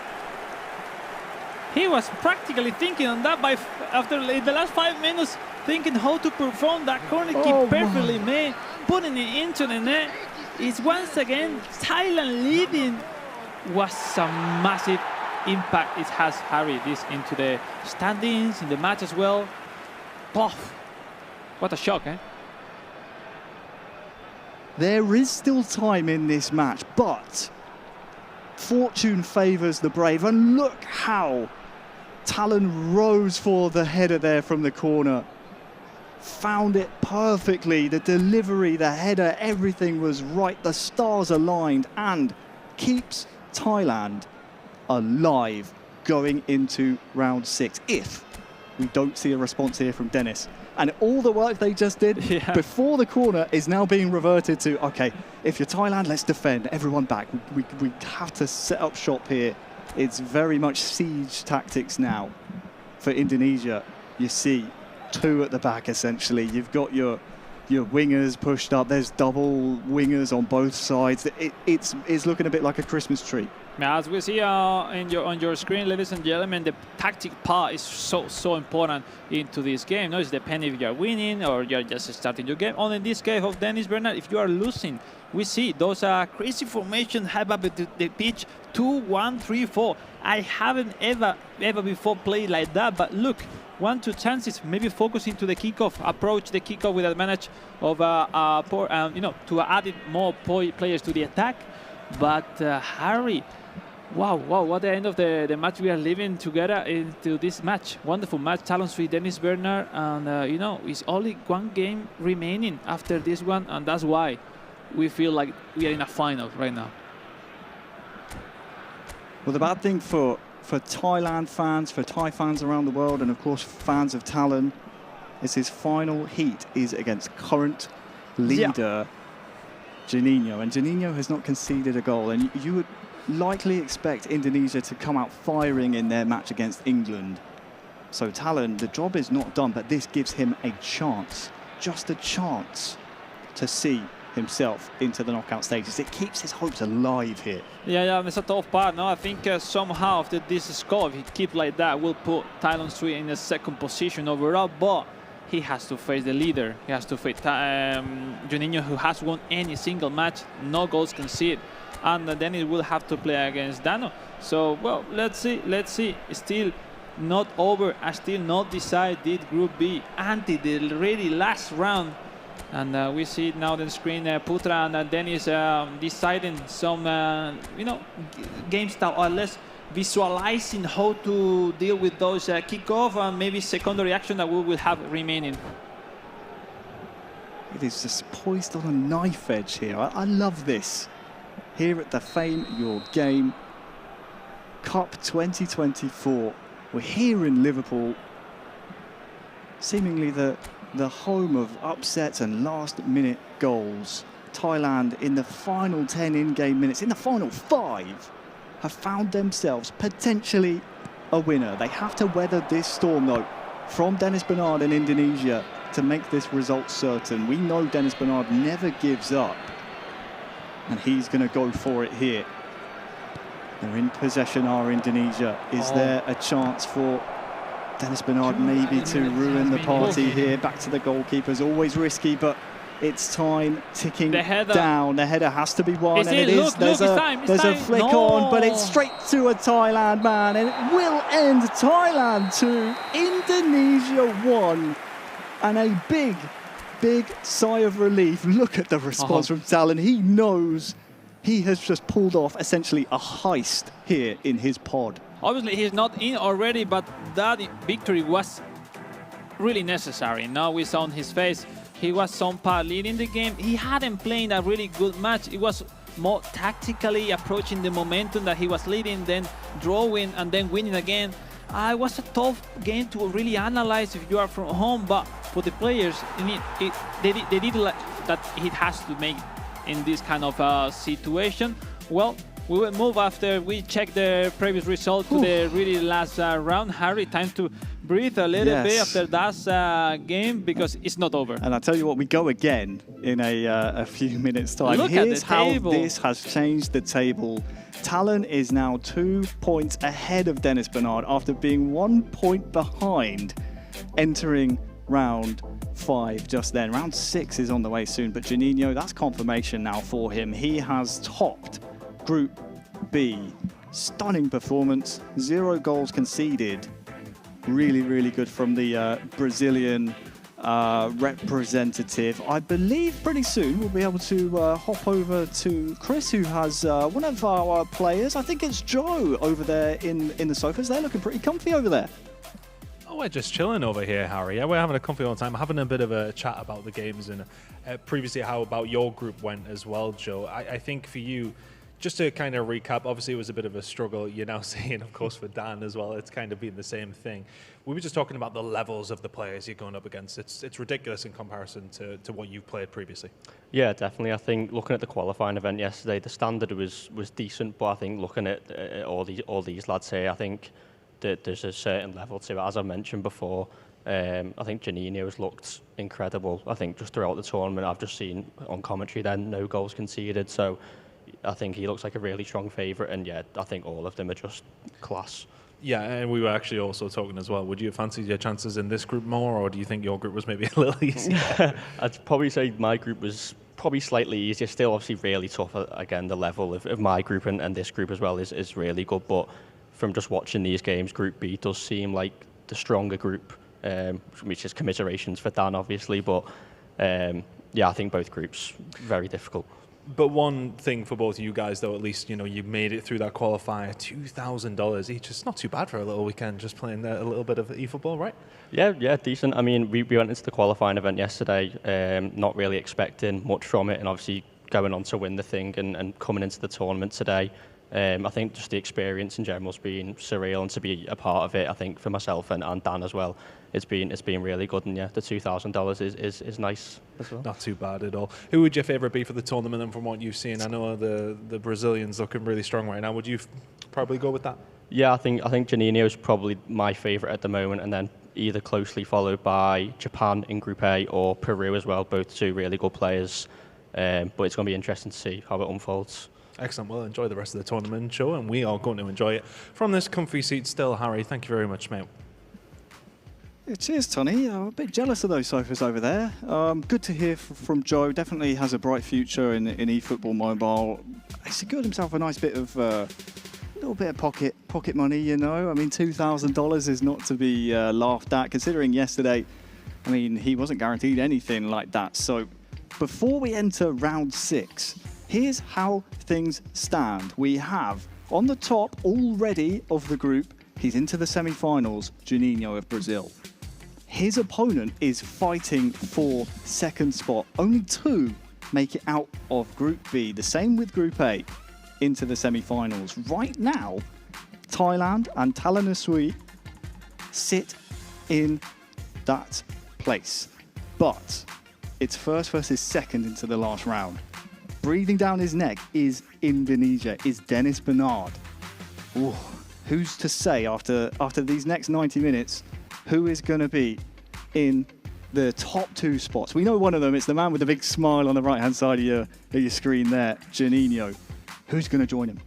Well, let's see. I think we saw before the importance in this kind of situation, talking about the group stage. The standing has changed drastically after the last game. Now, Talansu in second position, and it's now the man from Indonesia, Dennis, who depends on the result. So he's maybe needing for a victory of Juninho, because a draw will potentially tie on point in case he win. Well, we will talk about that during the game, and then waiting after official result. But we go into the last one, Harry, and what a match to watch. What a match to watch. Brazil versus Thailand. We are underway, and we need to see at least a draw from Thailand, and then we'll move it over to our referees, the smarter people in the back, to determine exactly how it's going to shake out. But for now, we'll keep it simple. It's Brazil-Thailand, and a win for Talon and Thailand would be enough to join the Brazilians in the knockout stages. It's Thailand attacking right to left. And of course, we have Brazil in the change strip, the blue shirts, blue socks, white shorts. We'll see now who both enter into the game. No, it's important. No, the need from Thailand is clear, win the game. But on the other hand, well, we saw a Brazilian that has completely almost closed the group stage in a perfect way. He's just one game ahead to showing us what it is. A perfect group stage, not conceding any single goal and winning all the 6 matches. So, well, he got that closer. He was looking for that, I'm sure. He's really competitive. He's really passionate. And I'm sure he's going for the win in this match. Yeah, that's an unofficial award he'll want to give himself. Oh, it's almost slide tackled into the back of the net for our first goal. And you said it yourself, he's a passionate guy. He's competitive. So if there's a title, if there's an accolade, even if it's only personal, for personal pride, he wants that. He will not want to concede here in the group stages. No, because in this competition, they're one of the best names around the world taking part in it. We saw in the Group A Go games struggling to go through. Finally, he made it on second position, and he came from being second of the world in a month ago. So this competition is a really challenge for everyone. And now the chance for Thailand. The crowd! Thailand 1, Brazil 0. The first goal of the group stages conceded by Brazil comes at a vital moment here for Thailand. It's the goal they need. We're still early on in this match, but it is something for Thailand to take going forward.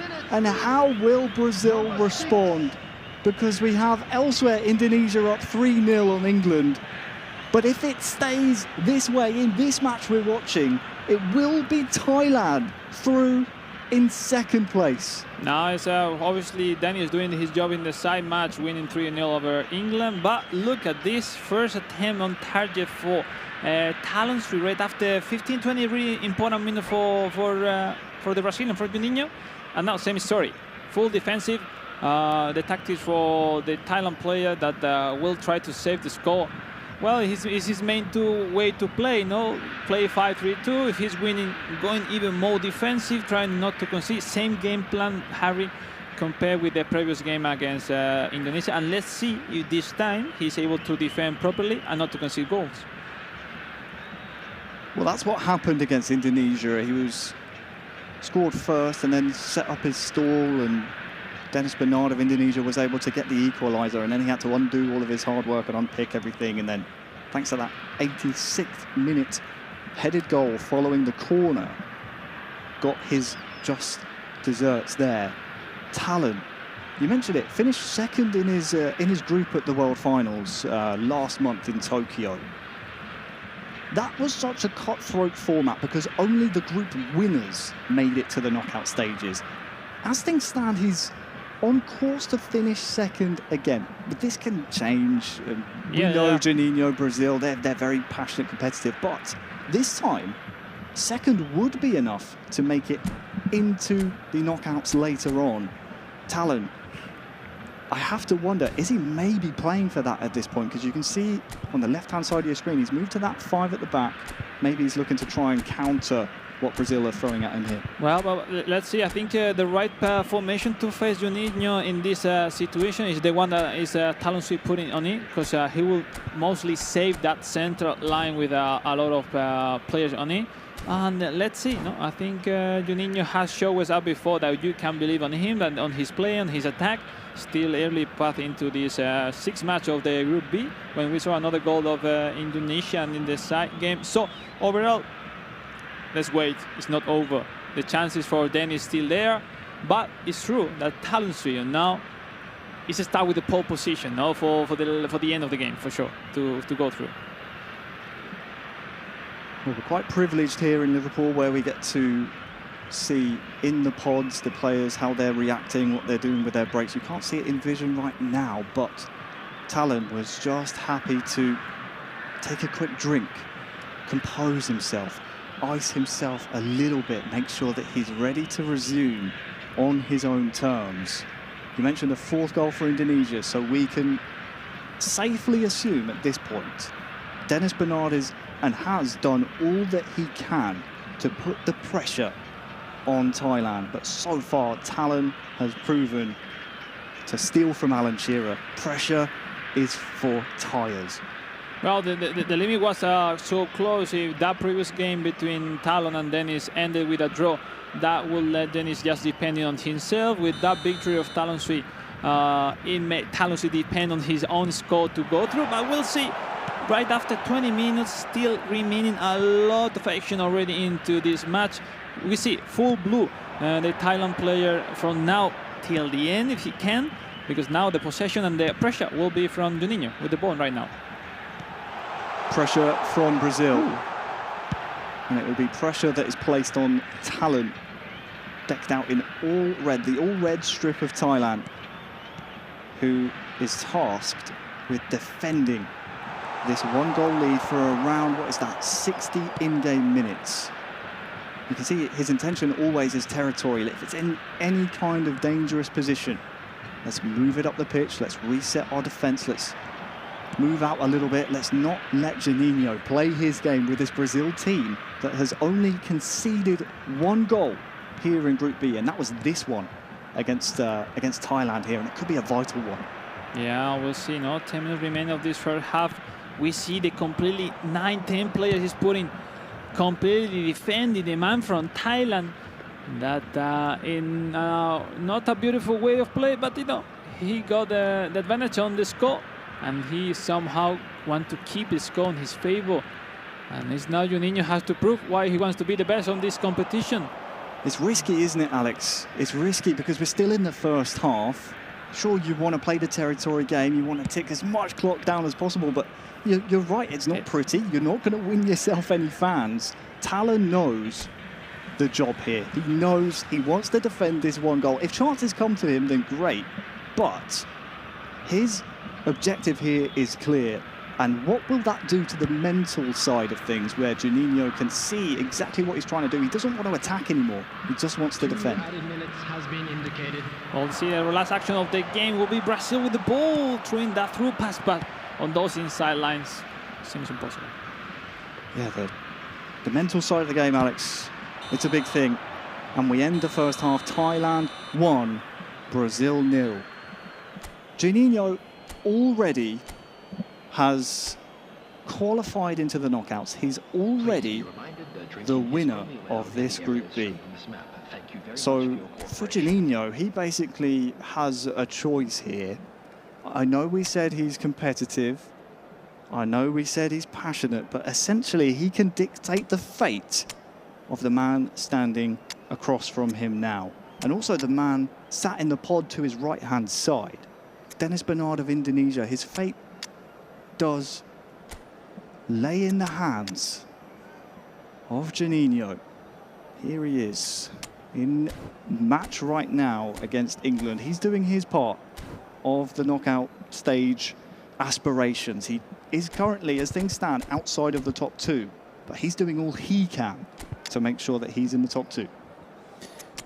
Nerves, we see nerves on the Indonesian side because they are practically depending on this game, on this Thailand versus Brazil. It's never nice. So their chances to go through or not.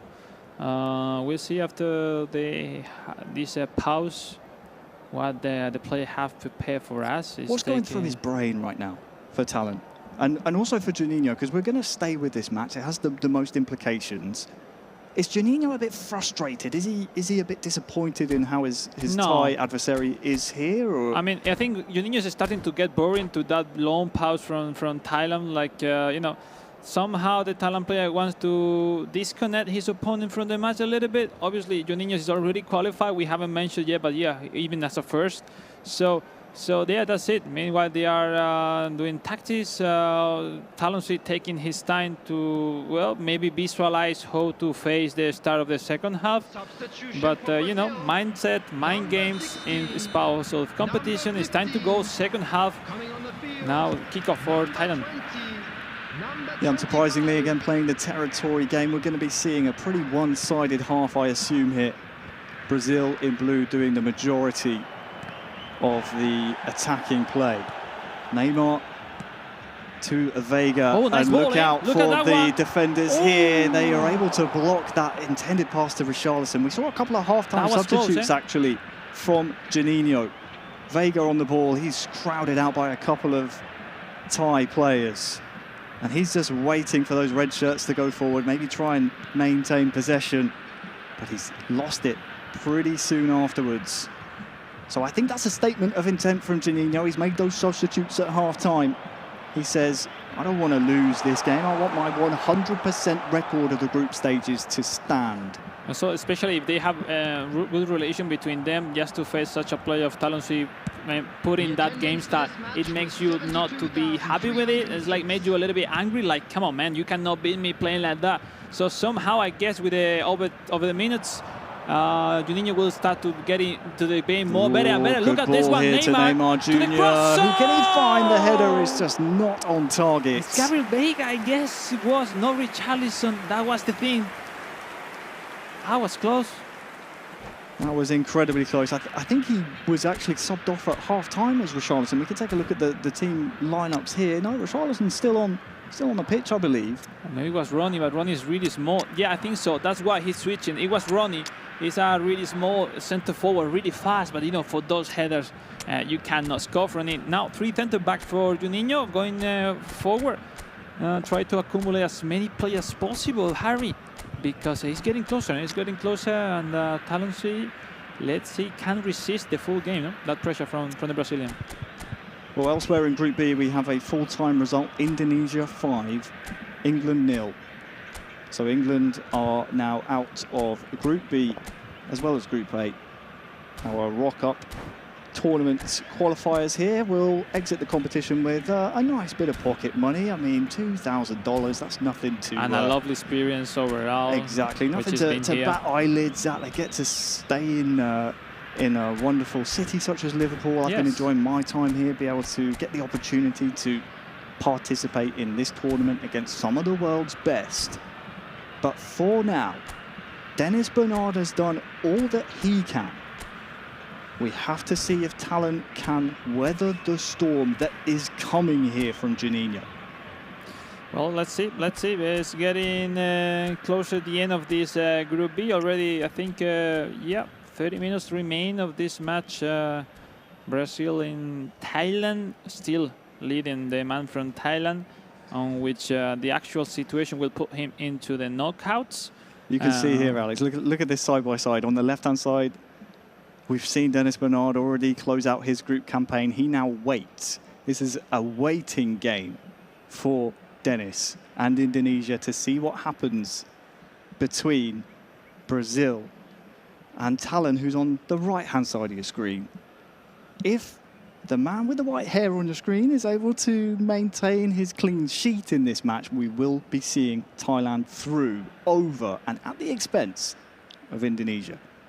Oh, let's see. We are jumping into the last moments. I would love to have this story that Dennis Bernard coming in a last moment to the tournament, making it into the knockout. But, you know, the perfect story is not every single time happens. So let's see. It's already time for it, for the spectative, for the chances of Indonesia.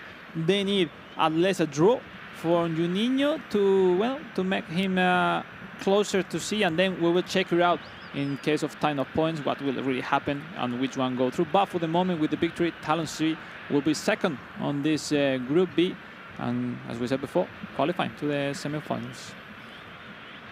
We anxiously await the restarts. Talon's been doing this all game long. I wonder if he's trying to frustrate his Brazilian opponent here, try and ice him a little bit, and try and really long out this match. The longer they go on, the more Juninho is going to be doubting himself. It looks like when your mom called you for dinner and go to the dinner, it's like, yes, I'm gone, and you never go, like after 15, 20 minutes.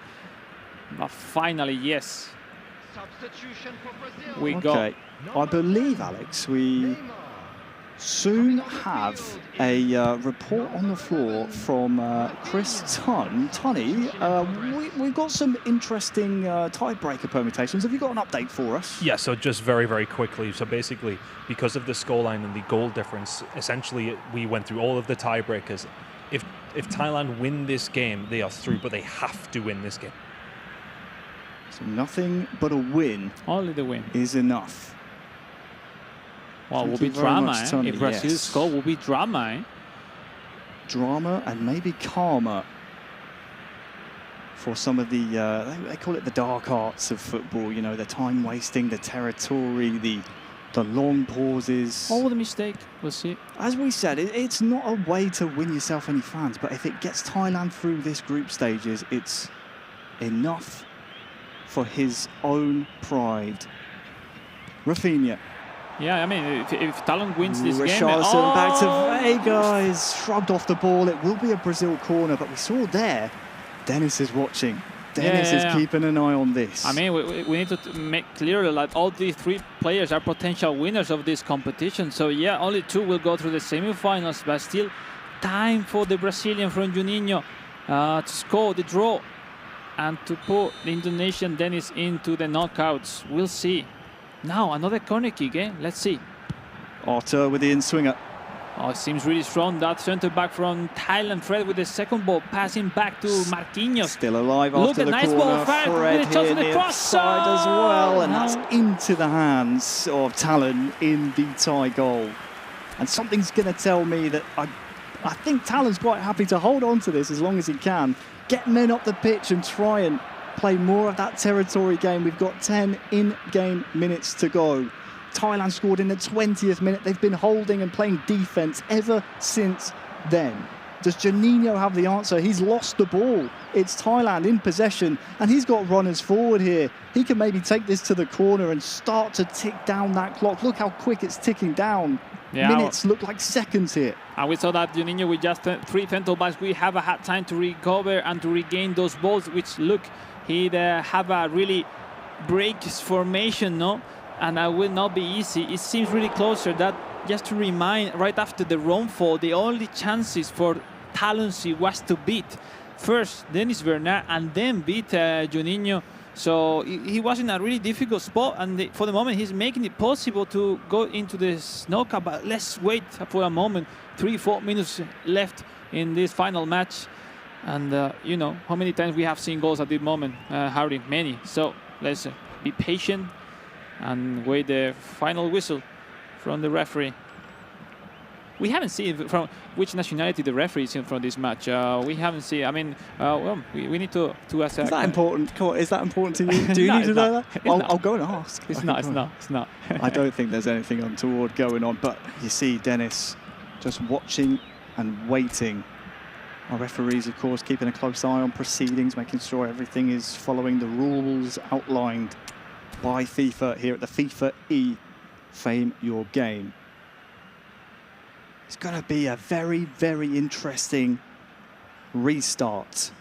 Here from the corner, do you swing it in and try and get a second and guarantee it? I mean, what we've seen so far from Talon, he wants to keep the ball. He wants to play territory and play the percentages. Here we go then. Surely the final action of a marathon game. Might be the record for longest eFootball mobile match between Brazil and Thailand. So the chances for Juninho runs over, defend this corner kick and then send quickly the counter.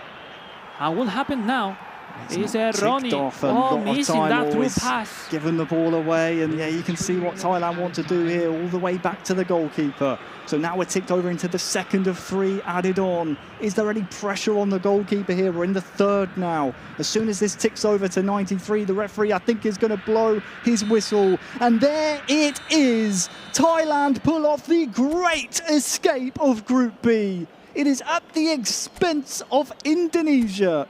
Our winner of Group B is Brazil, but you can see what it means to Talanasui.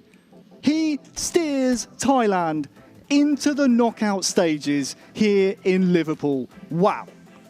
Well, I have no word for that reaction. I've been playing on that stage, and well, with that emotion goes out, that you cannot control yourself. No, I think it means a lot for him. It's a lot of money on the table for the man from Thailand now into the semi-final, securing the top 4. That for sure for him, for the family, and for his community will make them really proud of. So good job, Talanasui. He had a really, really difficult path, Harry, having to win the last 2 matches against his both, let's say, strong opponent of the group, and he made it. So unbelievable, unbelievable. I think that's relief. A lot of that is relief, because he had to defend for, what would that have been, 70 or so in-game minutes. He scored in the 20th minute. It's difficult to do. I questioned it. Here's the final standings and how close it was in Group B. It's difficult to maintain concentration and execute your defensive game plan for that long. He did so. So I think that's a big relief. That's an outburst of emotion from Talon that was just him maintaining his concentration for so long and getting it done. Well, I want to be honest, even well, just check out the bracket, Harry. Into the semi-finals, ready for it. Peru versus Thailand, and in the other semi-final, Harry. What a match. Oh, what a match. What a match we have. Peru versus Thailand and Brazil versus Japan. Unbelievable. Talon's reward for his heroic efforts is going up against Peru in an amazing knockout stages. Those are two really good rounds. South America versus Asia, now practically into the semi-finals. Well, lovely the chance for Thailand that he's avoiding good games and Juninho into the semi-finals. So it's me more being facing the Peruvian into the semi-final. But we saw the Peruvians surprising everybody, winning that Group A. So I will not be relaxed. But as we said before, we are moving now to a different format, and where now is opening, more chances for the players to jump in and win the trophy. Group stages are now done and dusted. We move into the knockout stages and a new format. When we come back, it's the knockout stages for the big money here in Liverpool. Don't go anywhere. When we come back in 20 minutes' time, we'll have the knockout stages.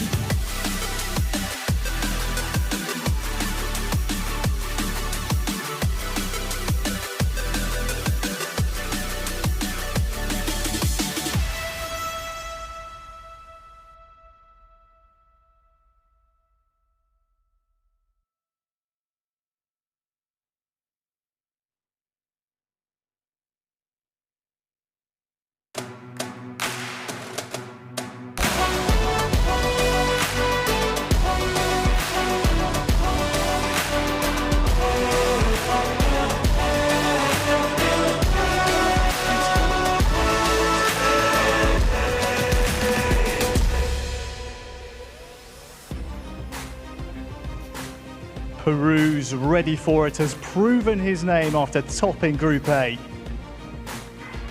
Thailand's Talon makes the knockout stages after pulling off the Great Escape. Juninho was almost flawless in his group for Brazil. And Gu Games, after finishing second at the World Championships, has a chance to become the winner here. Welcome back to the FIFA eFootball Game Cup 2024.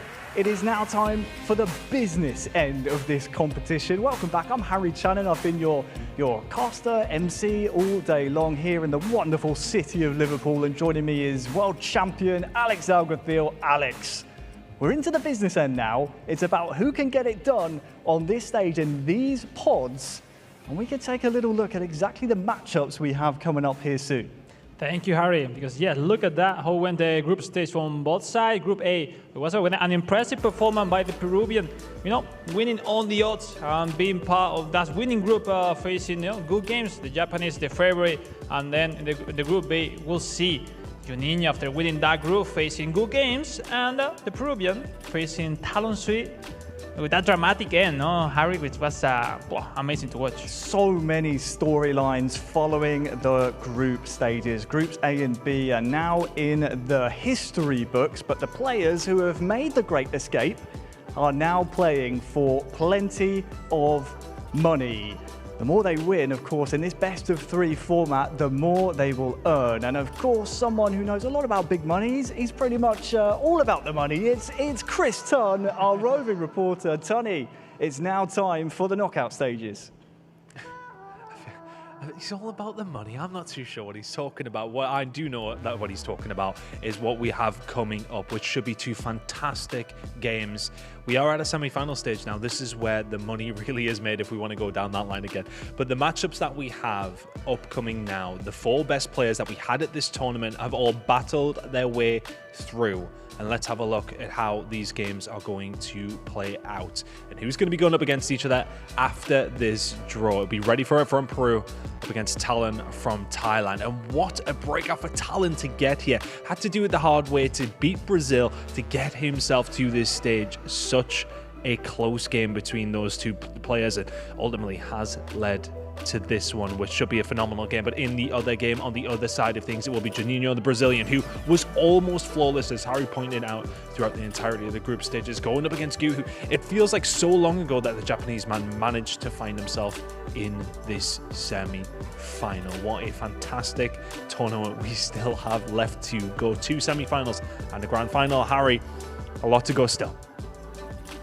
Thank you very much, Chris. Yeah, I'd tell you what it is. It's word association. I call him Tunny. It sounds like money.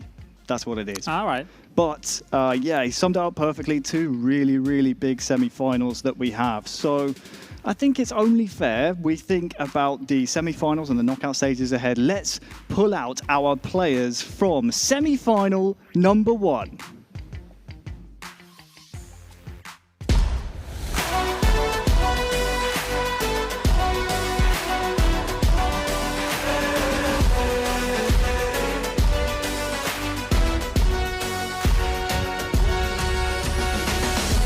As well, semi-final number 2.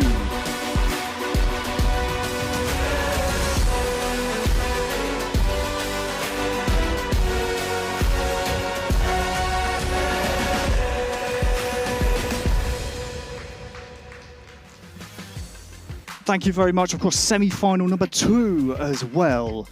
That's the fabulous thing about this set. The pods allow us to have both semi-finals happening pretty close to each other, not only in proximity, but also in timing. Alex, 2 semi-finals, 4 of the very best mobile players competing in this tournament have a chance to be crowned winner in just 2 series time. Well, there's no room for breathe, in this competition. We're jumping into the semi-final, best of 3. Exactly. Now the games will be full with extra time, penalty shootout in case they need it. But we're entering a new part where we will have in extra time 5+1 substitution extra, and it's not that easy. Now the draw, Harry, it's not enough. And this player now have to find out how to overcome any single situation that their opponents used to be facing in this kind of situation. Let's see, I can't wait for these matches because now, yes, the very best players of this competition are here in the semifinals. And we can see we have 4 different nationalities in the semi-final. The 2 on your screens just then were Thailand and, Brazil and Japan. And then we have Peru and Thailand here on your screens. I think it's hard for me to choose which one of these semi-finals we're going to be focusing on the most. It's fair to say, Alex, we'll be bouncing in between them. Yeah, but that's the best. Just because all 4 are so strong, if you had to pick one of the semi-finals, which one do you think provides the most intriguing in terms of a matchup in play styles? Well, Brazil-Japan could be a really tough battle with maybe not many occasion, but in a really intense pace, to watch, So I will say on paper that could be the more entertaining, but as football is, sometimes not the favorite or sometimes not. Their plans go through, and we'll see because we have those options to be moving from one game to another one quickly.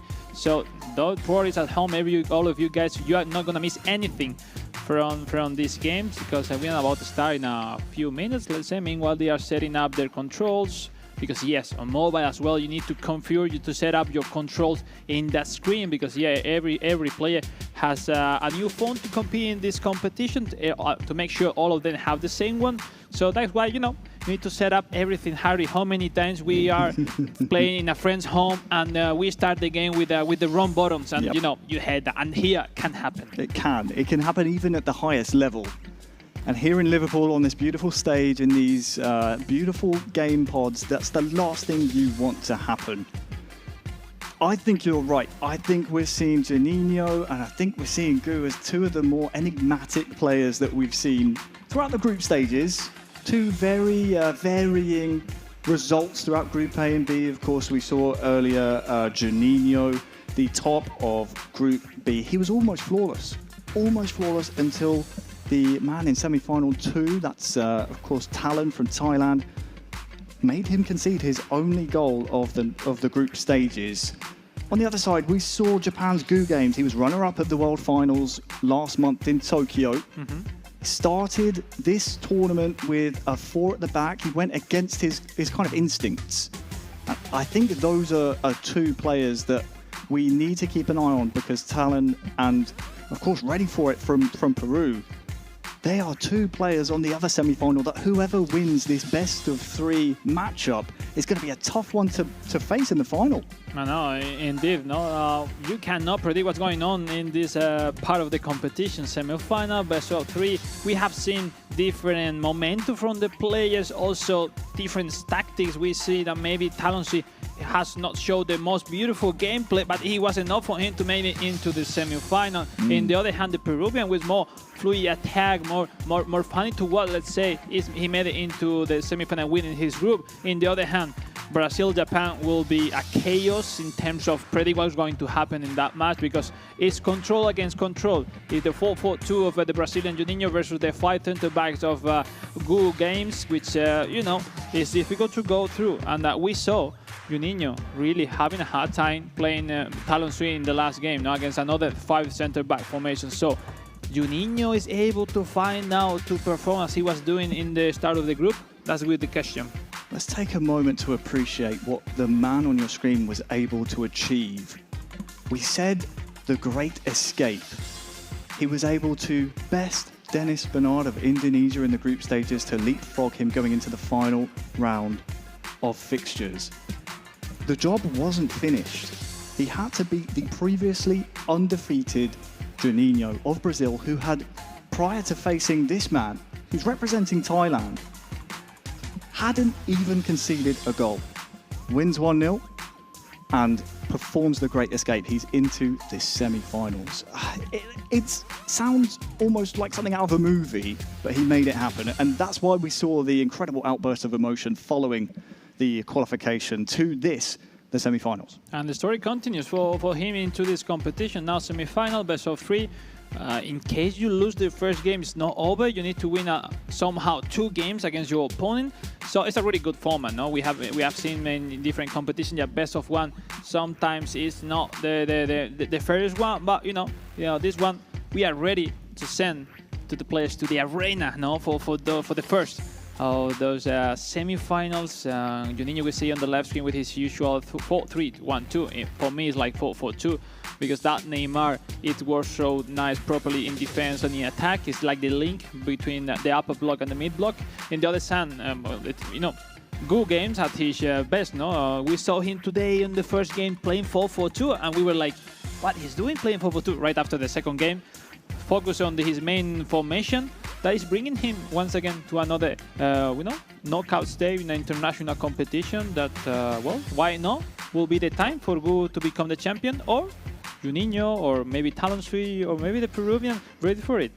It really could be any 4 of our players taking the hot seats in the pods here on our Liverpool stage, because they're all worthy and capable of being the winner of this cup here, the FIFAe Next Gen Cup 2024. First time we're seeing eFootball mobile feature at this type of competition. It's really fascinating, and every single player on the stage that we will no doubt talk about throughout both of our semi-finals. The semi-final is underway, and what a way to start here for Brazil! It's wide! It is wide. Barely time to introduce our semi-final. Brazil taking on Japan, and Juninho had a chance, but it's gone wide. The 87 speed start for Ronnie was clinical to win that through pass, but on the other hand, his finishing is really, really poor, and that's why we saw missing that really important chance at in the very first one of the match. Now, is the Japanese can relieve a little bit, because those kickoff, if you concede in that moment, man, it's difficult to turn out the situation after that one. So after the early chance for Brazil, they're trying to gallop forward a little bit more now as well. Juninho, of course, winner of Group B. He was by far and away the most clinical player in that group. He looked really strong with this Brazil team. And Richarlison is trying to stick a toe out to prove exactly why. Richarlison was the focal point of his attack. He'll be hoping that he can get him firing early here in the knockout stages. Neymar, no doubt going to look for Richarlison again. There's Fred near side, but he's offside. That pass back was perfect, but it was offside. Harry is the Brazilian now with the intensity as fire from the very beginning, trying to get the lead and then control the match. But he was close for the second time, but not able to score finally. We'll see now if the Japanese can connect with that Takefusa Kubo. No, how many goals he has scored today, Harry? I don't know. I lost the count on him. Of course, good games, finishing second in Group A earlier this morning. In fact, I think it finished around midday. So half morning, half afternoon. But either way, Gu will be hoping that he can go one further than just runner-up here in Liverpool. Was runner-up, as we said, last month at the World Finals. Was very close to becoming world champion. Ronnie, though, for Brazil, takes a strike from downtown. Seen well by the Japanese goalie. From downtown, I love that expression. I really like you like that? Yeah, okay. I like it. I'm going to write that one down, but for now we have to keep an eye on the action as Kubo for Japan looks to really set off the first big chance for Japan. And that was a difficult one. Gu could not find one of his countrymen there on the virtual pitch. Still a chance though. Near side, who can he find? Morita again looking for starman Kubo, but it's out of danger now for Brazil. It seems that Gu is starting to get into the game with those quickly combination that we haven't seen at the beginning of the match. Let's see if he now can find that last pass, that extra that they both players needs to make it into the box and then find the shot. Nice link up really from both countries so far.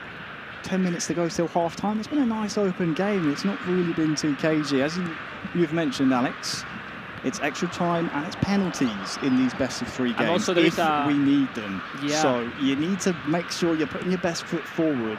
And that might free up some of the players that we saw perhaps be a bit cagey in the group stages. I'll come back to that as Ronnie with his pace tries to sneak around the defence. And in our other semi-final, I believe there's a goal that's gone in. So we'll keep an eye on that, Alex. But for now, Japan trying to maybe turn the screw here. One pass too many, half-time is approaching, but to update you, it's the man who pulled off the great escape that has taken the lead in the other semi-final. Half-time is now in the books in that game, but here is the goal. What a Thailand 1, Peru 0 in game 1 of that semi-final. Yeah, he's still finding those situations during the whole tournament with those crosses to his main centre forward. And look at that, that space he had created in the back of the Peruvian defense, taking the lead right before right after the start of the game. And once again, we know what happens when the Thailand players start leading. Harry, what happens? He's part of the bus, so that's the plan. Well, I was going to say, early doors in that semi-final, with the thought of extra time and penalties, there might be a bit of a freeing aspect for players like Thailand, who did like to try and park the bus, if you will. Good defending, though, from Japan here. And while the ball is trying to advance onto the Brazilian backline, there's been an instant response from ready for it. He is ready for anything here, and Peru back on level terms. The perfect timing, because if you let the pass to the Thailand player, he will park the bus with those defensive line. Perfect kickoff, 1-1, game on. So even in both of our semi-finals. Approaching the hour mark here in Brazil versus Japan. This is like a chess game. Like, they both are trying to move their figures, but no one wants to concede anyone. It's like, let's see if someone have the spot to find out, to create a really good chance. Maybe go with this one. No. Nice defense by Brazil. Juninho going forward quickly with Neymar. Sending players to the attack. Arthur now. Also, Ronnie, once again, his main forward this game. He's not finding how to connect with Richarlison. That's the key, for the game style of Juninho. Let's see. They've definitely been nullified by the Japanese tactics here. Rei Noguchi has been there or thereabouts since starting competing in eFootball Mobile. Of course, his first international competition was the World Finals last month. He's here now in Liverpool. It's not. Minamino is, well, not enough of an advantage there, says the referee.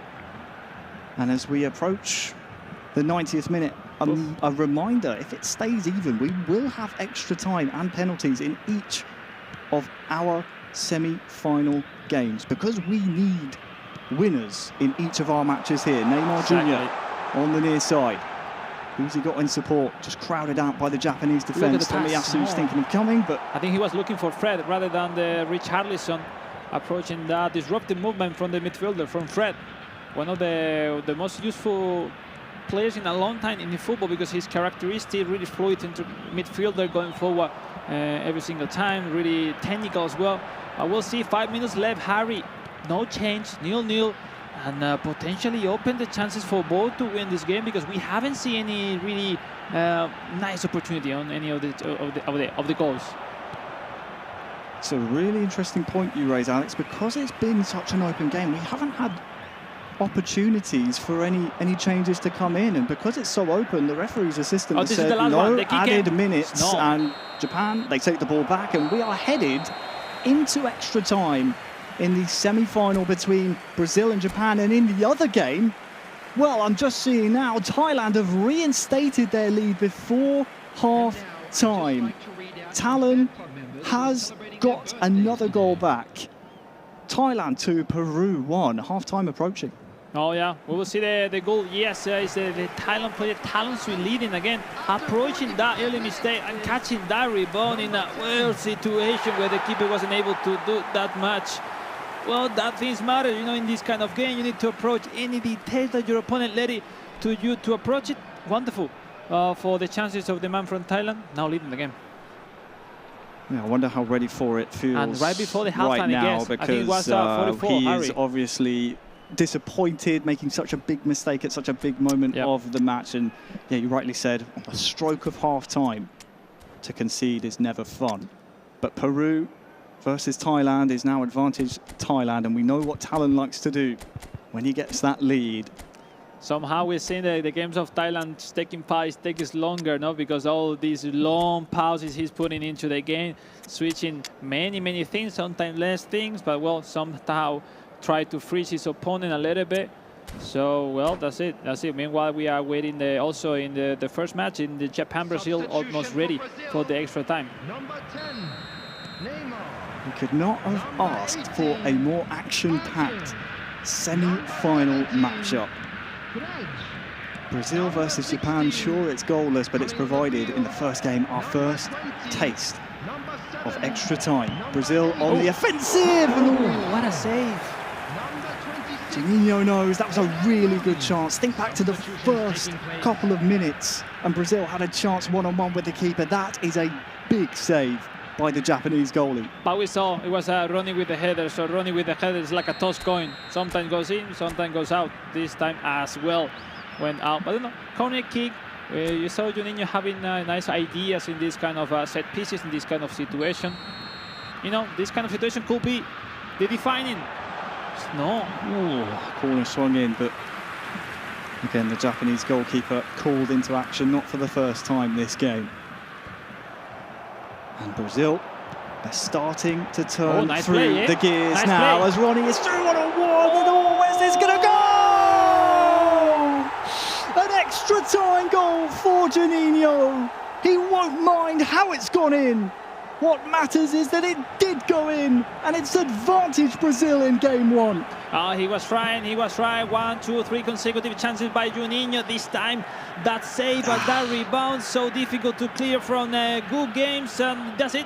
The own goal on favor of the Brazilian that finally, in the extra time, is taking the lead, and now time to defense. Those are the margins.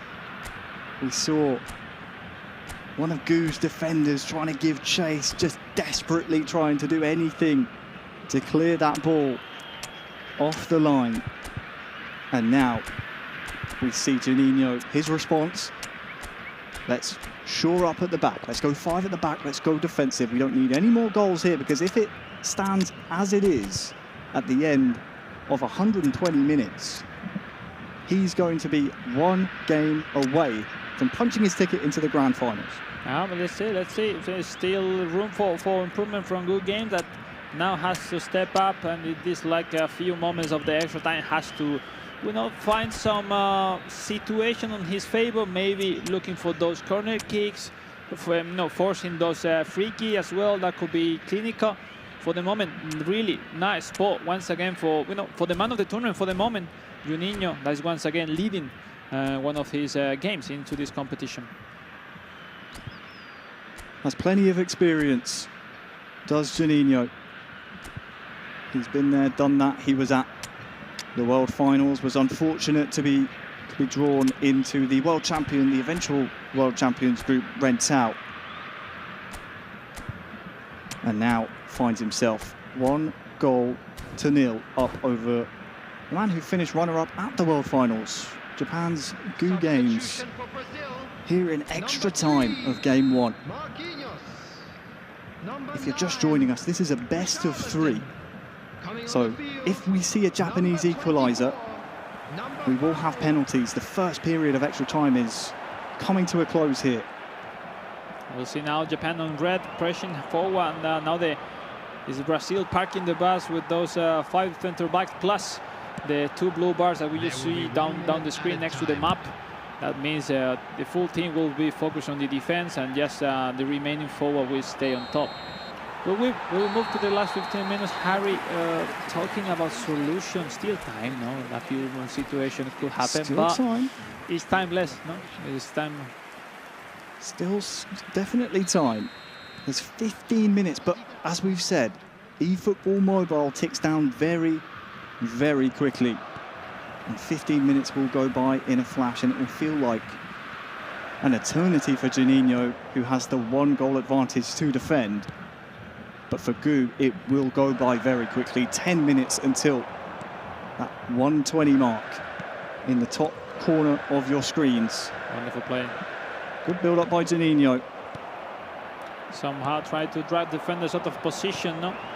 And try, why not, score the second one? That will be the end Well, we have 5 minutes to go, and Japan need to find themselves an equaliser just to force a penalty shootout.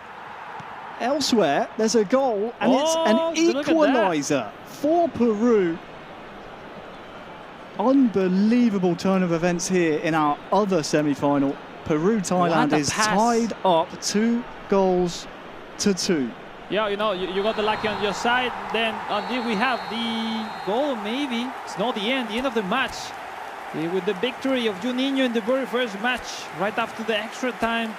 There was no time for good games to react, Harry. You know, if you concede the extra time, if it's difficult to concede during the game, Harry, what about in the extra time? No, there's no room for solution. That's it. That's exactly right. Confirmation: Brazil 1 game up over Japan. And Juninho, who was fantastic in Group B, we saw him do the business. He was easily head and shoulders above his fellow competitors in that group, has gone one step further here in the knockout stages. Exactly. At least for now, over his Japanese opponent. We're going to peep into this one because I believe it's twice Talon on the right-hand side of your screen has taken the lead, and twice the Peruvian, who topped Group A, has had to find an equaliser. We're tied up 2-2 here. Now, if these two reach the extra time, will be definitely the long match played today so far. Those substitution times taking so long from the man from Thailand, almost, you know, resuming, checking every single thing once and again. Let's check it out. Now substitution putting it in. But great reaction from the Peruvian, not after 2 times losing, being able to react, to take the draw.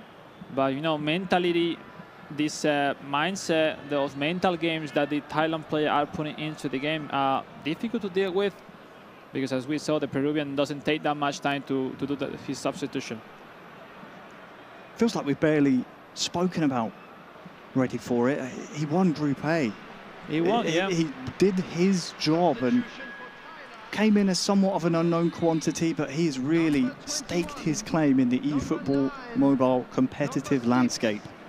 Topping Group A with the likes of Gu Abdutch, who has featured in the top level of eFootball mobile, and was able to top it fairly convincingly as well. Credit to him. Nice defense there. Quickly sending the counter back to Carrillo Diaz. You know well from the Group A, he scored a few important goals for Ready for It. But still the pressure from the Thailand player with the roulette and then trying the stunning shot. Well defended, Harry. Oof, 15 minutes left. Everything's possible already.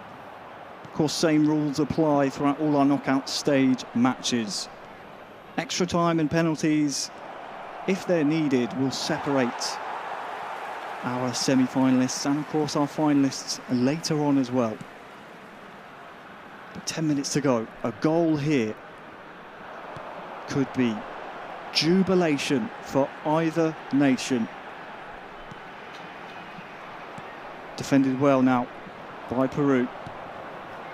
I'm ready for it. It seems like a lifetime ago we were watching the action in Group A unfold. Here we go. Grimaldo tries to feed his striker, but with 5 minutes to go, you have to get those attacks right.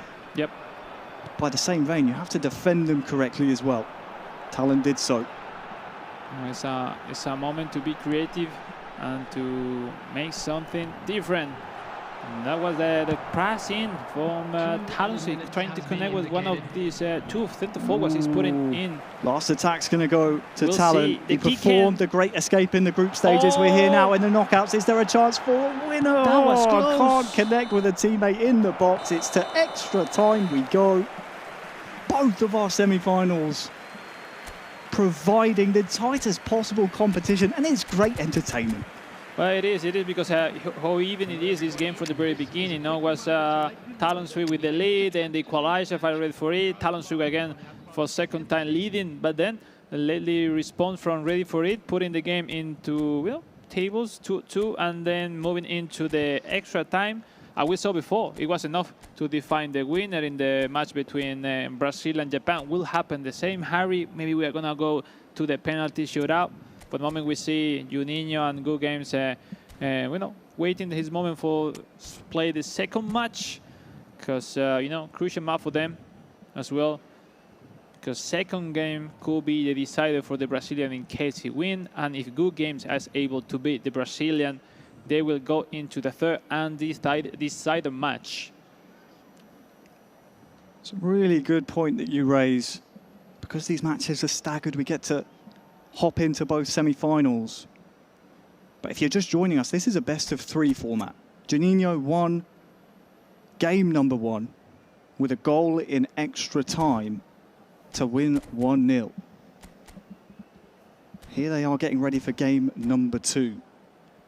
Juninho has looked very impressive. The man to his left-hand side in his pod has also looked really good, and it's no surprise for me to see exactly how close these two are matching up here in the knockout stages. Elsewhere, we're back underway with Thailand versus Peru. Extra time needed here as well to separate these two. And Drama is coming because now the attack of Talon will be well defended. Now swinging quickly the Conde with Cueva. Cueva looking for Paulo Guerrero, sorry, the main forward of Peru, which almost having as well the best skills, so he's the one to connect with to finish your chances. But it's not easy because that Talon really knew that properly from before. And 5 minutes left on this first half of the extra time. Harry, it seems he keep having a low pace. No one wants to concede mistake. It makes sense. So probably we are getting closer to the penalty shootout. Exactly right. You read my mind. I'm looking at that clock in the top corner. It goes by so quickly. If the ball stays in play in extra time, 15 minutes goes by like a flash. Is there a chance here for Thailand to really put the pressure on Peru? Oh, no! The worst shot possible to be made on that part. What it looks like to be the winning goal. It went to nowhere, honestly. What was that, Harry? It looks like you and me shooting in that moment with our foot. Of a really amateur Sunday league, you know. I'm pretty athletic myself. I'm pretty good with the ball at my feet, but how much could we see Talon Isoi from Thailand regret not taking that chance? Because you then enter the second period of extra time with a completely different game plan if you're able to score that. But either way, you have to have a short-term memory in this one.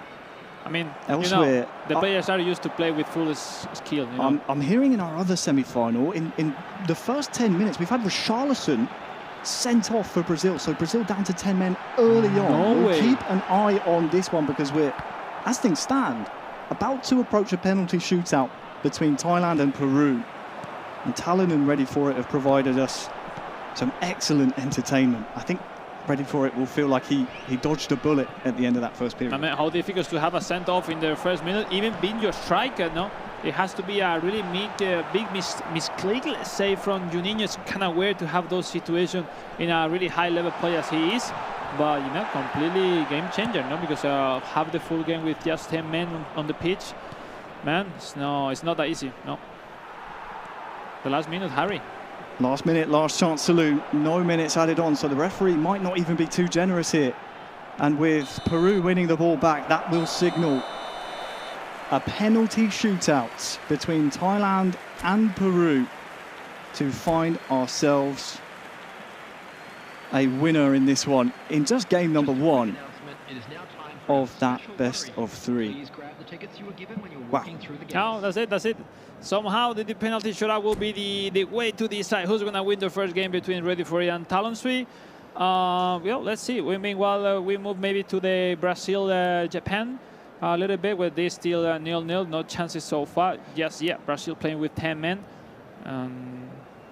It's intriguing. It's intriguing because you don't really see a lot of red cards in eFootball, esports. No, it's not. To have someone like Richarlison, who we noted between us, Juninho likes to use as a focal point of his attack. To have him sent off in the opening 10 minutes is really tricky. Practically writing on WhatsApp in the meantime for the penalty shootout, maybe asking for help for the penalties. Like, what should I do in the penalties? Well, while we wait for him to get the answers he needs, here's the confirmation. Brazil down to 10 men. You see the red in the top left above Brazil. That's Richarlison's red card. Even with that, he keeps pushing. He keeps pushing, going forward, going for the lead. Juninho that doesn't lose the face, no, on this match. Nice footwork from Fred.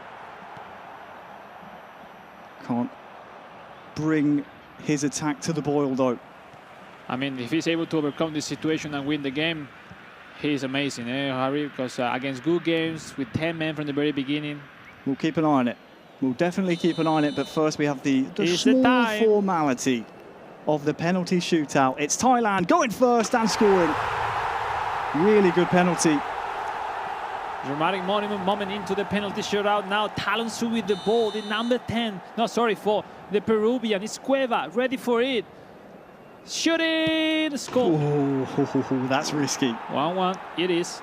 Going down the middle, it's always mind games. And if I'm correct, I do believe we are going to see Thailand going next with Talon into the top corner. I believe on eFootball Mobile, Alex, you'll have more information on this than me. They only have 3 directions to go. Yes, like left, middle, or right. Exactly. So it's completely mindset, mind games.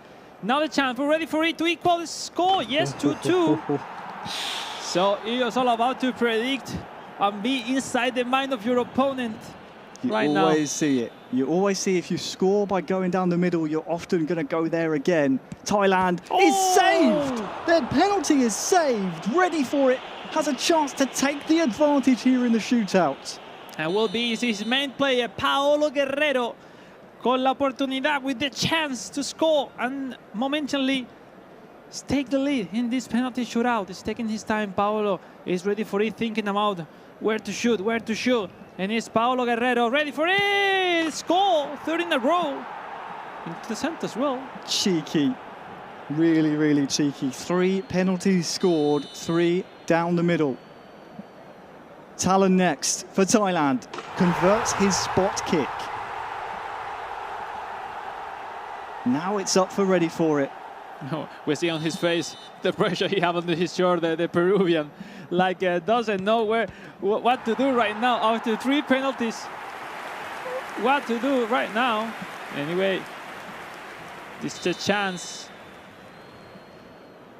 Oh yeah, it seems was safe, yeah. We will keep an eye on that as things progress, but for now, we'll hop over to the other semi-final, Brazil against Japan. Brazil 1 game up in the best of 3. And we are seeing Brazil down 2-10 men. Richarlison sent off in around the 9th minute, but back to the shootout. You can see what's happened. You called it, Alex. It was saved by Thailand, and Peru all right, scores. Game on. All right. Sudden death time. Yep. We'll see. Thailand with a chance now. Here comes Talon to step up in the sudden death. Completely even right now in this 6th penalty of the penalty shootout. Is the man from Thailand with the chances. Nicolas Mikkelsen for Thailand. He's in. 5-4.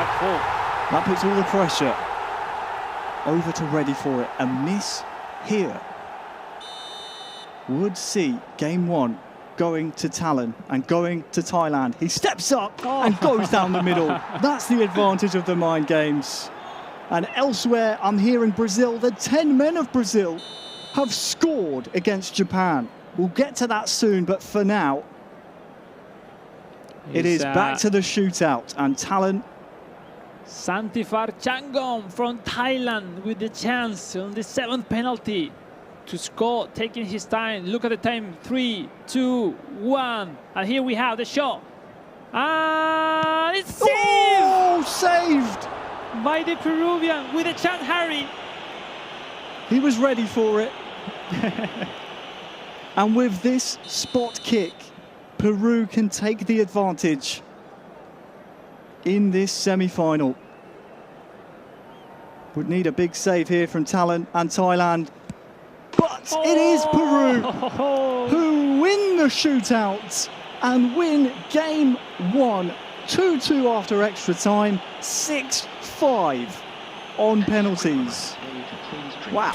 What intense battle until the very end, no? When we saw the Peruvian leading the penalty shootout, losing that advantage, and then turning back to lead in the penalty shootout, and finally winning that first game that seems how long it was. It took almost 2 games of Brazil versus Japan. it made us believe that how important it was, no, Harry, because now entering the second game, but with one point, with one victory, it's a different story. Very different story indeed. Speaking of stories, it was indeed Brazil, the 10 men of Brazil, who currently are playing without a striker, who have scored.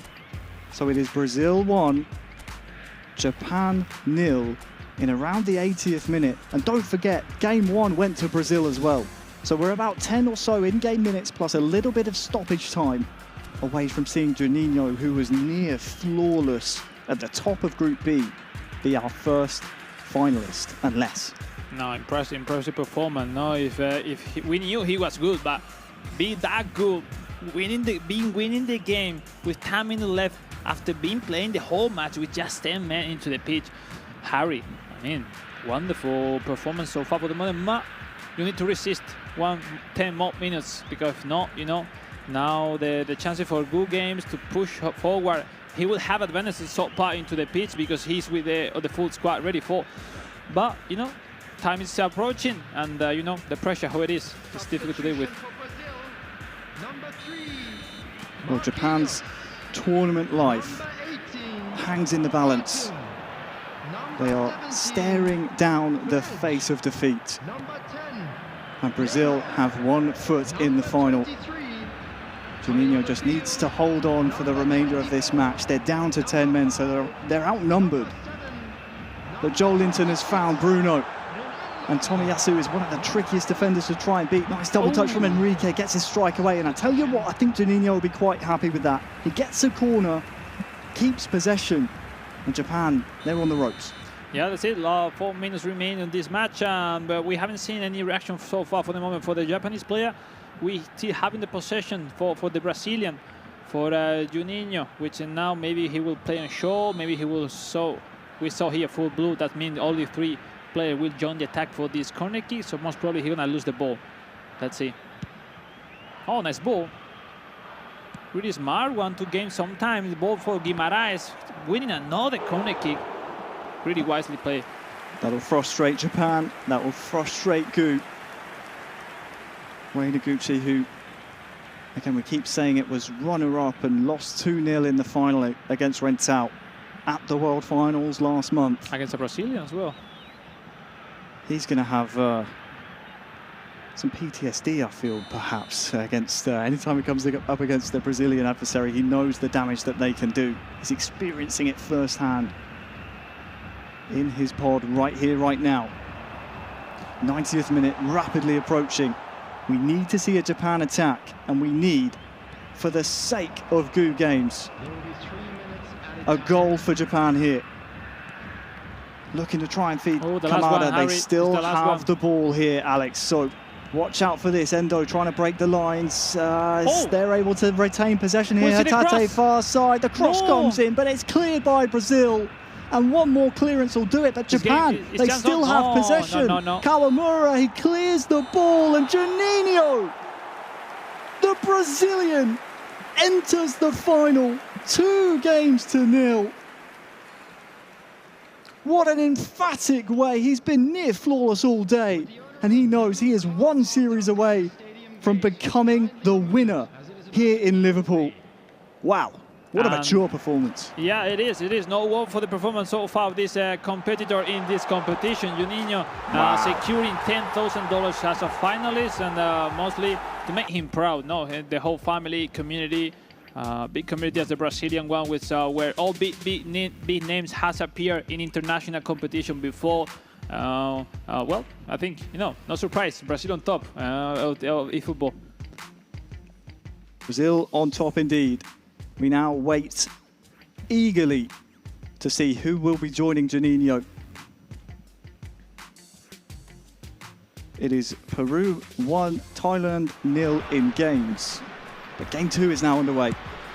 Oh, the long one. Oh, some difficulties for the goalkeeper. He's still trying the man from Thailand, taking his time for those corner kicks that could define unless some part in this game 2. To remind, the first game was for Peruvian, winning over the penalties. He trying to connect the header. He keep pushing on that on that angle to try to connect that ball to the head of his, I think it's his centre forward during the tag on the corner kick. Sterathon Bulmatan with the kick, looking for no one, because nice ball deflected and cleared by the defenders of Peru. We saw it on the screen. Oh, look at that! No, Real chance there for Thailand to strike back here. As you were about to say, Alex, some good show of sportsmanship between Ray Noguchi, aka Gu Games. He falls to Juninho. What a great showing from both of them. No, it is. That's the most important when you are in this kind of competition. No matter where you came from, the respect and the love from the game, and for this thing which is it's been with us since all our life. No, just reminding when we were a kid that we were playing on old consoles. Now today playing on mobile. New stuff coming up. But same passion for the game, for eFootball, and we see another chance for the Peruvian with the ball. Yeah, he's ready for it. Trying to connect with, but no. Ready for it, has looked really menacing every single one of his attacks. But for credit to Talon, at the start of this game too, we've seen the response we needed to see. Had plenty of early corners, has been spreading the pitch like he is now. And being one game down in a best of three can come with it a sense of freedom as he's starting to put together some passes there in the final third. Cleared away though. Well, we saw there the initiative by the Talon player, but Talon Street trying to to invent something new, because those short passes are really difficult to see in the different player. But it's getting closer. It's getting closer to score his goal, unless to have a good chance. We'll see. Ready for it now, just past the half-hour mark with this Peruvian team. This stat-balanced team is definitely the happier of the two so far in this semi-final. 10 minutes till half-time. We already have Brazil in the final. Juninho's done the business in his semi-final against Japan, 2-0. And there's a cross here. It's in a very dangerous area for Talon to try and respond. He's one game down in this best of three, but his attacks have looked very promising. Yeah, differently than the first game. We have seen that much from the Peruvian, from ready for it in terms of attacking, as we saw before. On the previous game, it was by 2 times the Talon Suite leading this match. We'll see if something different happens in the actual match, but it seems to be Talon Suite with initiative as before. So yeah, we'll see. No, for the moment, pretty equal games where Harry, they know each other very well. Equal levels. Well, no one has finding superiority in any of the sides of the pitch. So really even for sure. Stoppage time.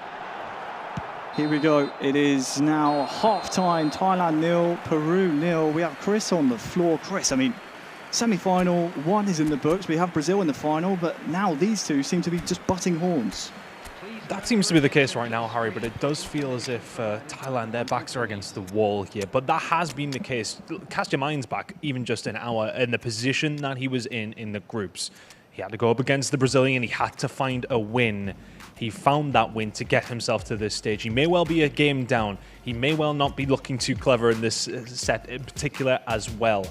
But there is very much a lot of eFootball to be played here, Harry. It's a very close game. Chris, while we got you on the floor, what's the feeling like down there? Obviously, we're just a few feet away ourselves, but it's very different when we're in here looking at the game. But out there, is it tense? How's it feeling out there? It's definitely tense on one side of the stage. I think in the other side, everybody's starting to calm down, ready themselves for the final, especially for Juninho's side of it.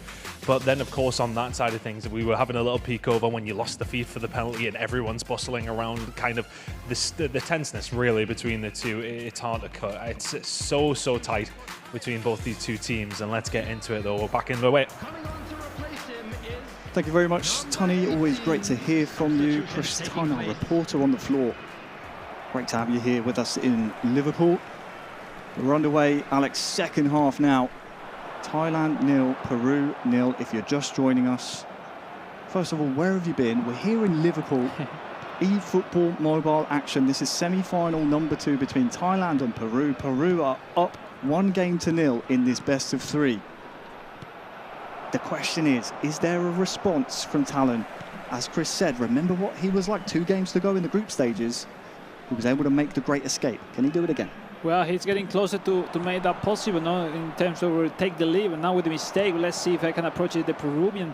Overall, we've seen the talents with initiative on both matches. It's true that he lost that first match, so potentially I see room for a third match if he keep at that pace, at that rhythm, connecting his passes as usually. We'll see. This chance could be a nice one for Talent 3. Thailand coming forward. Who can he find? Headed down into the box. Oh, it's off the stanchion. It's off the upright behind the goal. A really good chance. These headers down in the box, if you can win this ball, the chance that comes with it afterwards often is so valuable. But not for the first time. We haven't seen Talon finish his dinner. He wasn't able to finish. No, it's not. It's not. As we see how important it is for Talon Suite, those left back and right back that he substitute for right now. And with the other hand, we saw Paolo Guerrero, the center forward, ready for it into the game. That initially started as a starter, now from the bench from the previous game as well. Really interesting to see, as well, if he is able to put some refreshment on both sides to make something differently, because when you got substitute your player, you cannot overcome your opponent or your matchup easily. So maybe now with the substitution, Harry, we will see more action, and I hope so. Because we want to see goals and emotions, and it's time for. Number 2, number 26, number 8. For the sake of Thailand, we'll be hoping the boys in blue can do the business here. Of course, there'll be plenty of passionate Peruvians around the world hoping for Ready for It to score his goal. Of course, they're decked out in red here into the box for Ready for It now. But like you said, you're looking for, especially for the nations of Peru and Thailand, who maybe are lacking a little bit of stamina with the types of game plans these players like to put into effect here. You're looking for those substitutes to inject a bit of quality, a bit of pace, and a bit of final product here as this game ticks down towards the 90. And then we tiptoe around extra time if we, of course, need it at the end of the 90. It seems to be difficult to deal with those players facing each other, because they still find a solution to defend every single action that the opponent inputting into the game. So it seems no room for changing recently, but who knows? We are approaching the last part of the game with that through pass that was completely blocked, and now starting the counter. Talon Street, the man from Thailand, on their high up the pitch, we're looking for our lone boys, not able to connect it with someone. And Harry, we'll see. No, I don't see how these two will go through, but maybe yes, this time no. He's taking his time. He lost the momentum. He has to restart. He's starting to build this attack now. He's being so patient. You could too much. Just tell that, as you say, it's a little too much, but also Talon seems a little rushed in building his attacks. But look at the blue shirts forward here. Could be the last one and a good 1 minute added on, and this could well be the last attack. There's space in the middle here for Talon, but again, the final product just not there. And again, for the second game in a row between Thailand and Peru, we are headed to extra time. Somehow it seems they want to make us suffer during all their matches till the very end, because I don't know, guys, come on, show up something different, show us some more action. No, but it's true, no, over the time, over the minutes, you don't want to risk your line, you don't want to risk your play, and we are into some moment into the game where when no one wants to risk, it start to slow down their pace, and otherwise we haven't seen that many action recently. When you think about it, Alex, these guys battled through the group stage gauntlet. They've been in their pods, they've been waiting, and of course they've been playing for so long throughout the group stages. It's been a long day for them, so it's unsurprising to see two very evenly matched players in Ready for It and Talon just negate each other here a little bit. They're locking horns. Extra time is underway. If we're even at the end, we will see another penalty shootout. And for Talon, being 1-0 down in this series, he needs a result at the end of this 120 or the penalties if we get there. Let's see, 10 minutes left. Still having this opportunity for sure, or less time to create a really good chance. But it seems now more with initiative. Talonsi once again going forward with that through ball, but this Araujo defending well now quickly. Attention, is that a good chance? The Spanish cross! That was close, man. You cannot concede those action in this moment of the game. Ready for it is playing with fire. Maybe playing a little fast and loose, considering his position in this best-of-3 series. Already one game up, and there's no minutes added on, so no doubt this will be the last action for the referee. Well, he's decided to be generous here. Okay, Kenan. Talent is now gifted a last attack of the first period of extra time. It's cleared away, though, by the defence of Peru. And extra time one ends. Thailand 0, Peru 0. I'm going to ask you the question, Alex. Tell me. Are we going to penalties? Are we going all the way? Come on, you look in your crystal ball. Tell me. Penalties? We are looking for penalty. We will have penalties because we want drama, we want action. And yes, the mind games for another penalty shootout will be crazy for the players mentally and so fun to watch from people at home. Yeah, let's say for us as well. We like drama, yeah. We like drama. The more eFootball mobile, the better. That it. Extra time 2 has kicked off. Thailand's tournament life is dangling. Oh, there's a good one. Look at that space. There's a good chance here, though. Decked out in blue are Thailand attacking this left-hand goal. And there's a chance again for Talon. Just rushes his strike. It will come a second, maybe third bite of the cherry here. Is there a fourth as Talon is dispossessed in the box? And now Peru survive. Is there a counter opportunity for them? Both men in their pod seem to be rushing this a little bit. Maybe the occasion is getting to them. But look at this from Thailand. Is the time? Who can he find in the box? He turns, he finds his man. No. But oh, the touch lets him down. It gets away from him. And this all of a sudden in extra time 2 has become an end-to-end affair. Both men giving the ball away and ready for it. I mean, I don't think he can get a winner here. It has to be Talon and it has to be Thailand. The header is won by Peru and it is a second penalty shootout between Thailand and Peru. And quite frankly, it is one that Talon needs to win.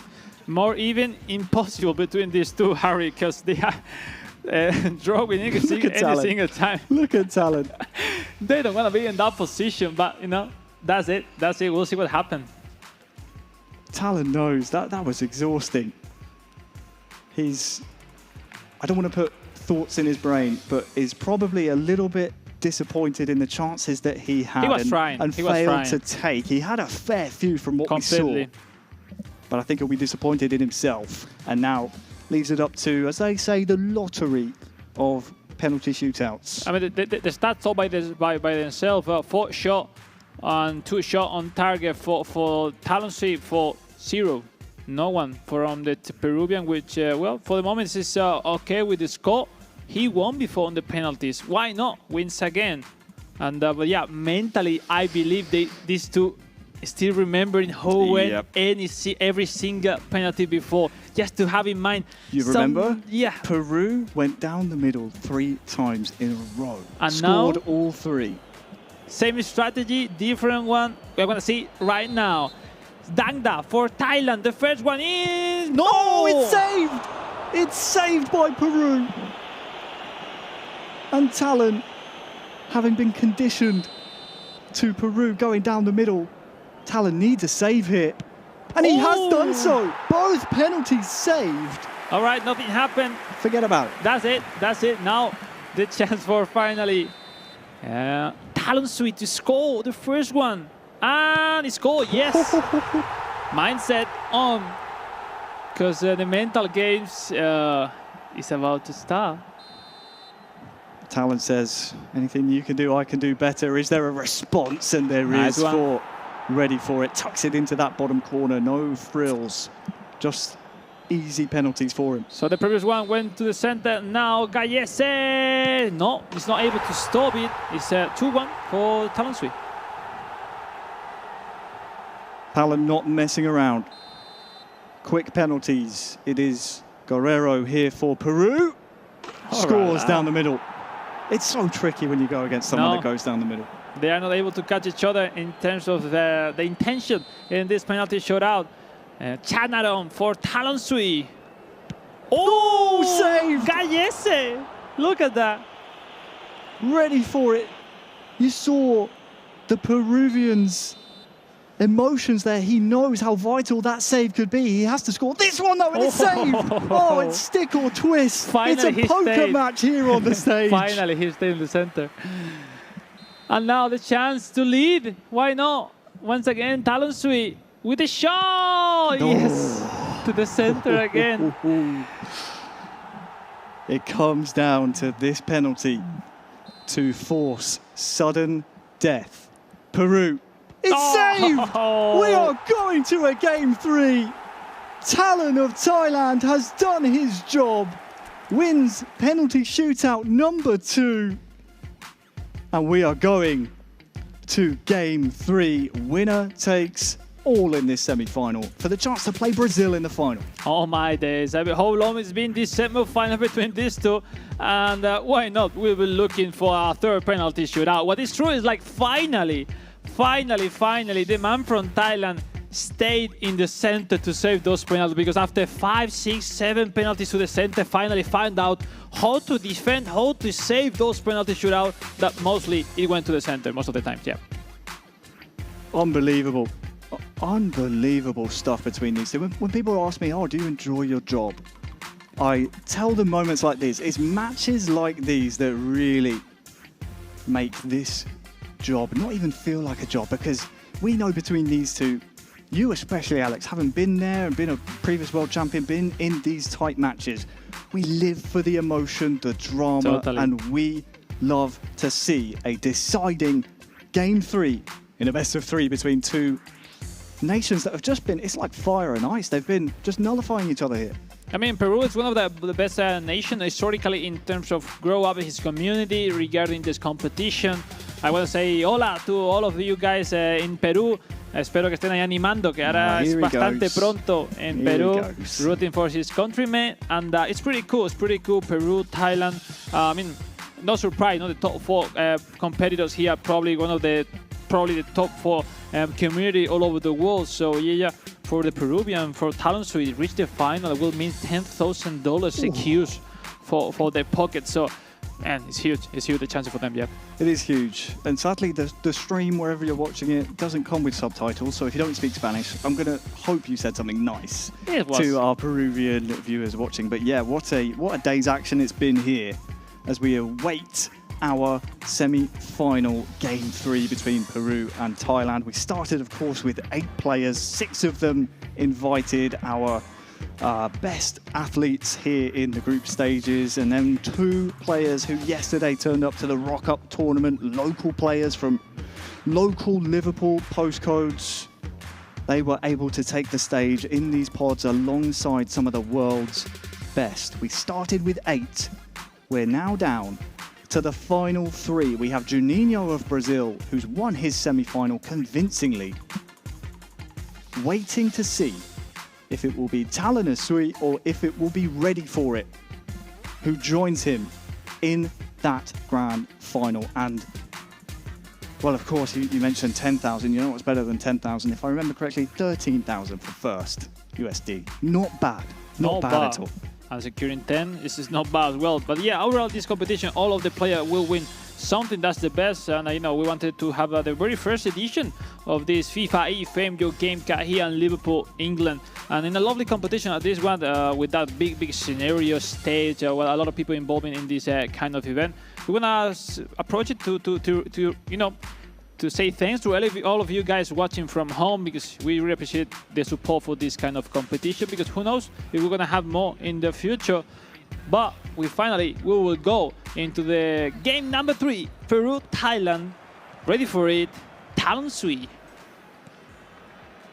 Well, it's been 240 in-game minutes, and I don't think we've seen either of these two score a goal against each other. I could be wrong. Obviously, game 1 was a long time ago, but I'm pretty sure that one was 0-0 as well. Well, I think in this kind of situation, when after 2 penalties shot out, most likely this game will end in 90 minutes.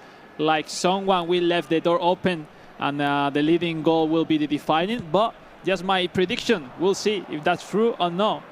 I trust your opinion, Alex. That's why you're here. You know, you're the previous world champion. You know what it takes. So I think I have a hunch that you're probably right.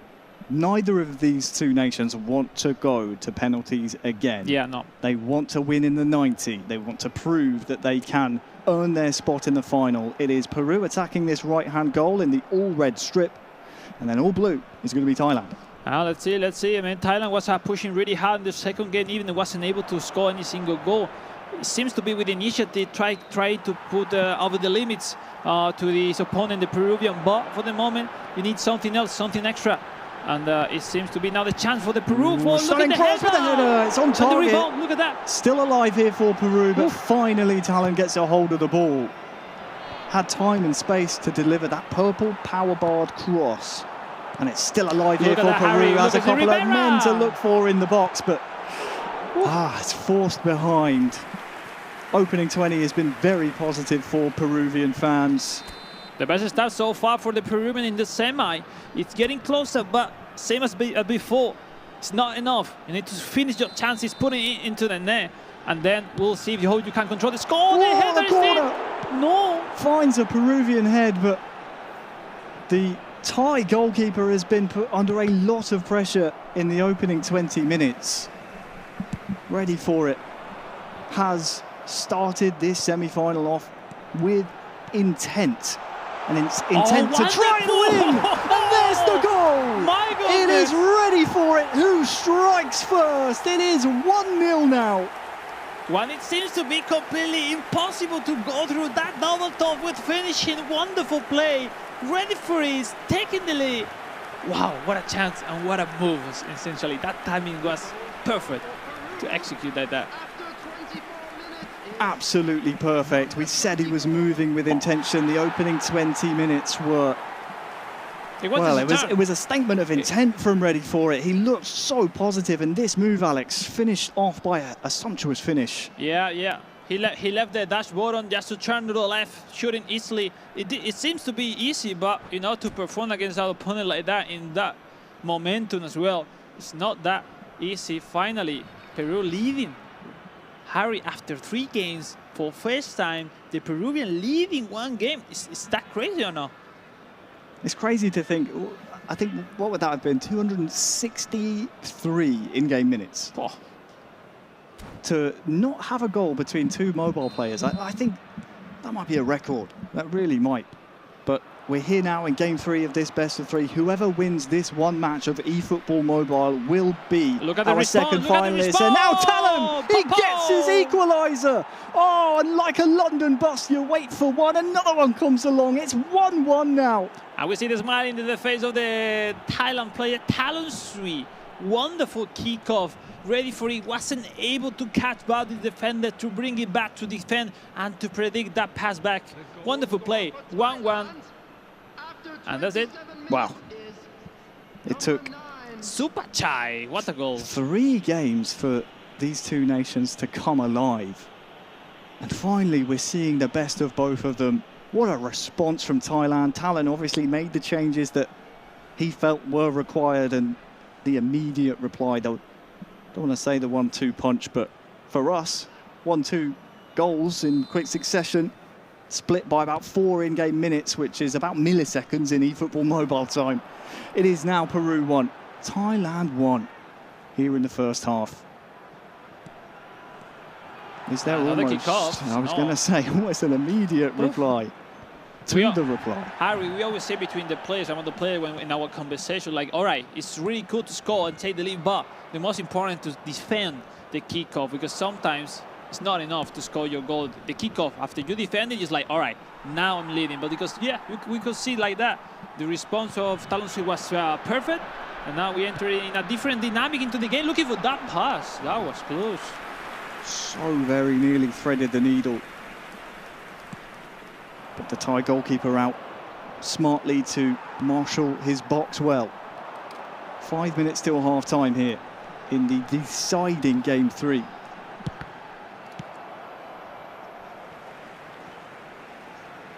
Four minutes left, and we hear the silence. Bit of a hush into the here, isn't it? studio. Yeah, like you know, semi-final, the intensity, everything's about that. Third games, we saw Jorginho that hasn't left his spot after his semi-final, keeping focus, maybe chilling a little bit, or maybe practicing a little bit. We cannot see from here before the potential final he's gonna have against one of these two in a few moments. But firstly, let's decide, or let's see, no? Let's say who's gonna be their second finalist, Harry. Both players just taking a moment here, making sure their game plans are all tickety-boo. That's English slang for all good. Before we are able to resume play, we're not even at half-time here in Game 3. We still have a Peruvian throw-in following the restart of play. Look out for this here in the final third, out towards Flores into the box, and strikes a Thai defender. And for Talon, you think back to games 1 and 2, he did have early chances and good chances even deep into extra time. I mean, after the equalizer, it's a new game. It's really impossible to predict because the momentum is now in the favor of slightly of Talon Sui, but not that much. 1-1, and all my prediction went over after that response from Talon Sui. So let's see. We are entering in a new dynamic. 45 minutes left. Probably right after the 60-65 minute, they both are going to start to not to risk that much. So if nothing happened in the first 20 minutes, let me say, we will probably go into the extra time. I hate to call you out. You did say you have a hunch. We're going to find a winner in the 90 minutes. I hope so. Bearing in mind, that's something you said on broadcast. That's bankable. That's permissible in a court of law. If you had to choose Ready For It or Talon to score in the 90 minutes left, or rather within the 90 minutes total of regular time, which one would it be? Well, I mean, I don't mind just talking with them. I mean, especially I cannot talk that much with Talon Sui, but we will be, you know, mixing the conversation with the translator, no, because already I cannot speak Thailandese. But you know, they are both are really good guys, no, and I think this opportunity is huge for them, for the family as well, into this eSport that are really giving them fantastic opportunity to travel all around the world, you know, as well getting some prize money. And I'm sure for these two, just being in the semi-final or in the grand final is a really huge achievement. Second half underway.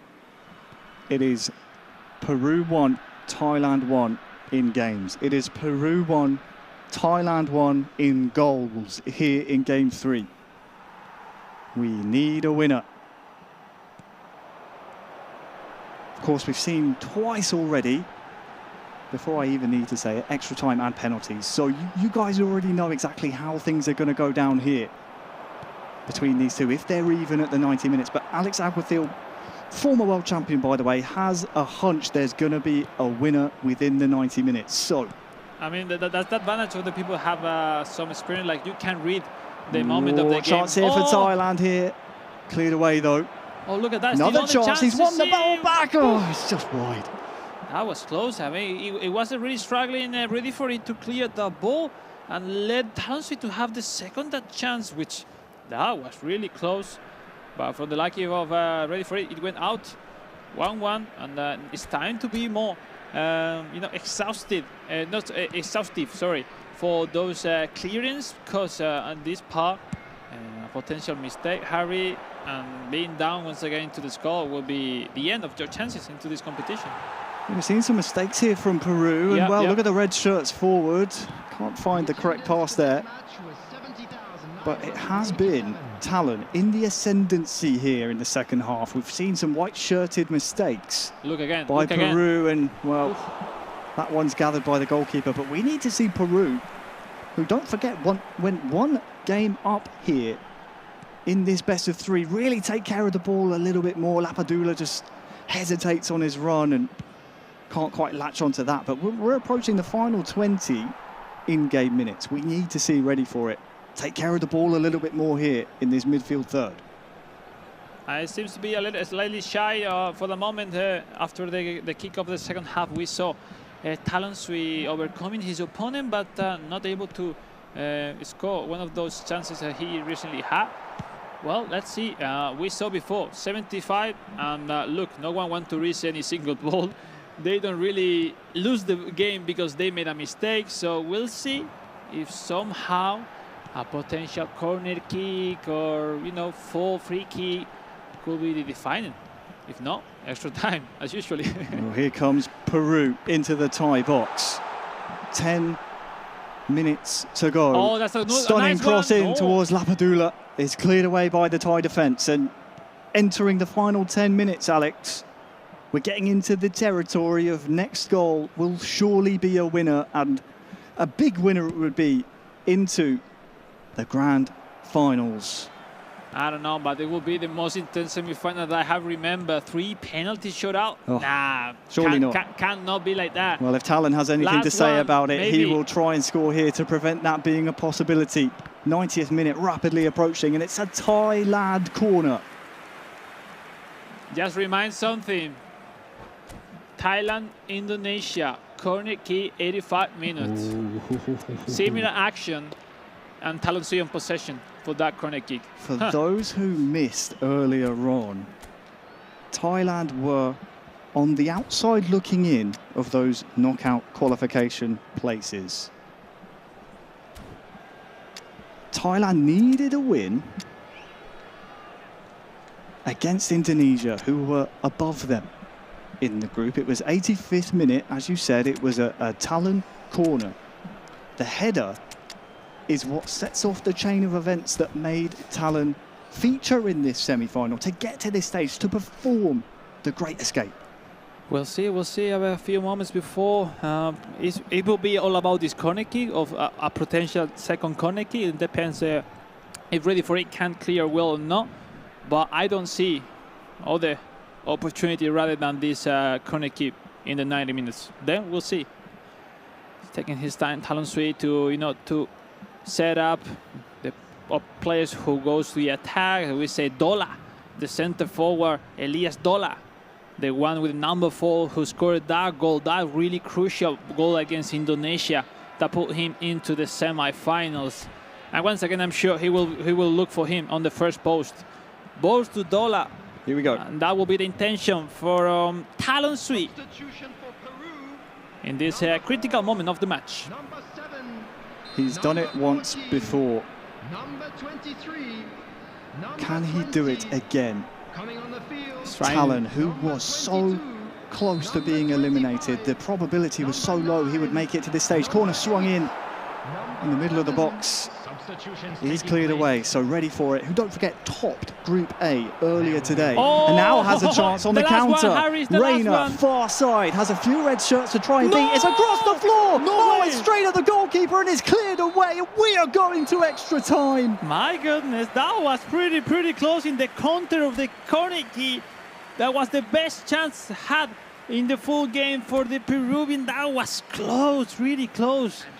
So, ladies and gentlemen, once again, for the 3rd time in a row, we move to the extra time. Alex, you lied. You lied to me. You said there'd be a winner in 90 minutes. Look, it was there. He missed it. He missed it. That's it. Extra time for the 3rd game in a row. We just cannot separate Peru and Thailand here on the stage. Feels like a lifetime ago we saw Brazil take care of business in their semi-final. Juninho waits in the final. But these two, they just cannot be separated. There he is, he's sitting, waiting. Yeah, get a little bit limber, stretch out a little bit. Settle in, because something tells me we're going to penalties. You might have more time to relax. Harry, he's been sitting in that chair for 2-3 hours in a row. Like, Juninho, move a little bit, go to give a tour before your final. You've probably got time to pop home to Brazil, pick up anything you've missed, you forgot to pack, and then fly back by the time that this one is over. Nice thumbs up from our grand finalists. Time to go, Harry, it's time to go. Extra time, period 1, is now underway. Peru in the all-white strip. I will say, Harry, being at that point, why not another penalty shootout? You're going to find... At this point, we've come this far. Come on, yes. Will be, the best end of this second semi-final. Now Cartagena for ready for it. Sending initially that counter, but it turns slowly. But finding that through pass for Peña. Peña is able to pass. Yes. With the chance. Rivera for Peru. To the wrong way. With almost scoring that one. Still alive here for Peru. Can ready for it. Recycle possession here. I think he's keeping possession to try and get the final attack of the first period of extra time. Look at this white shirt! Whoa, it's off the frame. It's still alive here for Peru, and it's cleared by Thailand. My goodness. Oh, has missed those 2 chances plus the last one from the 90 minutes before. 3 connected chances really close to be in from the Peruvian that has missed probably one of the best moments so far we have seen him in the full competition. Still 15 minutes left, Harry. 1-1. But the momentum was for the Peruvian. We'll see if he's able to connect more passes as he did before.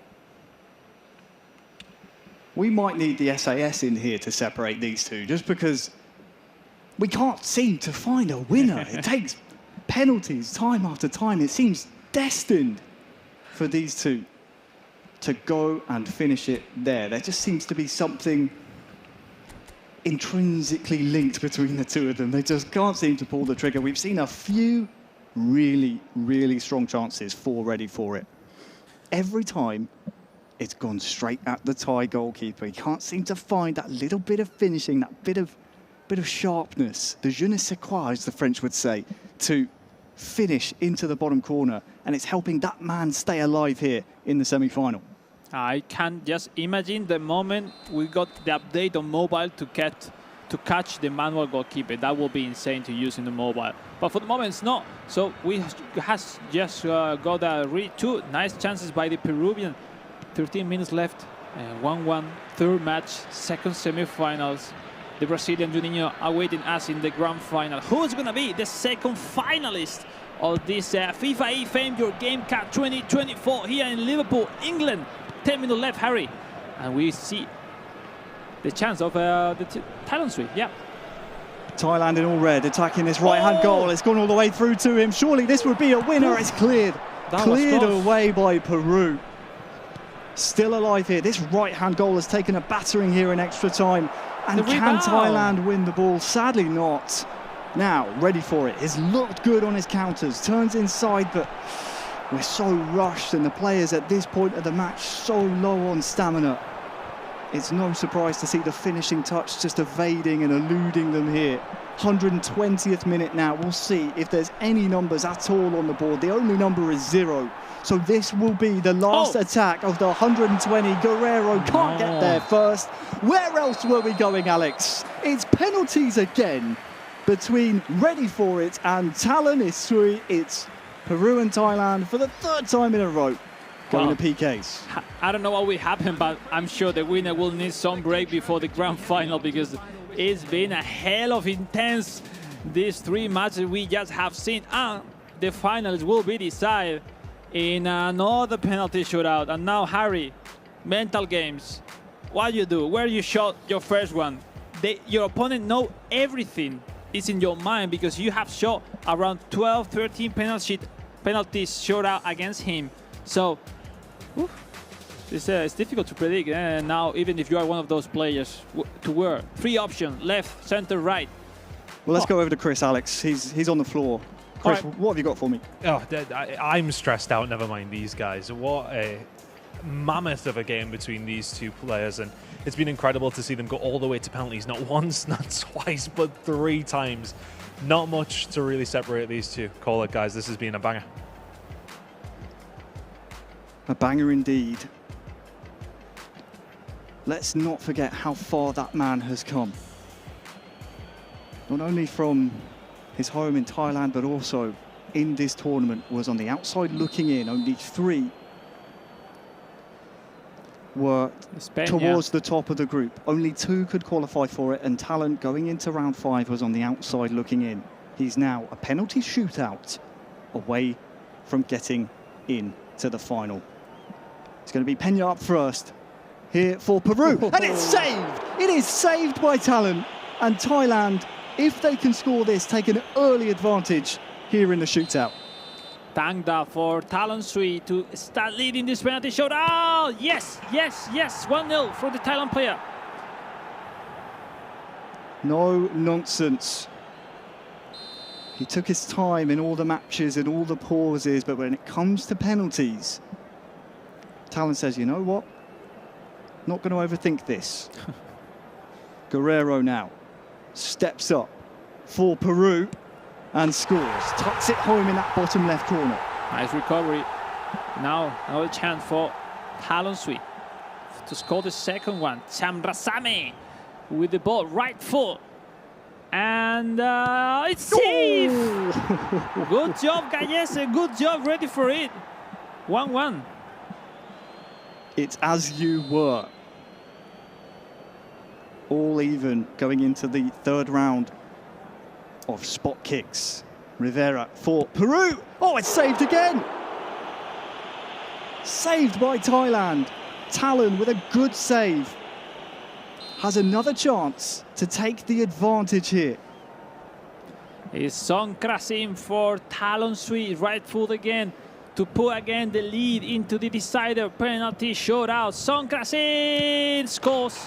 He scores, and now no one shoot to the center. These two has forgot to shoot there in this one. We'll see. Well remembered. Peru trailed 2-1 in the shootout. Back to 2-2 now. Good penalty. Sent the keeper the wrong way. And now it's all on Thailand. Chanaron for Thailand, for Talon Sui to score the third one. Chanaron to the center, 3-2. Finally, it looks like I was calling for that. Ready for it, has to score.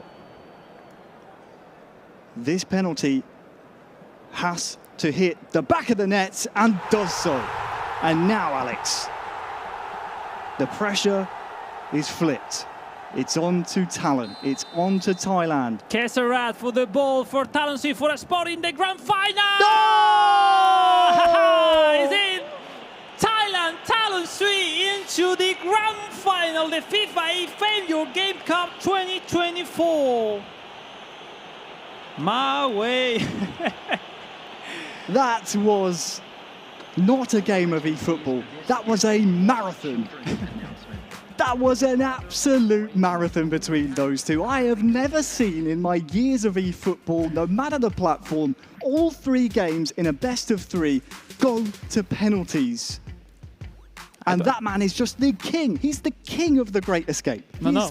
Went 1-0 down in this series, went to penalties again, held his nerve to tie it up, penalties again, and scores the fourth and final penalty to send Thailand into the grand finals. It's a survivor. It's a completely on survivor mode. He can't believe the it. very beginning of the tournament.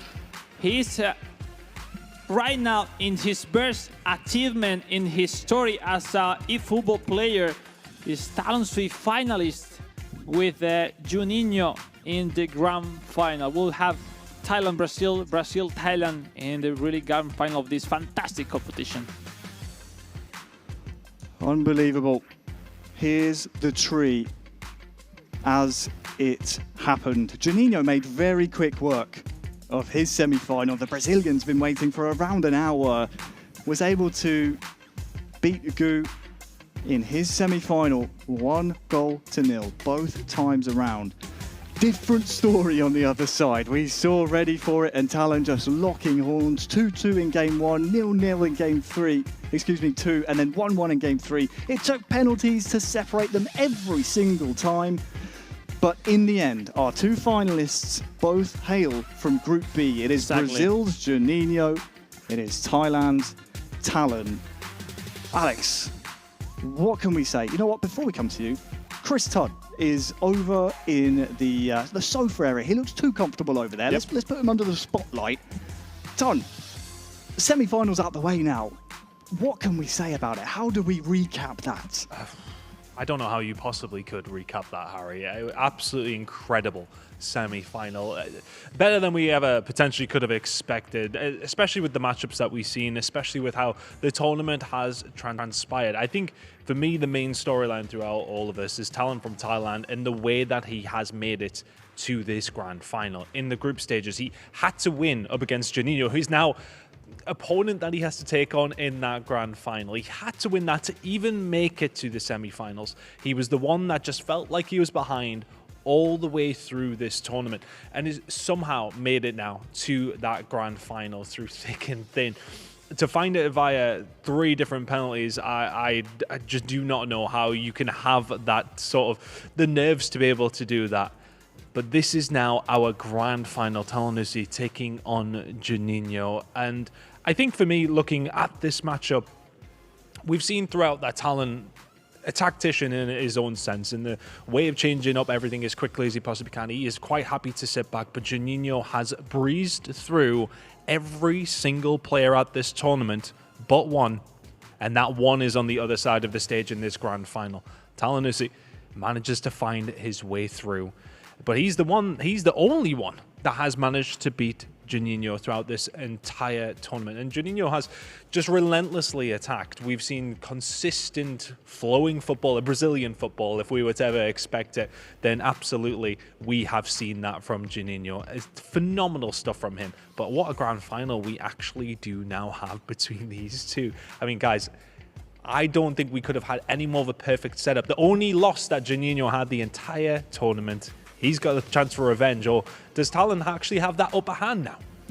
That's the big question. And it's such a good point you raise because, as you say, I mean, the only person to have beaten Juninho, Alex, is the man he's about to face in the final. I have to ask you, Chris, from down there on the floor, does it just feel like maybe Talon has an air of invincibility about him? Because it certainly looks like that from up here. It seems like it's impossible for him to lose any games. Since that 5th round of group play, he's looked pretty unbeatable. This is one of those situations where you can either look at it one of 2 ways. He either has that air of invincibility to a certain degree, but when's it going to run out? Like, this is also the point. He seems to have scraped his way through, whereas Juninho has kind of ran his way through here. So which would you rather be? Would you rather be having these close games to get yourself to the stage and battling through, or would you rather be that team who have just breezed their way to a grand final without really too much of a competition? So I think it's a bit of a different aspect between the both, but for me, it almost feels like, has Talon still got any more of those 9 lives left? It's such a good point that you make, and thank you very much, Chris. So great to hear from you. We'll no doubt be hearing from you again on the floor when we need to hear about the emotions and the feeling out there, because it is an amazing studio. But when the lights are brightest, it certainly seems to be, Alex, that Talon does have those 9 lives, and it seems to be every time he's backed up against the wall, he finds his way out. I don't know how he does it.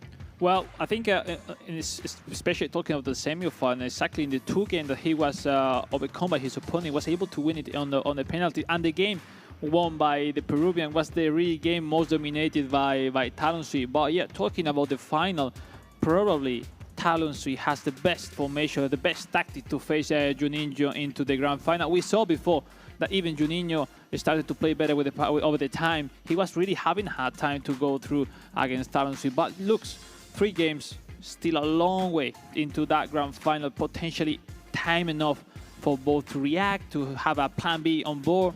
So let's see. I can't wait for the grand final. Look, it's the grand final of this competition after a long day. Only the best to remain. I know you're impatient, Alex. Oh, I am. I know you're impatient, but yes. How about we take a moment for our fallen competitors so far? Of course, group stages, long time ago. Let's focus first and foremost on ready for it from Peru, our South American friend. Sadly, just penalties. What can you say? And then Ray-san on the other side, we saw him runner-up at the World Finals last month in Tokyo. Sadly, has fallen in the round before even making it to the finals here at the FIFAe Game Cup in Liverpool.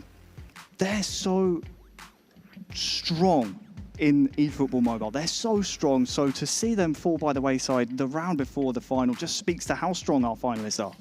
Well, completely insane. Two different game style. Now from Juninho, more control, more like be whatever you want. I will do my stuff. I will do my play. If you let me to find that slow, I will be really dangerous and clinical. On the other hand, Talon Sui is one of those players that you don't really want to face anywhere, because the 5 center back and those games that it's not really beautiful to see, but it's been really worth it. It's putting him into the grand final. The best achievement so far for these two players clinching, securing $10,000 and being the grand final, and potentially not just the money, it's just the prestigious to be the winner of the FIFAe Next Game Cup 2024. And then we can even look further back in the group stages. We had the Rock-Up tournament, of course. Our two local players, they've secured themselves a little bit of prize money as well, just for turning up yesterday and battling their way through to qualify for this tournament. But the likes of Dennis Bernard, he wasn't able to make it through. Abduch as well. Sure. Those are strong players in their own right. It just goes to show how cutthroat this competition is. No, it is for sure. I mean, the Peruvian, it was his first appearance outside abroad his country, playing internationally. Look at that. He was really, really close to clinch the grand final. That says a lot for that profile, for that player, that I'm sure we're going to see him on future and upcoming competition, because he have the talent. He have the mentality to be calm, confident in his play, and he was that close to the final. It was so close. Now, we have to take a little preview of our final, because they're two very contrasting ways to get here. We had Juninho, who you said was sitting in his pod for maybe about an hour and a half after all things are said and done in that marathon of a series. And on the other side, Talon was in the trenches. He was there. He was fighting for his life. Believe we're giving him a little bit of a break now, but it's going to be straight back into those pods again fairly shortly to take on the man who's been on fire this entire tournament. I believe the only goal he's conceded was to Talon back in the group stages. Yeah, it's interesting. It's interesting, but it's a fact, no? Juninho, that has been probably the best player so far, winning almost all their matches, because the only one lost was against Talon Sui. So having this matchup once again into the grand final gave us the mindset to see, like, maybe it's not that Juninho that the favorite into the grand final. But yeah, we'll see. I mean, I can't wait to see if Juninho have prepared something to go into those 5 center backs from Talon Sui, because I'm sure of it, this grand final will be huge. Absolutely will be the first FIFAe Game Cup of eFootball Mobile. FIFA E. I mean, we're about to find ourselves a winner. Has to be one of two. Let's meet them now. Please welcome out your grand finalists.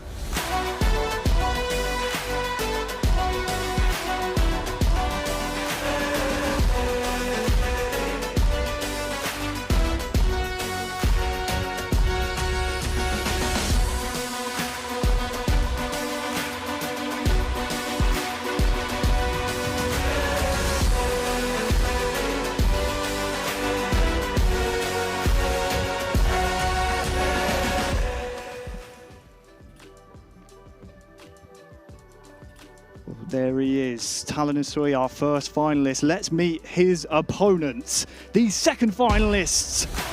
It is Juninho.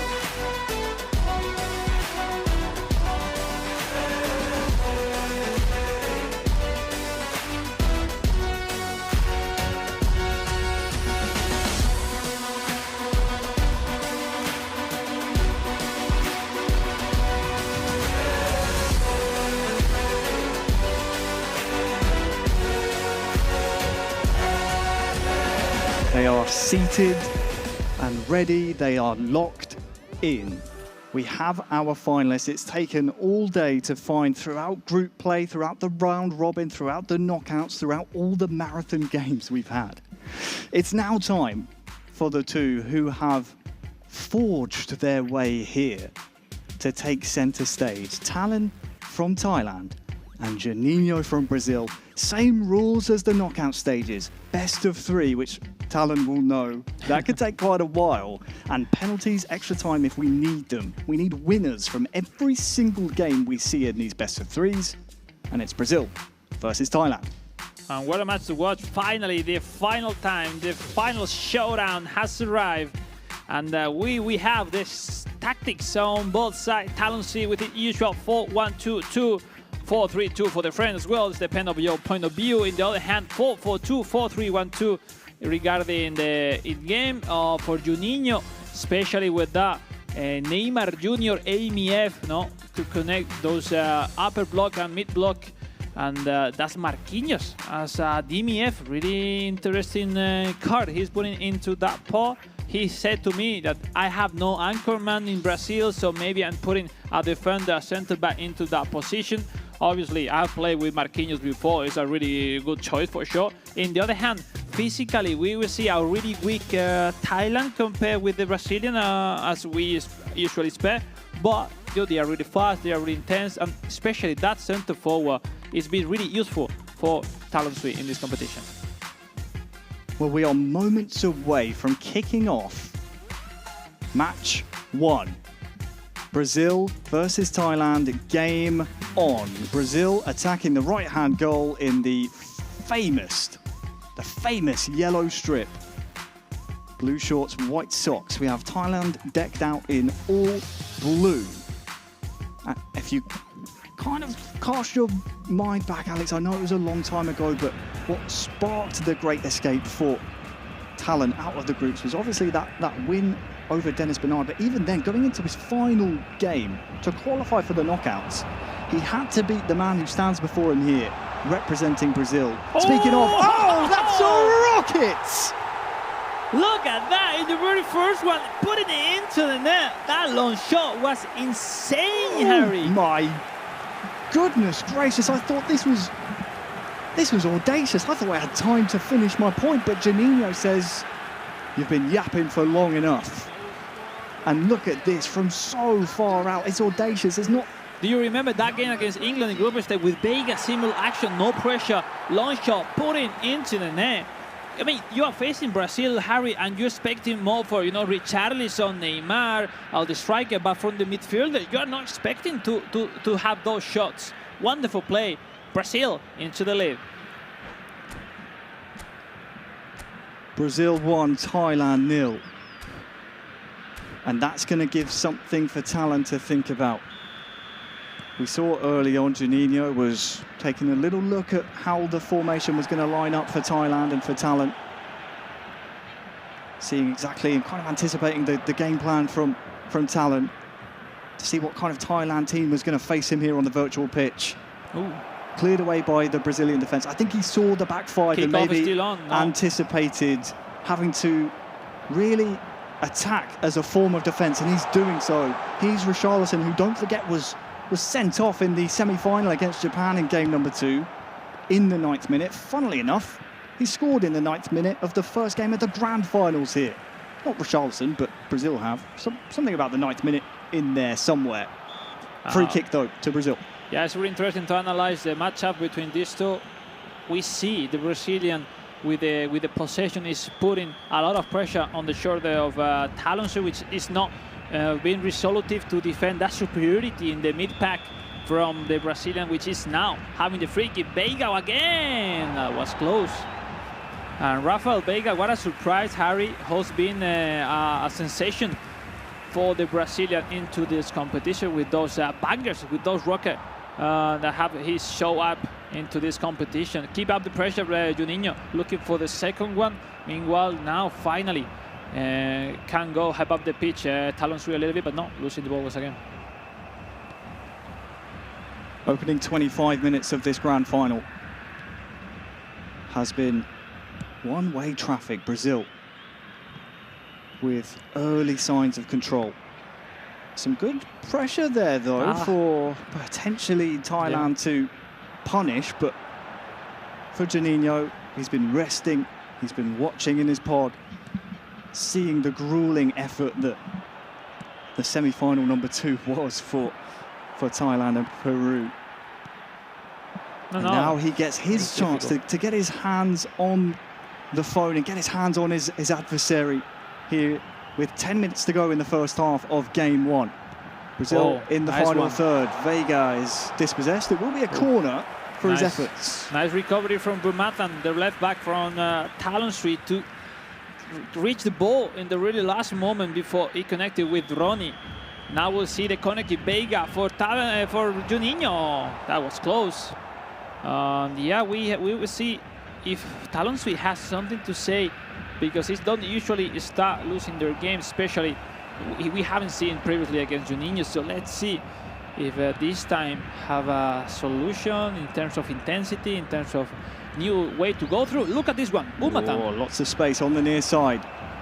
Who can Talon pick out? That's a nice back heel, stunning strike with that purple power bar. Just can't beat the first man. And half-time is approaching. Nice block. Will there be a final attack here for Brazil? Counter.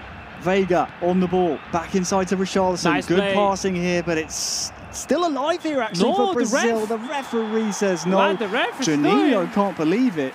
That was And a it clinical will pass. finish. Brazil 1, Thailand 0 at the end of the first half of game 1. And now, Alex, we can start to take a little breath. And no doubt Talon, who's been known for his long pauses, his tactical substitutes, will be exercising his right to do so here at halftime. Well, let's see. Some substitution from Talon Suite. One center forward, one center midfielders. Switching to 5-3-2 recently. Let's see, because now 5 center backs from Juninho. So overall, ladies and gentlemen, we saw before sometimes dropping your lines with 5 center backs, full defensive, sometimes worse, sometimes no. But now will be like a mirror formation between these two. But Juninho with the lead.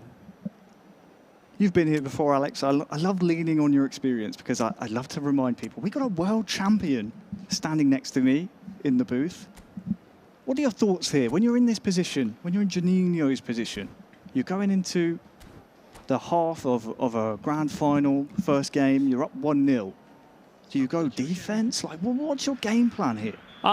Somehow, I believe the variation of that 5 center back formation for Juninho is similar in terms to go help up the pitch offensively. So that will give him those passes in those inside line. But at the same time, you can be, let's say, protected slightly more than before. So in mobile, these formations work so well when you're winning. But look at that mistake, because if he catches, no. That was close. The pressure from Talon Suite. It looks like the referee's going to bail out Brazil after that. As you said, pressure forcing the mistake. But half 1 is in the books. Half 2 now on your screens. Brazil attacking the left-hand goal. And as it stands, they look poised to take game 1 here in the best of 3 grand finals. What does Talon have in response, I wonder? He's been so tenacious throughout today. He's been gritty, he's dug in, he's had to at moments. But is there anything left in the tank? Chance here, far side. Who can Talon pick out? It's a cross in, it's a dangerous header. But on the hour mark, Thailand recycle possession. They'll try and come forward here again.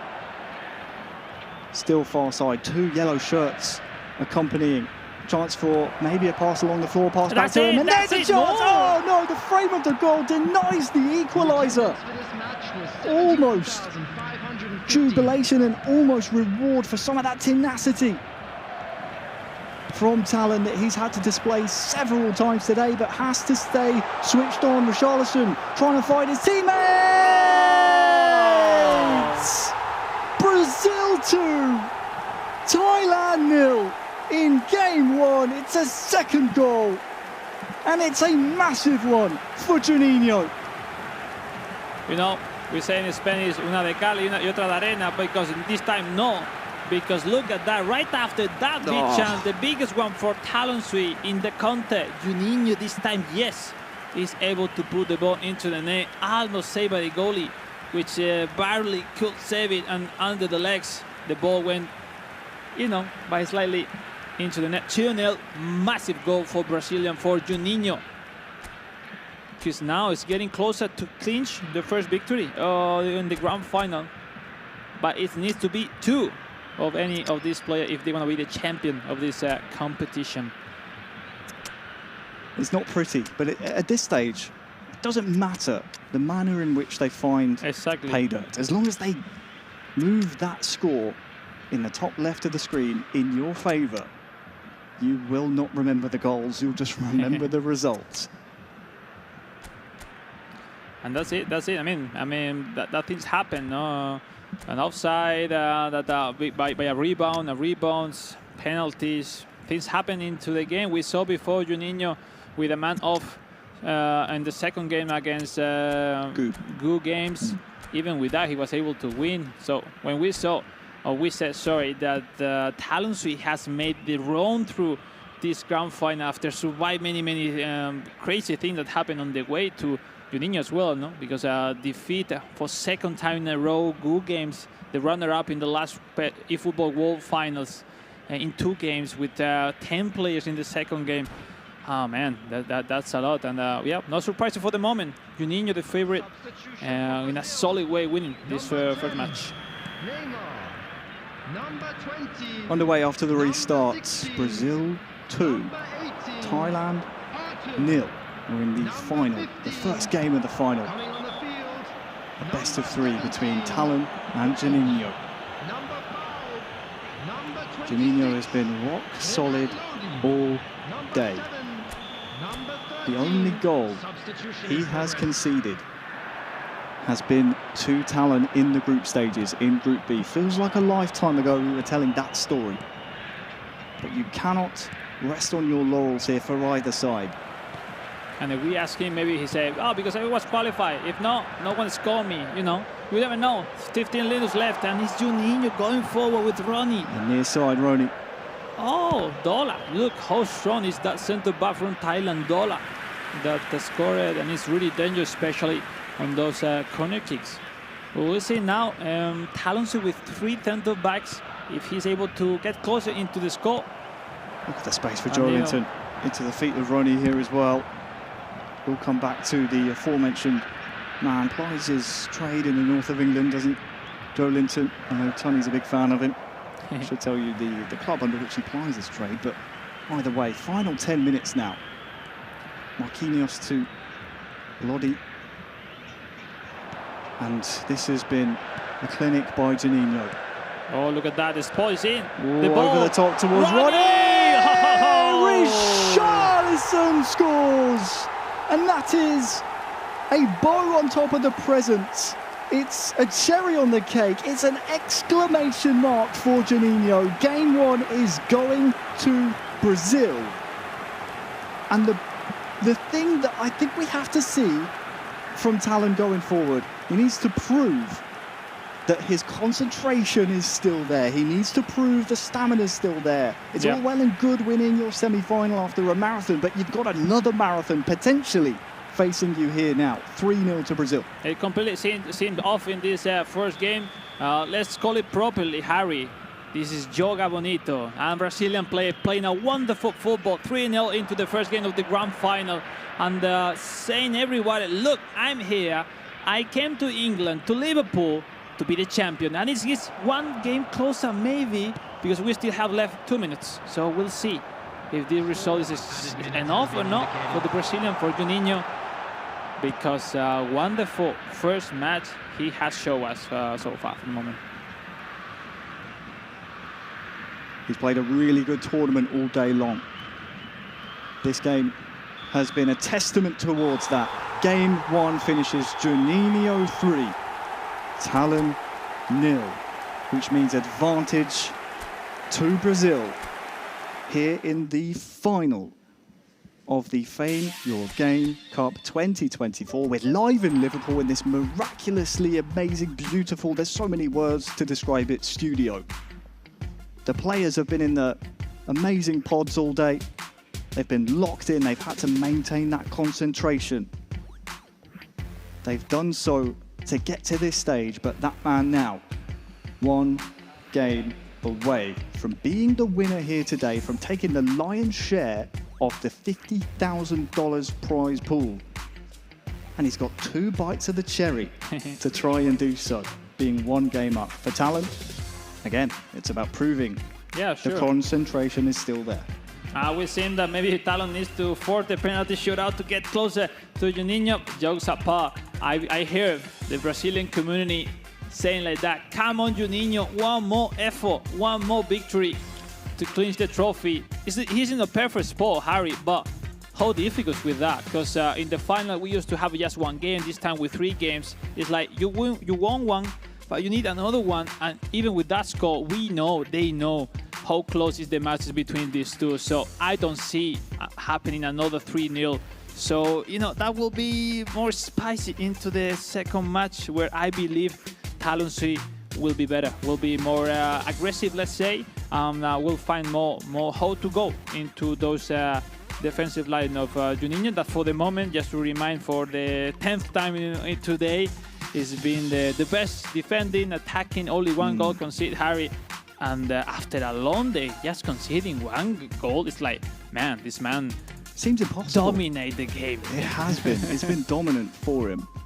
I have to ask you, Alex, the game plan seemed to be for Juninho, invite Talon out of his shell by scoring an early goal. Obviously, early goals are great. You're never going to say no to an early goal, but I wonder if maybe he's going to try and do a similar thing. Try and push the pace, try and get that early goal so that Talon doesn't have the opportunity to keep it close, get towards the latter stages and maybe nick a winner or even score a goal before then and sit back. Do you think maybe he'll go for an early goal here? Oh, we'll see. I think he will keep following his route. I mean, talking about Talonsui with that 5-3-2 formation, the only thing that I see from my view is like the way to get closer to Juninho right now is to play mirror formation, like to make him not to have the superiority in that mid path with the midfielders, where he's making his opponent really have a hard time with him. So that's the only way, because that especially that MEF, that Neymar Jr. is having a really important role to receive any single time, just completely alone into the match and his play. And yeah, it's been a problem for every opponent. But new game, new story, and everything could be potentially happening in this second match of the grand final. And well, let's see. I can't wait to see later on how was the feeling in the media. I mean, on the communities rooting for the player, because huge communities are taking part, Harry, in the grand final. Thailand, Brazil. I think social media has to be popping up with many interaction right now. 2 of the most passionate fan bases. Yeah, for sure. We have, of course, South America. We have Southeast Asia, 2 hotbeds for eFootball Mobile. 2 of the best talents are here on the stage now, and leg 2 of our final is now underway. It is Thailand attacking the right-hand goal in all blue. Brazil, I don't need to tell you what colour they are. And it is Juninho starting off early. Nice Rony, who can he find here? Turns as well. No strike though. Can't get his strike away. Too much Thai pressure. And we did think Juninho might try and push the pace early on, just to invite Talon out of his shell. And especially after how that semi-final went for Talon. If you missed it, 3 penalty shootouts in a row. Came back from 1 game down to win a best of 3 as well. There's a chance to score a goal in open play. Talon has done so here in leg 2. It is Thailand 1, Brazil 0. Only the 2nd goal Juninho has conceded here today.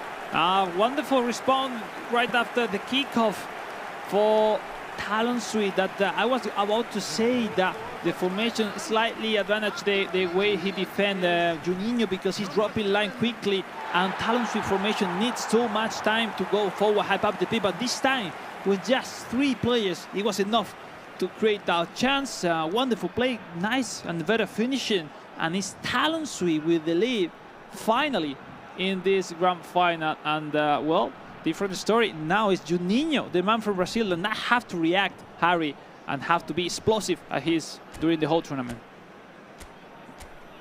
Speaking of the whole tournament, only his 2nd goal that he has conceded.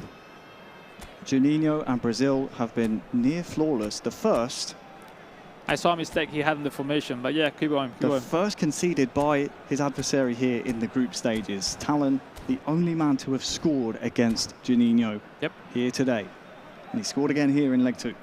I mean, yeah, we said from before, no, if he was the only one to beat him in today, potentially, why not defeat him again in the final? But after the first game, well, look, Juninho, who can say he was not going to be the winner in this game too? But for the moment, nice job by Talonsui. We saw in the formation of Juninho that he preset from before the advantage tactic defensive on play. The marking, and you have to rebuild the marking every single time, because if you don't check it up, maybe I guess from the view in the first goal that the position of the center backs wasn't not the right one for Juninho, making the spot on the slot able to go through for Talonsui. And tactically you need to be really aware of everything that happens. Now the chance, Caio Henrique with a stunning cross. Ooh, had to be dealt with. And it's a really keen observation from you, Alex, knowing that you have to make sure that your man marking is exactly where you want it to be, the formation exactly right. It happens even at the top level, and we're seeing it here. You need to be rechecking every single time. That's so disgusting, Harry, because, in front, Talonsui, he's switching formation every single time. It makes you crazy with that stuff. Marquinhos for Brazil, they trail for only the second time in the entire tournament. Richarlison looking to try and get one back. Enrique with the stunning input. Whenever you see that purple power bar, if it's not blocked, it's going to be a venomous effort that needs to be dealt with, whether it's a pass or a strike. Artur turns his man really, really well.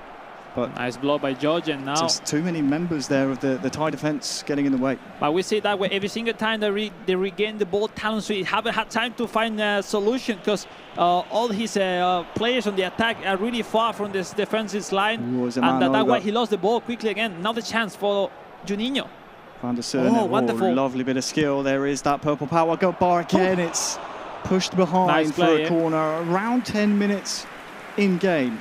Until half-time, it will be a Brazil corner, thanks to this header saved. We haven't seen that much trick on the side, forcing that fake shot to regain the enough gap space for those standing cross, which seems to be one of the most remarkable identities in this game for Juninho, especially looking for Richarlison. Let's take a look. Ronnie with a header.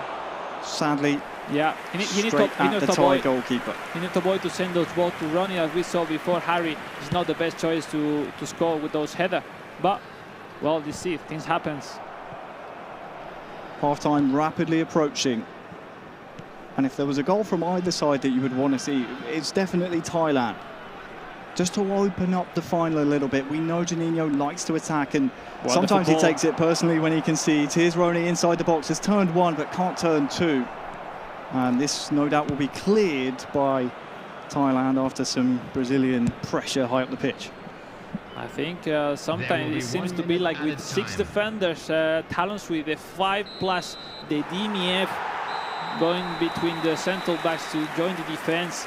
Look at the stats, only one attempt of target for Thailand. It was enough to take the lead. And, that's why they are in the final. Each game, different story. They have reserves, they have to wait to go through. And this time, in the second game, was the man from Thailand, Talonsui, the one leading. So Thailand 1, Juninho 0. That is a scoreline we have seen previously today, all the way back in Group B. It was the scoreline that Thailand needed to even qualify for the knockout stages.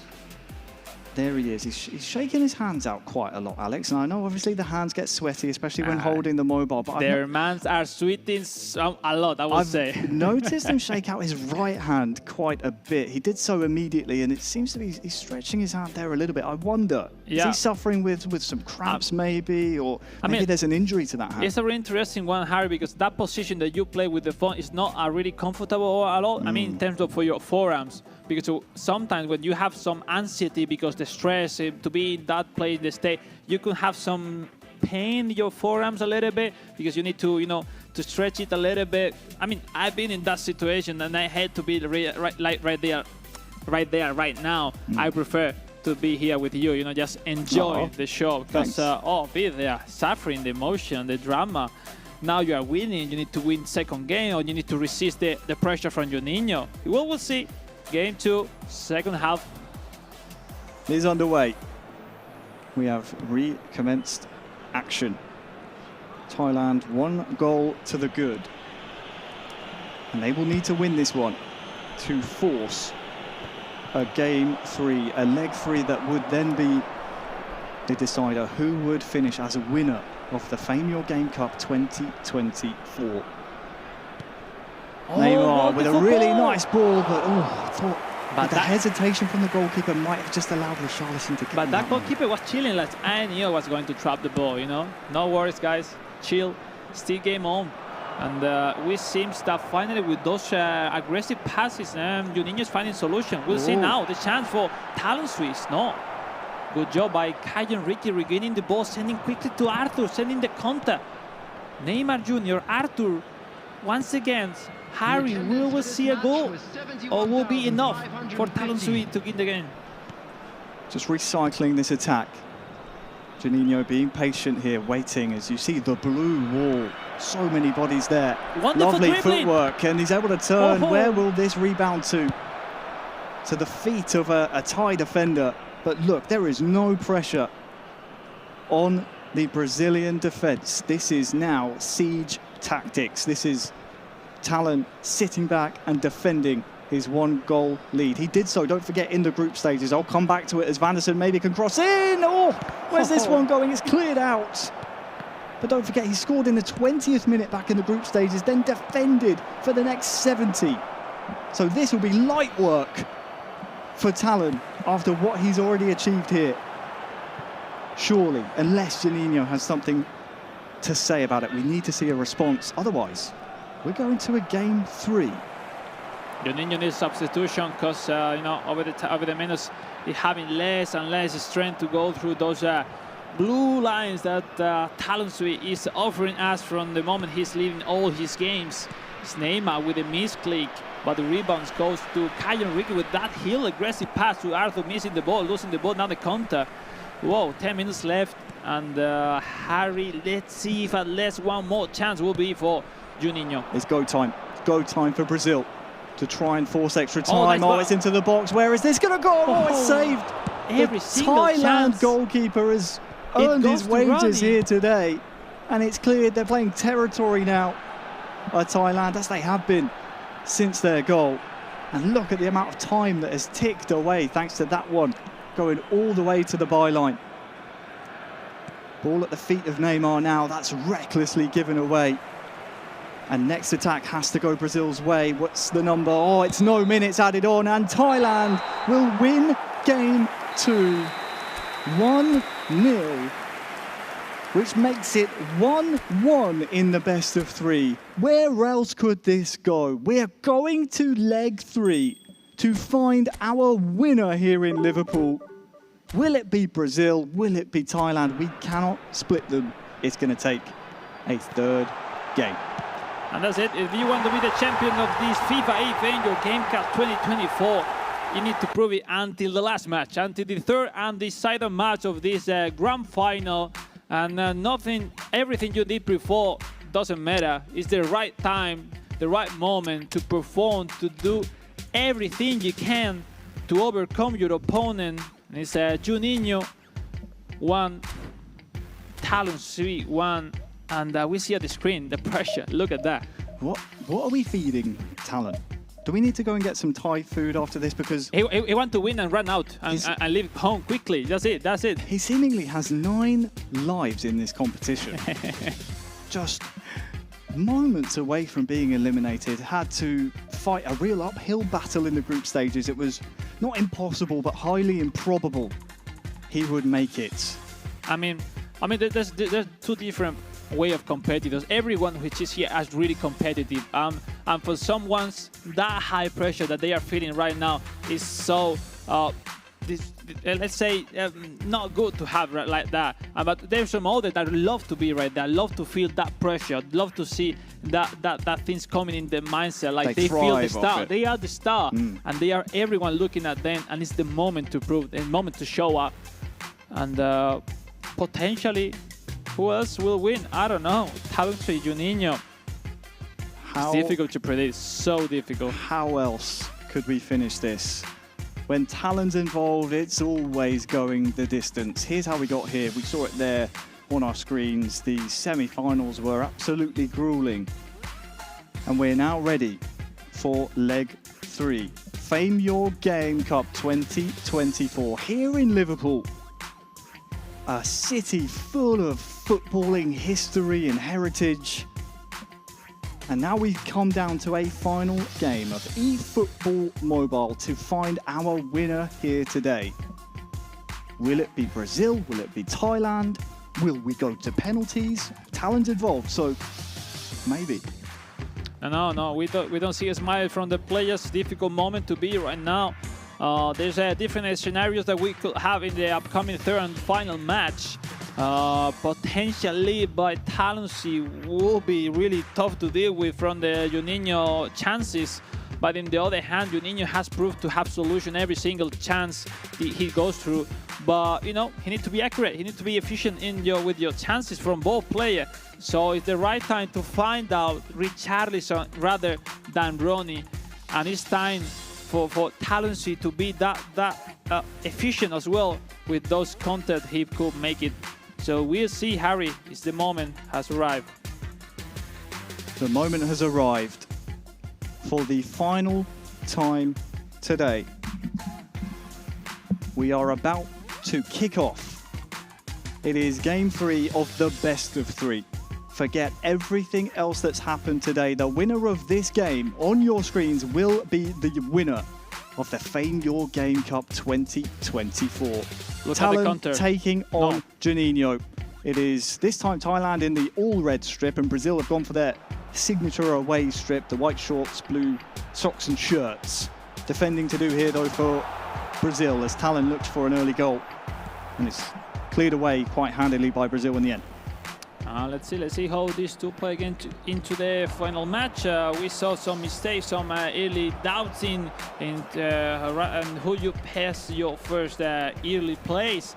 We saw also some high pressure from Juninho that want to go for it from the very beginning. Taking his time, Talent Swiss choosing the right one. Now the mistake, we'll see. Now the counter is running with the ball. 2-on-1 on the right side, Fred Ronnie. No, wonderful defense by Auke. The defender, the left back from Thailand. Now quickly Sarachak going forward. Boumathan going to Chalet. And Chalet looking back to pass. Yes, Boumathan with the potential option to the cross. It's standing one. 2 Brazilian players go up for it and almost make a mess of it.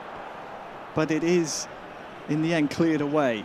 Possession stays with Talent Sui for now, though. Talent has been so resilient today. Look at the passes here. It's wide of the goal. First real chance for Thailand, and Juninho knows that one has to be respected. Very good chance here. He had to try the first time shot. There's no other choice rather than that one. If he controlled, it was easy for the defender to regain that ball. Nice try, nice try.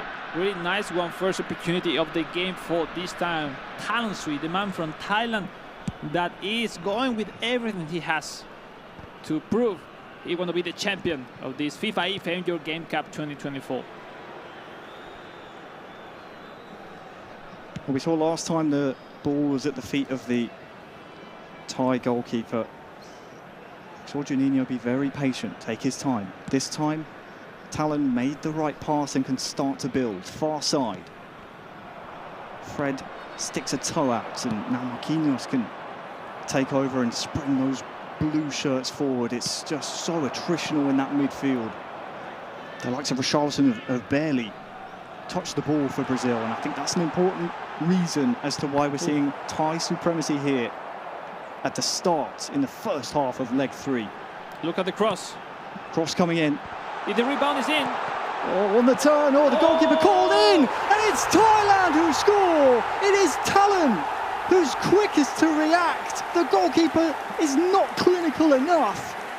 Right place, right time. It's Talent who takes the advantage, breaks the deadlock after 35 minutes here in leg 3. Let me say, Harry, I'm really looking to the faces of the player, and we have not to be that much intelligent to see that the worst scenario for the Brazilian is this one. Starting losing the game against a really defensive player, Talent Sui, regaining that rebound. He was really smart looking for those crosses, finding, secondary chances, because he knew from beginning it's difficult to score the header. But look at that one. In the third match, the lucky on your side, catching that rebound, his main forward, putting it into the net. 1-0 for Talon Sui, 1-0 in this final match that will change drastically the mood and the rhythm and the pace of the game for sure. It flips this grand final on its head entirely. Talon is just the king of comebacks. I don't know how he does it, but there's been something mythical about the Thailand player here in Liverpool. It's been magical to watch. He just made the great escape out of the group stages and then won the marathon of the semi-final against his Peruvian opponents, ready for it.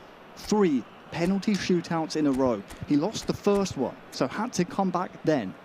Lost game 1 of this grand finals, now finds himself in game 3. 1 goal to nil. Still early on, but it's a big advantage to carry going forward. Still Leon, but it's a different situation because you look, the response of Juninho is not the same ones in the previous game. Now, directly 3 defenders. It was like he knew what happened in the previous league. He knew that he was having a hard time to go forward, hype up the pitch, to create these chances, and now he needs to do something else. He needs to do something different than before, because he knows the only one that has beat him in this competition is him, is Talon Sui, and now, in this moment, there's no room for mistake. There's no room for this approach, this opportunity, because both players are really close to be the champion. But for the moment, Talon Sui with the lead.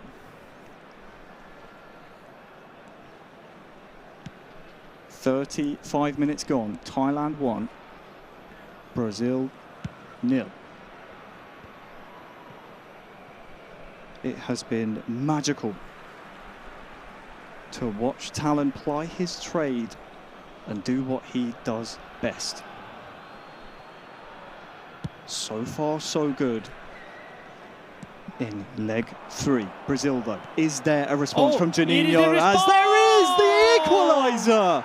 There is that response that we haven't seen against Talon in the past. He finds the equaliser and sets us up for an amazing rest of leg 3. 1-1.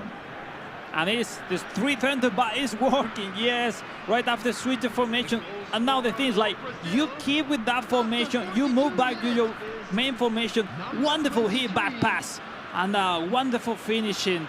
Is Brazil with the draw, is Juninho with the draw.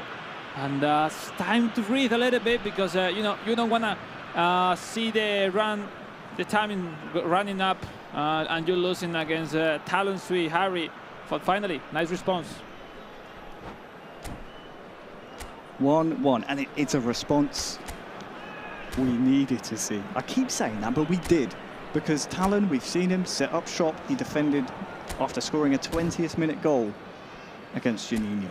So if a couple of attacks went by the wayside for the Brazilian and Talon started to find his defensive footing, this could have gotten very, very frustrating very quickly for Juninho. He could have felt the tournament slipping out of his hands, but the reply on point, and it sets us up. We're still in the first half, by the way, so half time approaching, but sets us up for a second half that could be really explosive. Yeah, we see Juninho coming back to his previous formation, his main one. In the other hand, we saw Talon Sui with a really interesting advanced tactics he's putting on his player. As we saw, he's playing with 2 AMEF, and he's putting offensive instruction to both of them just to go forward, hype up the pitch every single time he regains the ball. It's one of his keys on this tactic, on that defensive on paper formation, but at the end, a really good formation, obviously in good hands, in the hands of one of the best players all over the world, Talon Sui from Thailand.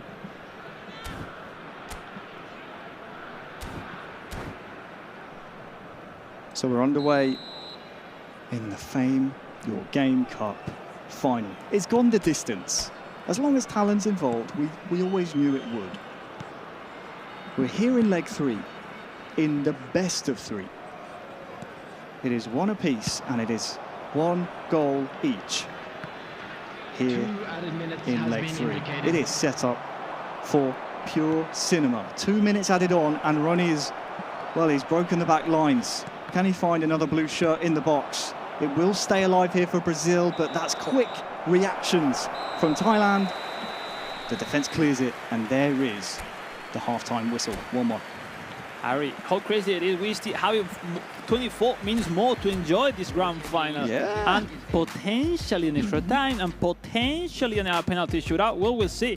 If we are seeing the talent suite taking part in this game, potentially, no, not potentially, obviously, It's guaranteed. Obviously, It's guaranteed. the chance to be in a penalty shootout is high. It's really high. But we'll see. Now, I love the reaction from Juninho. Now, the mental game is key with the 3 center back. He's proving that no, he went back to the 4 defenders. But he's having a hard time to be as accurate, as aggressive as before. And it's talent suite, maybe for the moment, with initiative in this third leg. Just taking a quick moment to look back on these players' careers as we kick off the second half. Obviously, Talon won the Bayern München club event in the Allianz Arena over in Germany. We then saw Juninho come over to Manchester, just up the road, won the Old Trafford club event finals there. Both represented their respective clubs at the World Finals. Both fell short. But one of them has to become the bride here. The other one will remain the bridesmaid. But who is going to take centre stage and be crowned our winner? Brazil looking really good here, Roni, with the cross, and it's to the head of Richarlison. It's who you'd want taking that chance, but it is not good enough. We can say, man, maybe Richarlison is not the man for the big games because we haven't seen so far in the semi-final and the finals. That is a really good chance. And Brazil, since the half-time resumption, definitely have looked strong. Now, what response is there from Thailand? Well, see, it seems really strong in this start of the second half. Juninho with another move. Now Richarlison, wonderful pass for Rafael Veiga. Looking for that low-through pass, but this time no. We need to restart his play a little bit, waiting more. He's approaching for the secondary lines, half up the pitch. Now the chance for Talon Sui, looking on the right wing, but no, it's Arthur, the Brazilian, former FC Barcelona, many clubs, with that recovery. Wonderful. Now Marquinhos. Marquinhos, crossfield ball. Brazil looking really good coming forward. Richarlison near side. He's drifted out quite wide since the second half has started, and it's not really where you want him. It's not where he's best utilised. You want him on the end of those crosses. Yeah. But for now, I think any attack, it doesn't matter who is in what position. Juninho is just looking for that killer edge here. Likewise on the other side, for Talon, he wants to put red shirts forward. He's still playing a defensive game plan. You can see there at the bottom of the screen, that blue bar.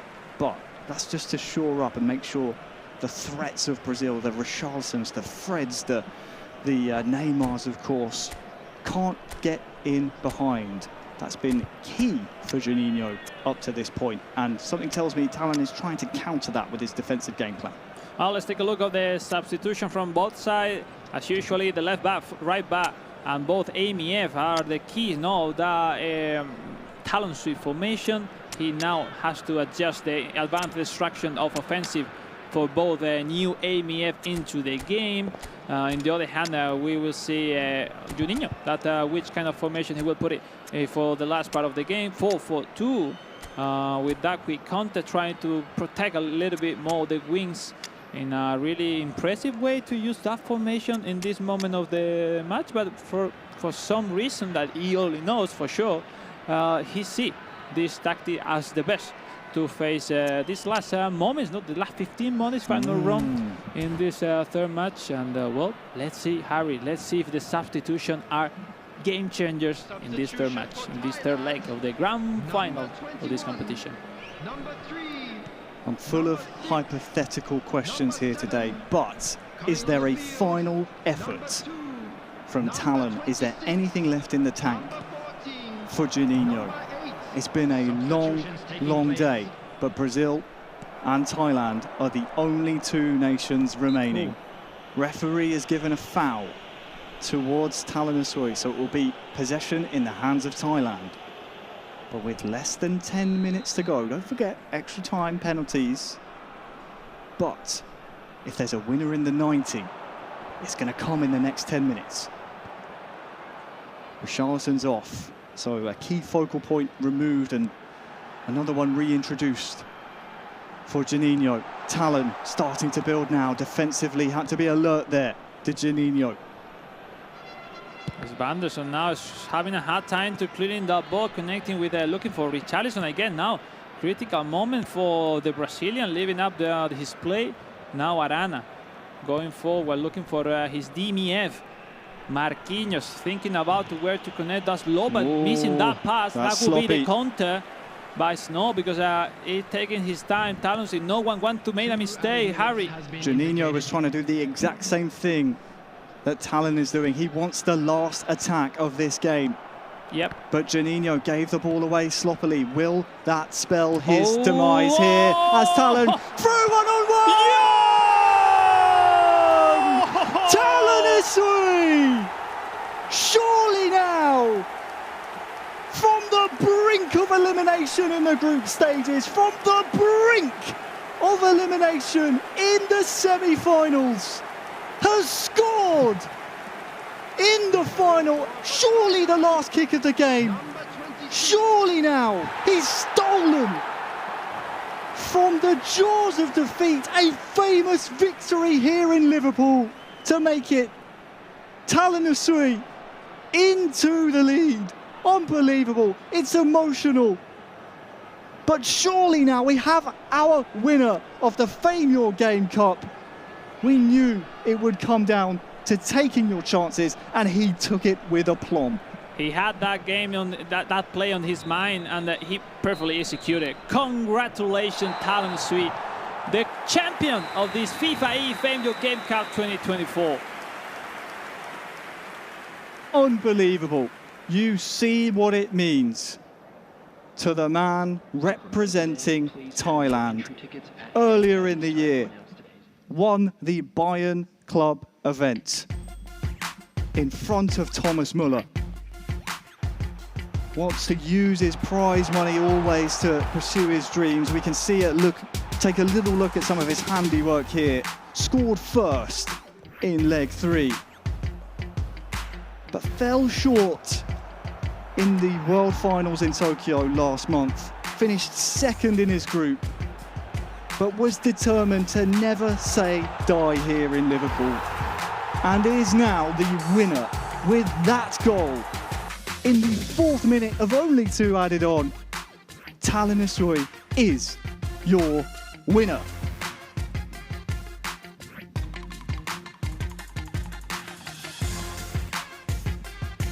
What a performance by Talon Usui.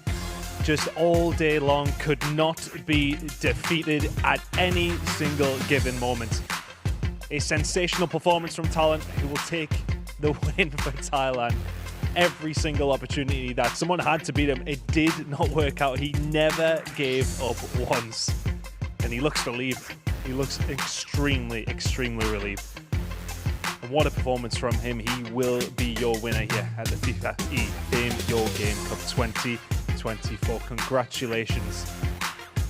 We've got the guys coming over. I mean, what an absolutely tremendous performance, Harry. Unbelievable, isn't it? Unbelievable is the only word.